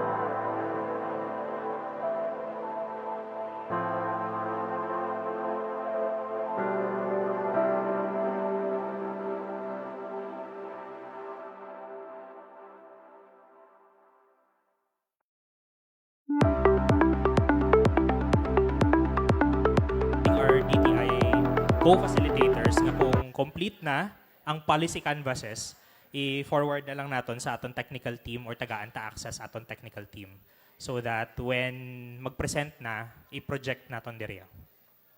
Ang policy canvas lang ha, ang challenge generation sheet hindi na. Ang policy canvas lang ang i-present.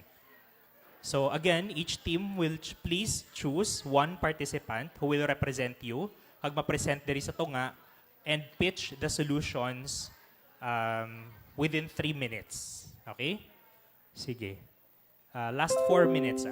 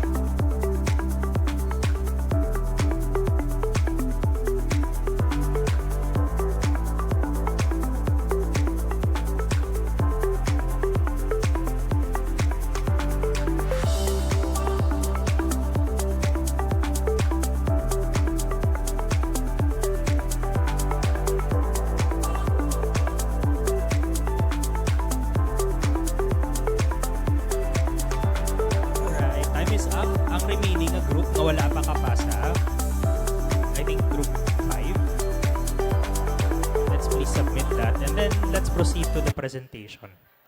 Okay.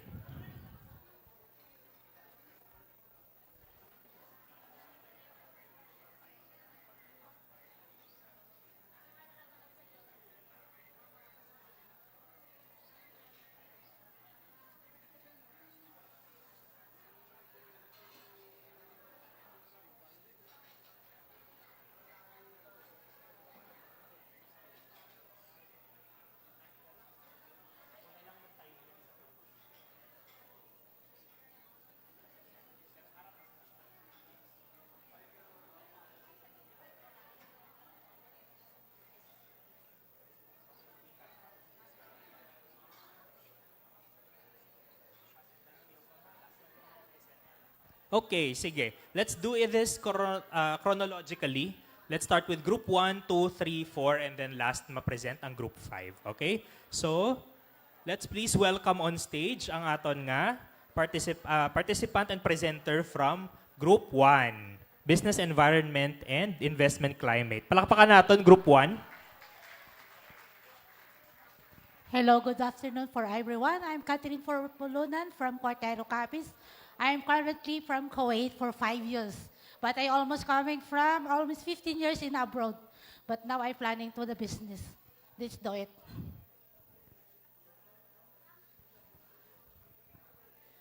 The group 1 is about the business environment and investment climate. Number 1, how might they increase awareness of the program and the service offered not only by the TTI, but only by the other government agencies. And lack of awareness of the government and intervention for MSMEs. MES startups cooperate and reach out of the government agencies. Number 2, government agencies to post the online awareness. Number 3, to conduct more participating discussion with MSMEs together with the MSA. The calculating agency is DTI, BPALO, BIR, and LGO.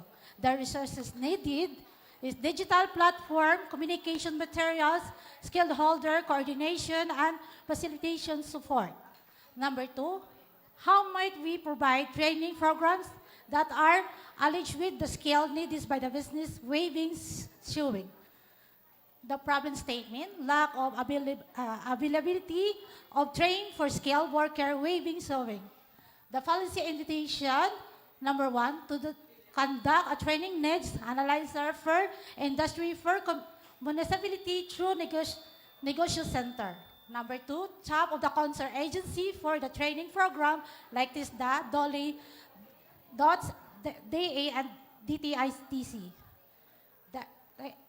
Escalating agency is TISDA, DOLI, DOTS, DTI Negotiation Center. Researcher needed, structured training needs, assessment soil, local, MESA, data, and coordination with a partner agency. Number 3, how might we work with the LGO to integrate laser fields of waivers of feeds, garbage, peace, and etc. for the micro-enterprises into their local investment and incentive codes. Problem statement, cost of doing business in every municipality differ for mayor's firm. Policy implementation, lobby with the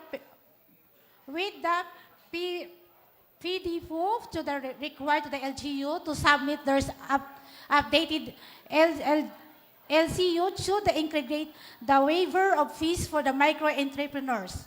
Calculating agency, LGU, PDPO, DTI, and PBT alone. Resources needed, policy and legal staff, DTI, and PBT staff. For number 4, sir. Number 4. I need it for And the last one, number 4, how might we connect MMSE with the appropriate government agency to provide with the instructional video to help them better understand the application process? The problem statement not uses the friendly and the unresponsible online portal or the other government agency for the business registration, policy interpretation, economic development council to the gathered national government agency concerned and required them to have instructional video and the other information material ready for MSMES in the social media and the website page. Localized government officers like FDA to connect faster with the MSMES. Calculating agency, ADC or RDC, DTITC, and DTI, other concerned agencies. Resources needed, content development team, digital communication support, standard content templates. Thank you. Okay, thank you very much, Group 1. Palakpakan natin liwat ang Group 1. Thank you, Gid. Okay, let's proceed to Group 2. Interacting actors.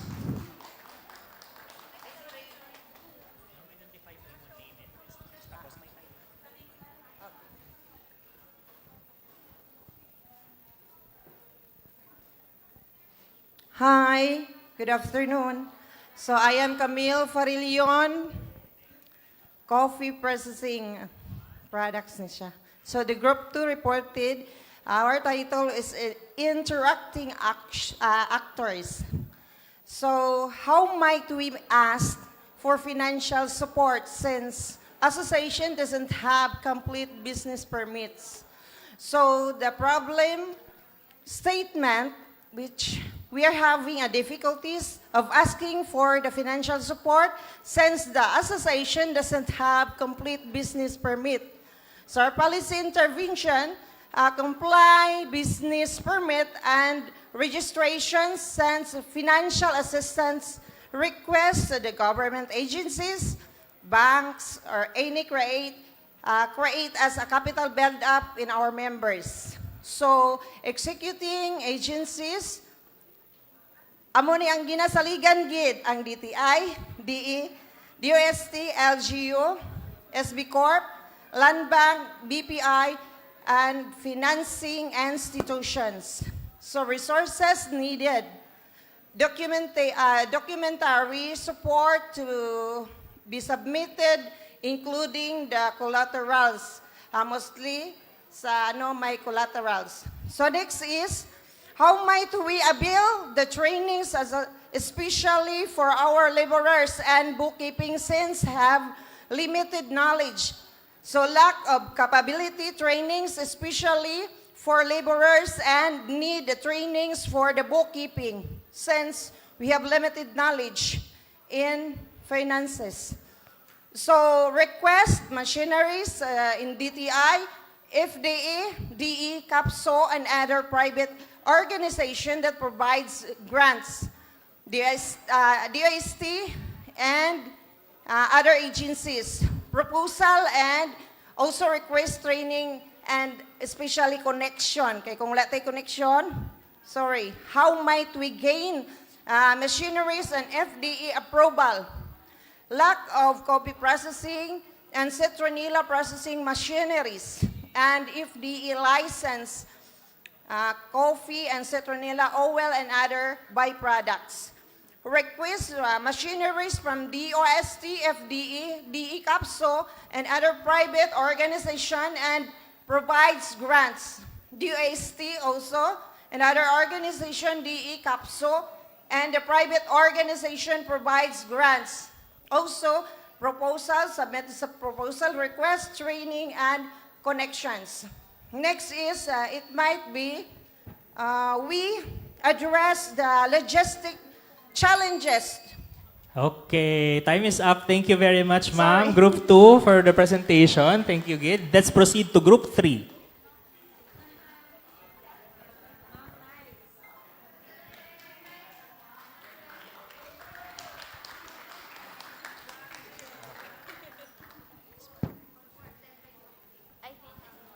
Dito na lang, ma'am.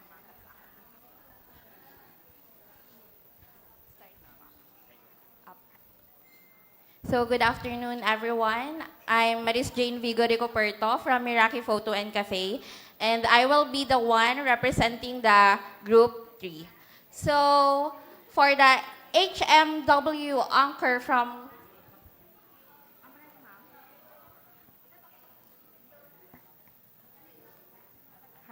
Dali lang gid, sir.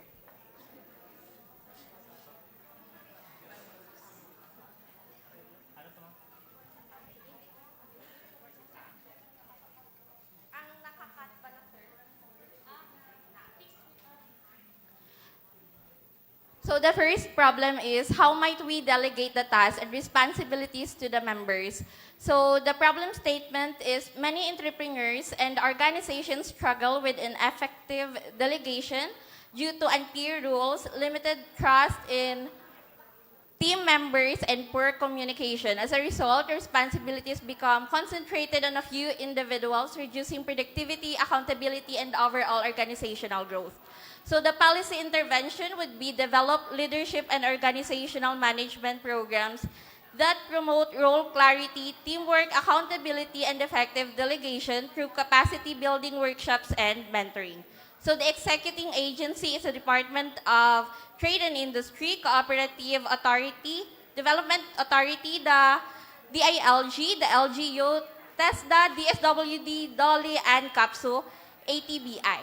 So the resources needed, funding for training, and the venues or online learning platforms, facilitators, and mentors.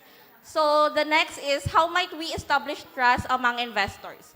So the problems arise that many MSMEs find it difficult to attract and retain investors because of limited business transparency, weak financial records, and inconsistent communication, and the absence of proven business credibility.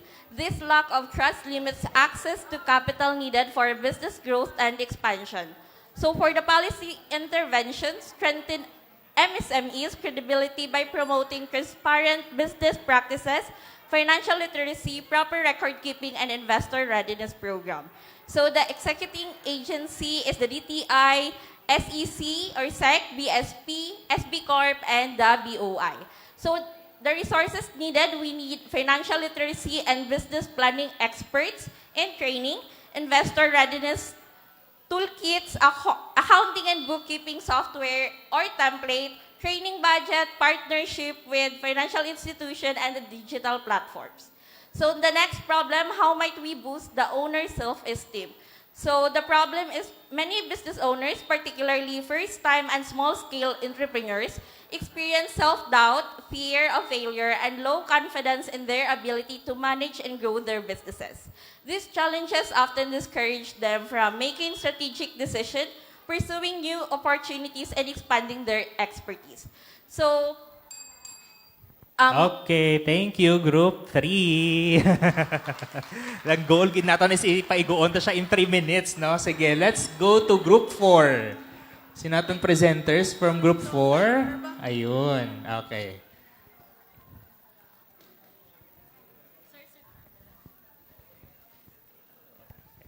Hello, good afternoon. Okay, so I'm Errol de la Cruz. I'll be presenting the Group 4. So this is for business environment and investment climate. So the first, we actually have 2 problems lang nga ginfokusan. So the first one is, how might we request to conduct a business one-stop shop or BOSS in a proper workflow process of the documents? So yung pinaka-first problem that we've identified, actually mas focused here in Roxas City, is for Roxas City, there is no business one-stop shop or BOSS and no proper workflow or process of documents. So ang pinaka-focus naman is more on sa documentation or pag renew and pag for the entry mga businesses kuwan sa mga permits. So naka-istorya kami with other teammates namon. Sa other municipalities, may arasang boss. But here in Roxas City, kailangan mo tabok-tabok pa without the one-stop shop. So doon muna ang isa nakita naman ng problem. Number 2 is, for the policy intervention, so I think it is better to establish a regular business one-stop shop every year in Roxas City and invite government agencies involved in business processing and provide a guideline for business processing. And then for executing agency, syempre ang LGU Roxas City, DTI, BIR, Pag-ibig, PhilHealth, and BFP, DNR, and DICT. So that's our first problem. And then number 2 is how we might we simplify and fully integrate the business permit renewal process through a one-stop digital platform. So problem number 2 naman is meron sang duplication. Like once mag-process ka sa mga permits, you need to bring pilagi diya ka photocopies nga mag-process ka sang permits. Kinanglan mo, bit-bit mo naman imo nga Xerox copy for DTI para ipasa kay mo ni kay another department naman. So that's the second problem. Yes. And then, problem statement, business permit renewal still requires multiple documents and visits to different offices. And so policy intervention is establish a fully integrated online business one-stop shop. May isa kami ka team member nga gin-mention niya sa other province or sa other nga municipality, meron sila isang online digital platform nga dira na gina-check sa other agencies. Hindi mo na kinanglan magdala sang damo-damo nga photocopies. So mayroon sila integrated or isa ka database, gina-check na lang dira sang muna nga department ang ina nga document. So mas madasig siya ma-process. So though ang policy intervention is tani maging unified, ang other municipalities is gamiton man ina siya nga platform. And then executing agency is LGU, DILG, DICT, BIR, Bureau of Fire Protection. Okay, thank you very much, Group 4. Palakpakan to si Group 4. Let's proceed to Group 5.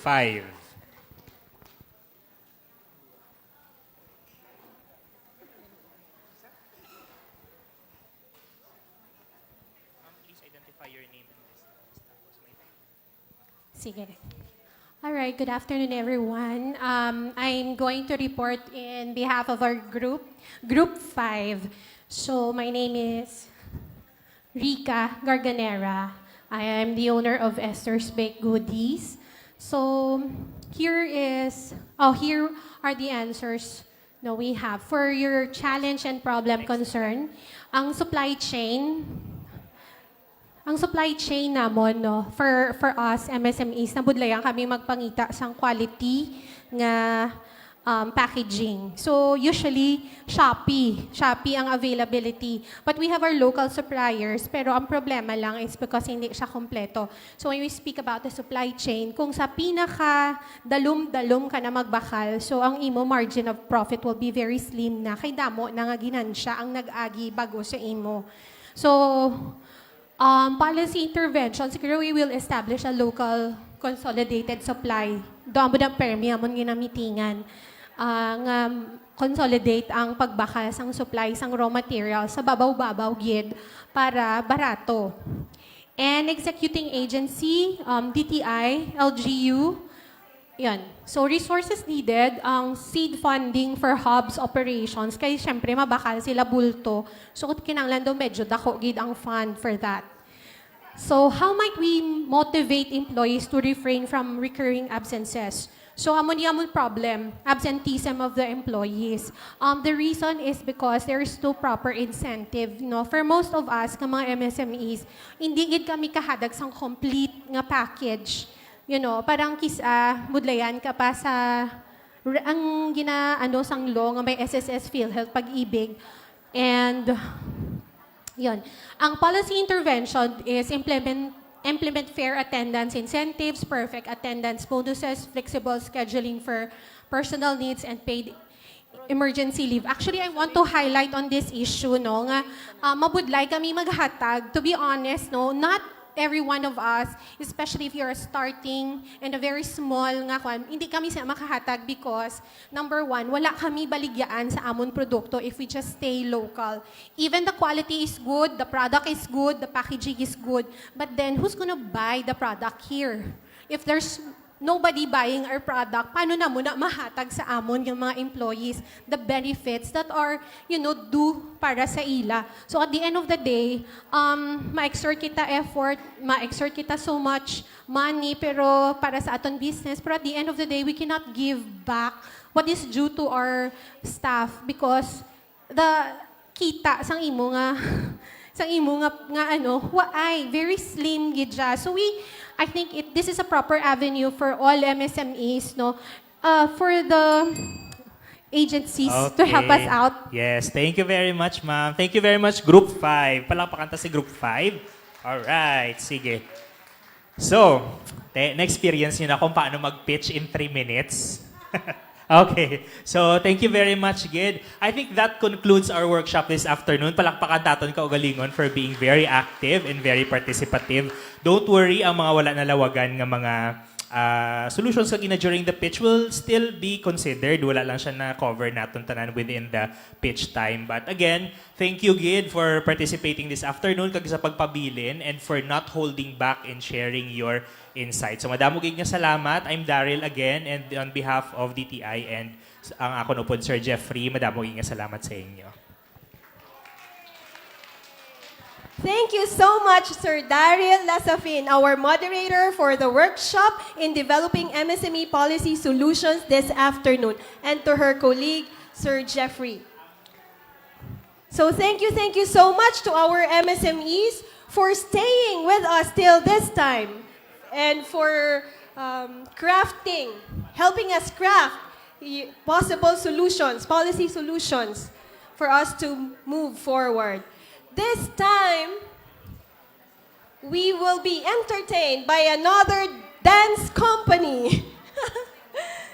And to welcome them, may I request everyone to please be seated and relax for a moment before we come into conclusion of our program today.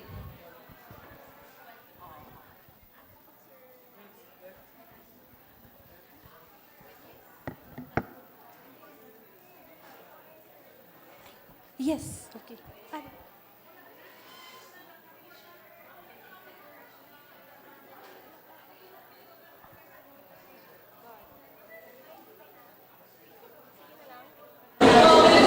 Okay, so let us welcome the FCU Silak Dance Company, the official dance company of the Philomer Christian University.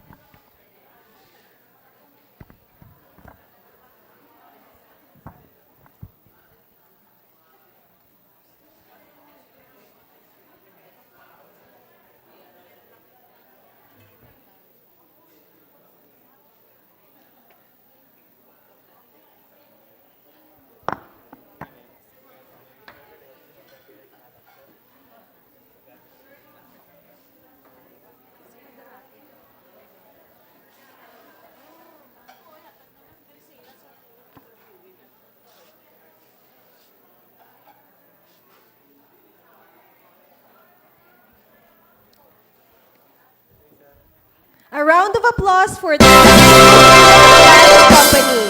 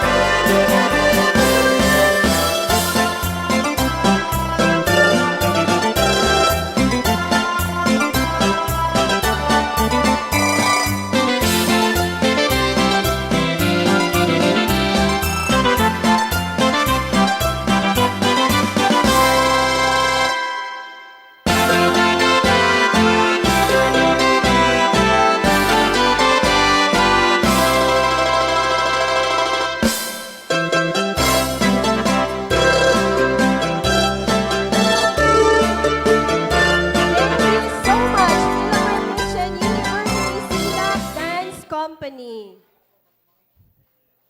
This time, let us hear the synthesis and closing message from no other than the Acting Regional Director of the Department of Trade and Industry Regional Office 6, Director Romel Amihan.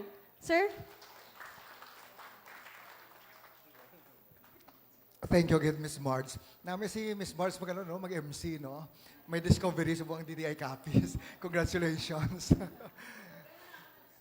Adogay na. Oh, ako lang gali ang bago naka-discovery. Anyway, di nang iba na pululi na. According kay PD yan, kagina, mga 100, more than 150 plus kita, no? 160 plus. Where are now? Where are now? Ang magiging basta patapos na. Anyway, sa liwat no, may hapon sa tanan, allow me to express my sincere appreciation. Dali lang ko, akedo kataas ang podium. To everyone who has contributed to today's leg, highly successful. This is our fourth, no, ika-apat, no, nga leg, no. We've done leg in Antique, Aklan, Gimaras kahapon, kagsubong sa Capiz. Wow! One more, no? One more Iloilo na lang sa August 7. Of course, wala ni naging successful kung wala sa bulig, sang kag-cooperation, sang naton tanan. And I would like to mention, no? Ang provincial government of Capiz, LGU Roxas City, PCCI, DTI Capiz, headed by PD Yan Asas. Congratulations, no? Ang team sang DTI Capiz. Hindi ako mag-mention PD Yan sang tanan nga staff ni mo, ha? Good na na. And of course, our business sector participants, no? So, today's conference began with the inspiring welcome message by our regional director, Mutia Yusures, who reminded us that the strength of the Western Visayas economy lies in our ability to work together, government, which I mean the national government and the local government units, the private sector, development partners, academe, and our MSMEs in building an ecosystem where businesses can innovate, compete, and thrive. She emphasized that collaboration remains the cornerstone of inclusive and sustainable regional development. She never ended her remarks without acknowledging MSME's role as stimulators of innovation. No? Stimulators of innovation kamuna, no? The message was further reinforced by Engineer Fulbert Wu, the regional governor of PCCI Region 6, whose support highlighted the indispensable role of public-private partnerships in creating an enabling environment for investments, entrepreneurship, and business expansion. His call for stronger collaboration remains steadfast in providing an enabling policy environment that supports MSME development. Congressman Ginto, through Ms. Dueñas, underscored the indispensable role of MSMEs as the backbone of the local economy, creating jobs, driving innovation, and bringing opportunities closer to communities. He reminded everyone that every successful enterprise has a story of perseverance, of entrepreneurs who dared to dream, overcame challenges, and remained steadfast despite uncertainties. Roa City Mayor Ronnie Dadivas, through City Councilor Medilo Ocampo, expressed his appreciation to the Regional Development Council, Economic Development Committee, or RDC-EDC, and the DTI for bringing the Western Visayas Business Conference and exhibit, the BIZCONEX, no, to Roxas City, recognizing the initiative as a valuable platform for empowering MSMEs and strengthening the region's business ecosystem. He emphasized that embracing digitalization is no longer an option, but a necessity for MSMEs to remain competitive, improve operational efficiency, and expand their market reach. By leveraging digital technologies, local enterprises can unlock new opportunities, respond to evolving customer or consumer demands, and position themselves for sustainable growth. His message reaffirmed the city's commitment to supporting initiatives that promote innovation, digital transformation, and enabling environment where MSMEs can thrive.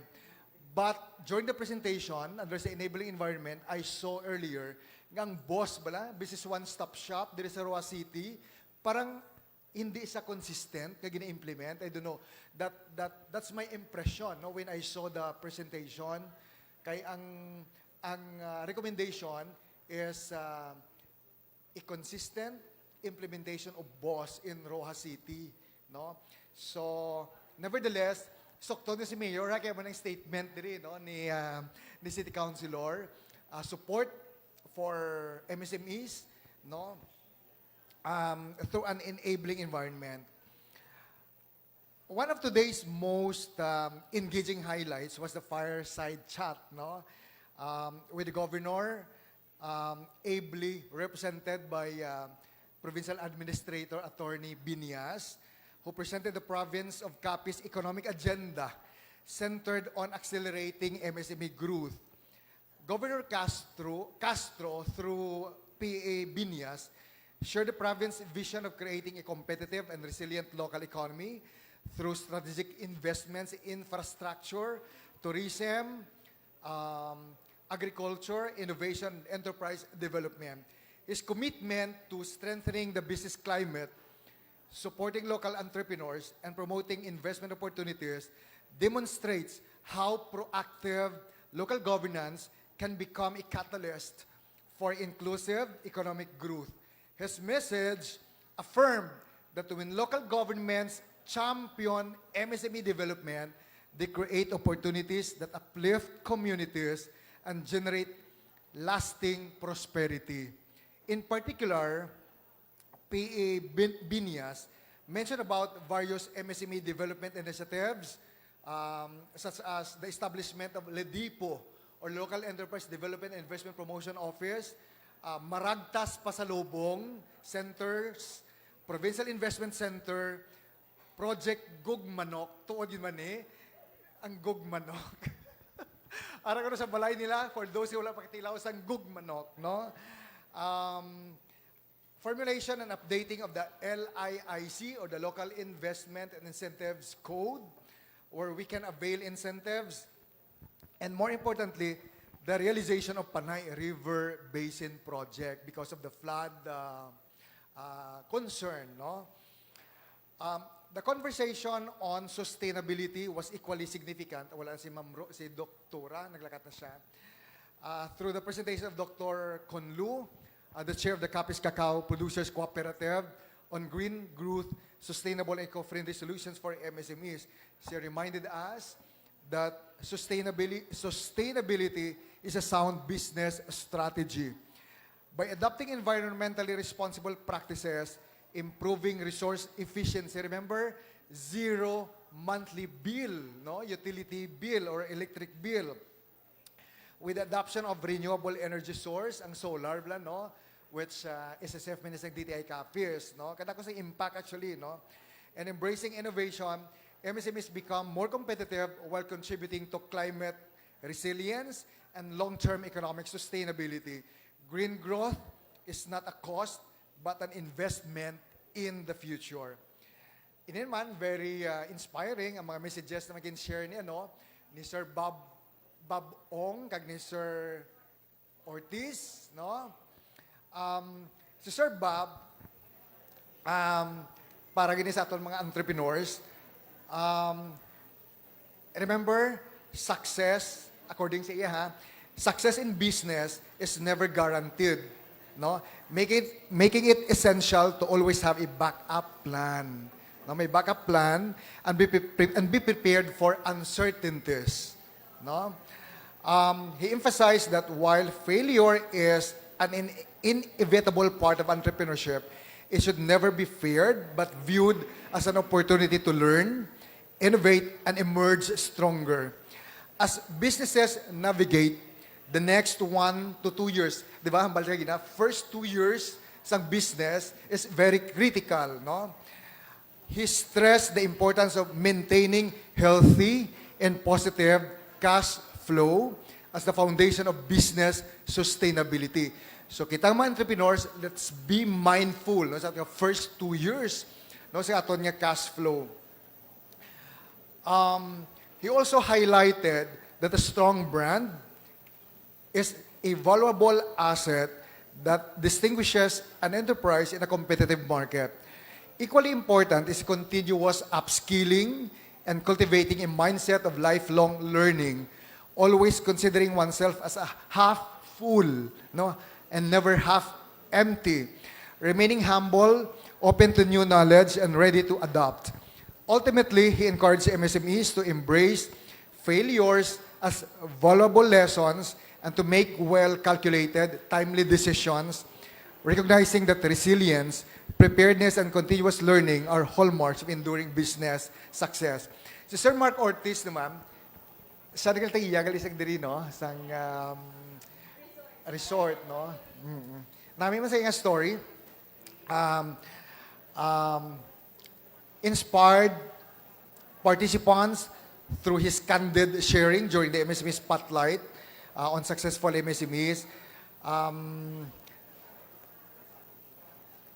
According sa iyan, I quote, no, Roxas City, Capiz, and the Philippines are richly endowed with natural resources and opportunities that entrepreneurs can harness to build sustainable enterprises. He reminded aspiring and existing entrepreneurs that success begins with recognizing and maximizing their local strength. No? He also shared his personal entrepreneurial journey, revealing that his early business ventures all ended in failure. No? Nag-failed man si Sir. Rather than allowing these setbacks to define him, he treated its failure as a valuable learning experience that strengthened his resolve and sharpened his business acumen. And the rest is history. No? Of course, si Ma'am Au, no, sa DTI Region 6, gin-present man ang Wisdom Visayas Roadmap, Export Marketing Roadmap. Kagini siya roadmap allows us to understand, no, where we are going from here as far as export plans, export blueprint are concerned, no? So, on this, I would like to to say nga ato nga export initiatives, no, are not based on hula-hula, meaning tangla ka sa babag tangla sa dalom, no. It's never that way, no. May ano siya, may pinaghugutan, no. May mga consultants ita gin-hire to come up with this export roadmap, export plan.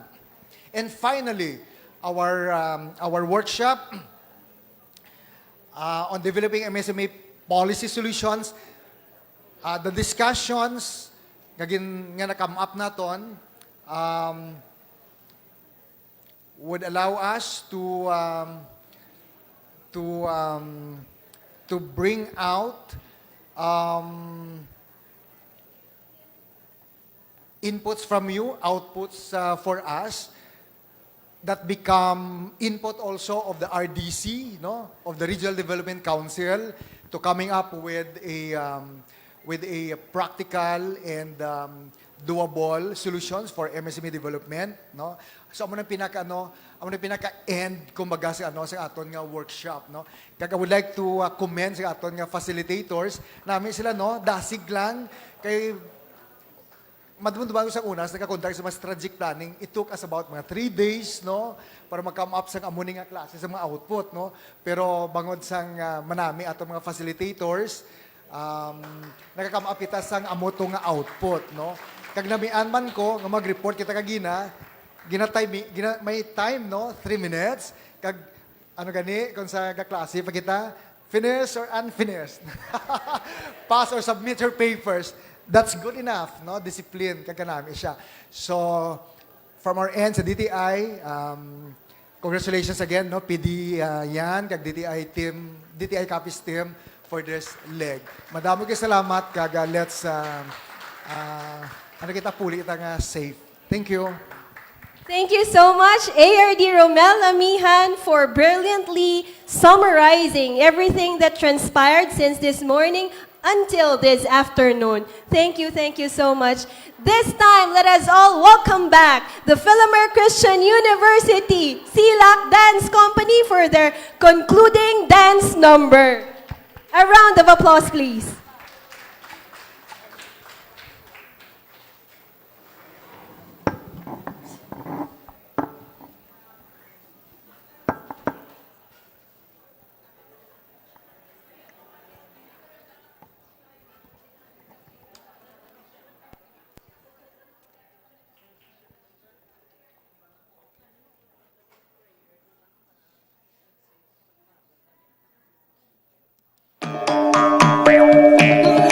Matanayon balik ikaw mubling sa ginong harang dun sa datong parang isigaw mo.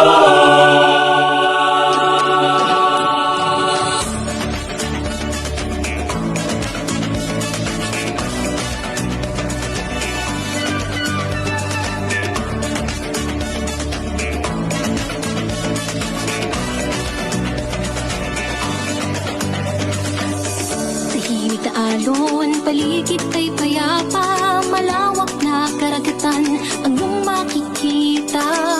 Sagana sa likas na yaman, produkto ay sariwa, karina sa Capiz tayo'y gumala. Paraisong nadama sa puso ng bawat isa, ligaya ka, lumbay nawawala. Paraisong madama sa puso ng bawat isa, ligaya ka, lumbay nawawala. Isigaw sa buong mundo, Capiz ang probinsya ko.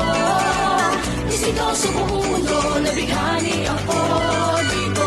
Dalingawin na, diskubrihon ka. Kung nag-iisang paraiso ng mga Capiz nono. Isigaw mo. Capiz nono, lagi ko. Isigaw mo.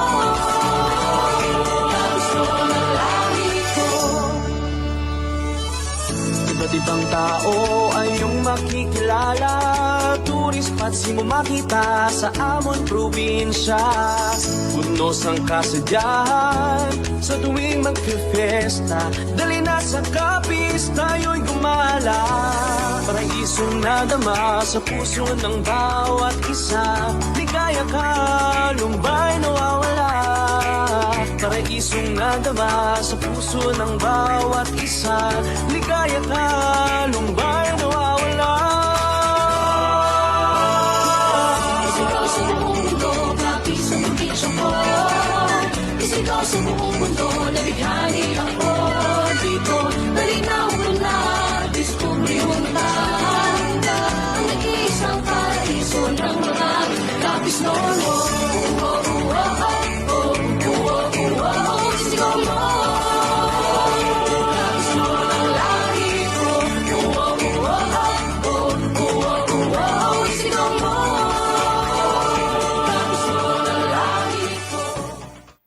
Yes, isigaw mo, Capiznon ang lahi ko. Thank you so much, Silak Dance Company, the official dance company of the Philomer Christian University.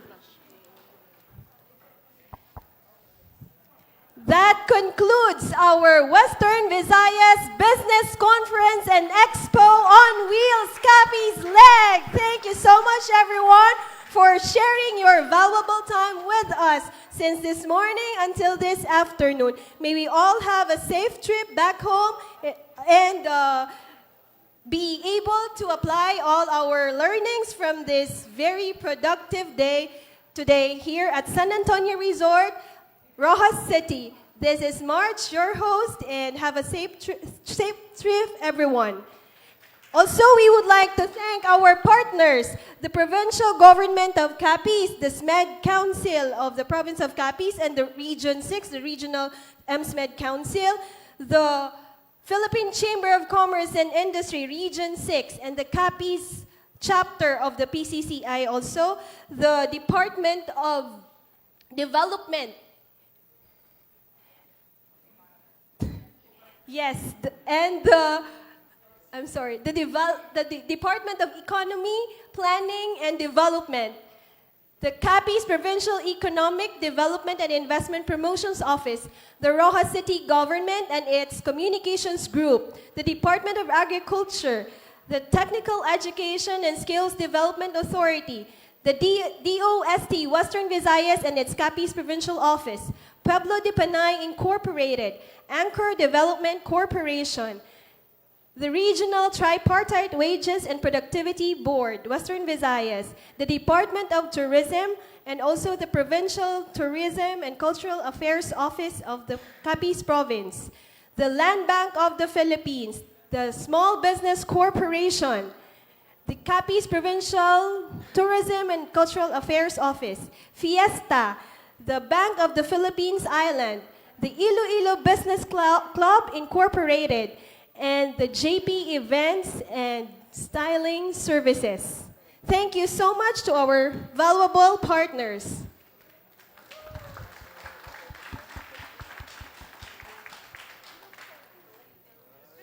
And of course, live streaming us through their cable channel, the Phil Vision Incorporated. Thank you so much, sir and company. Thank you so much, everyone, and have a safe trip back home.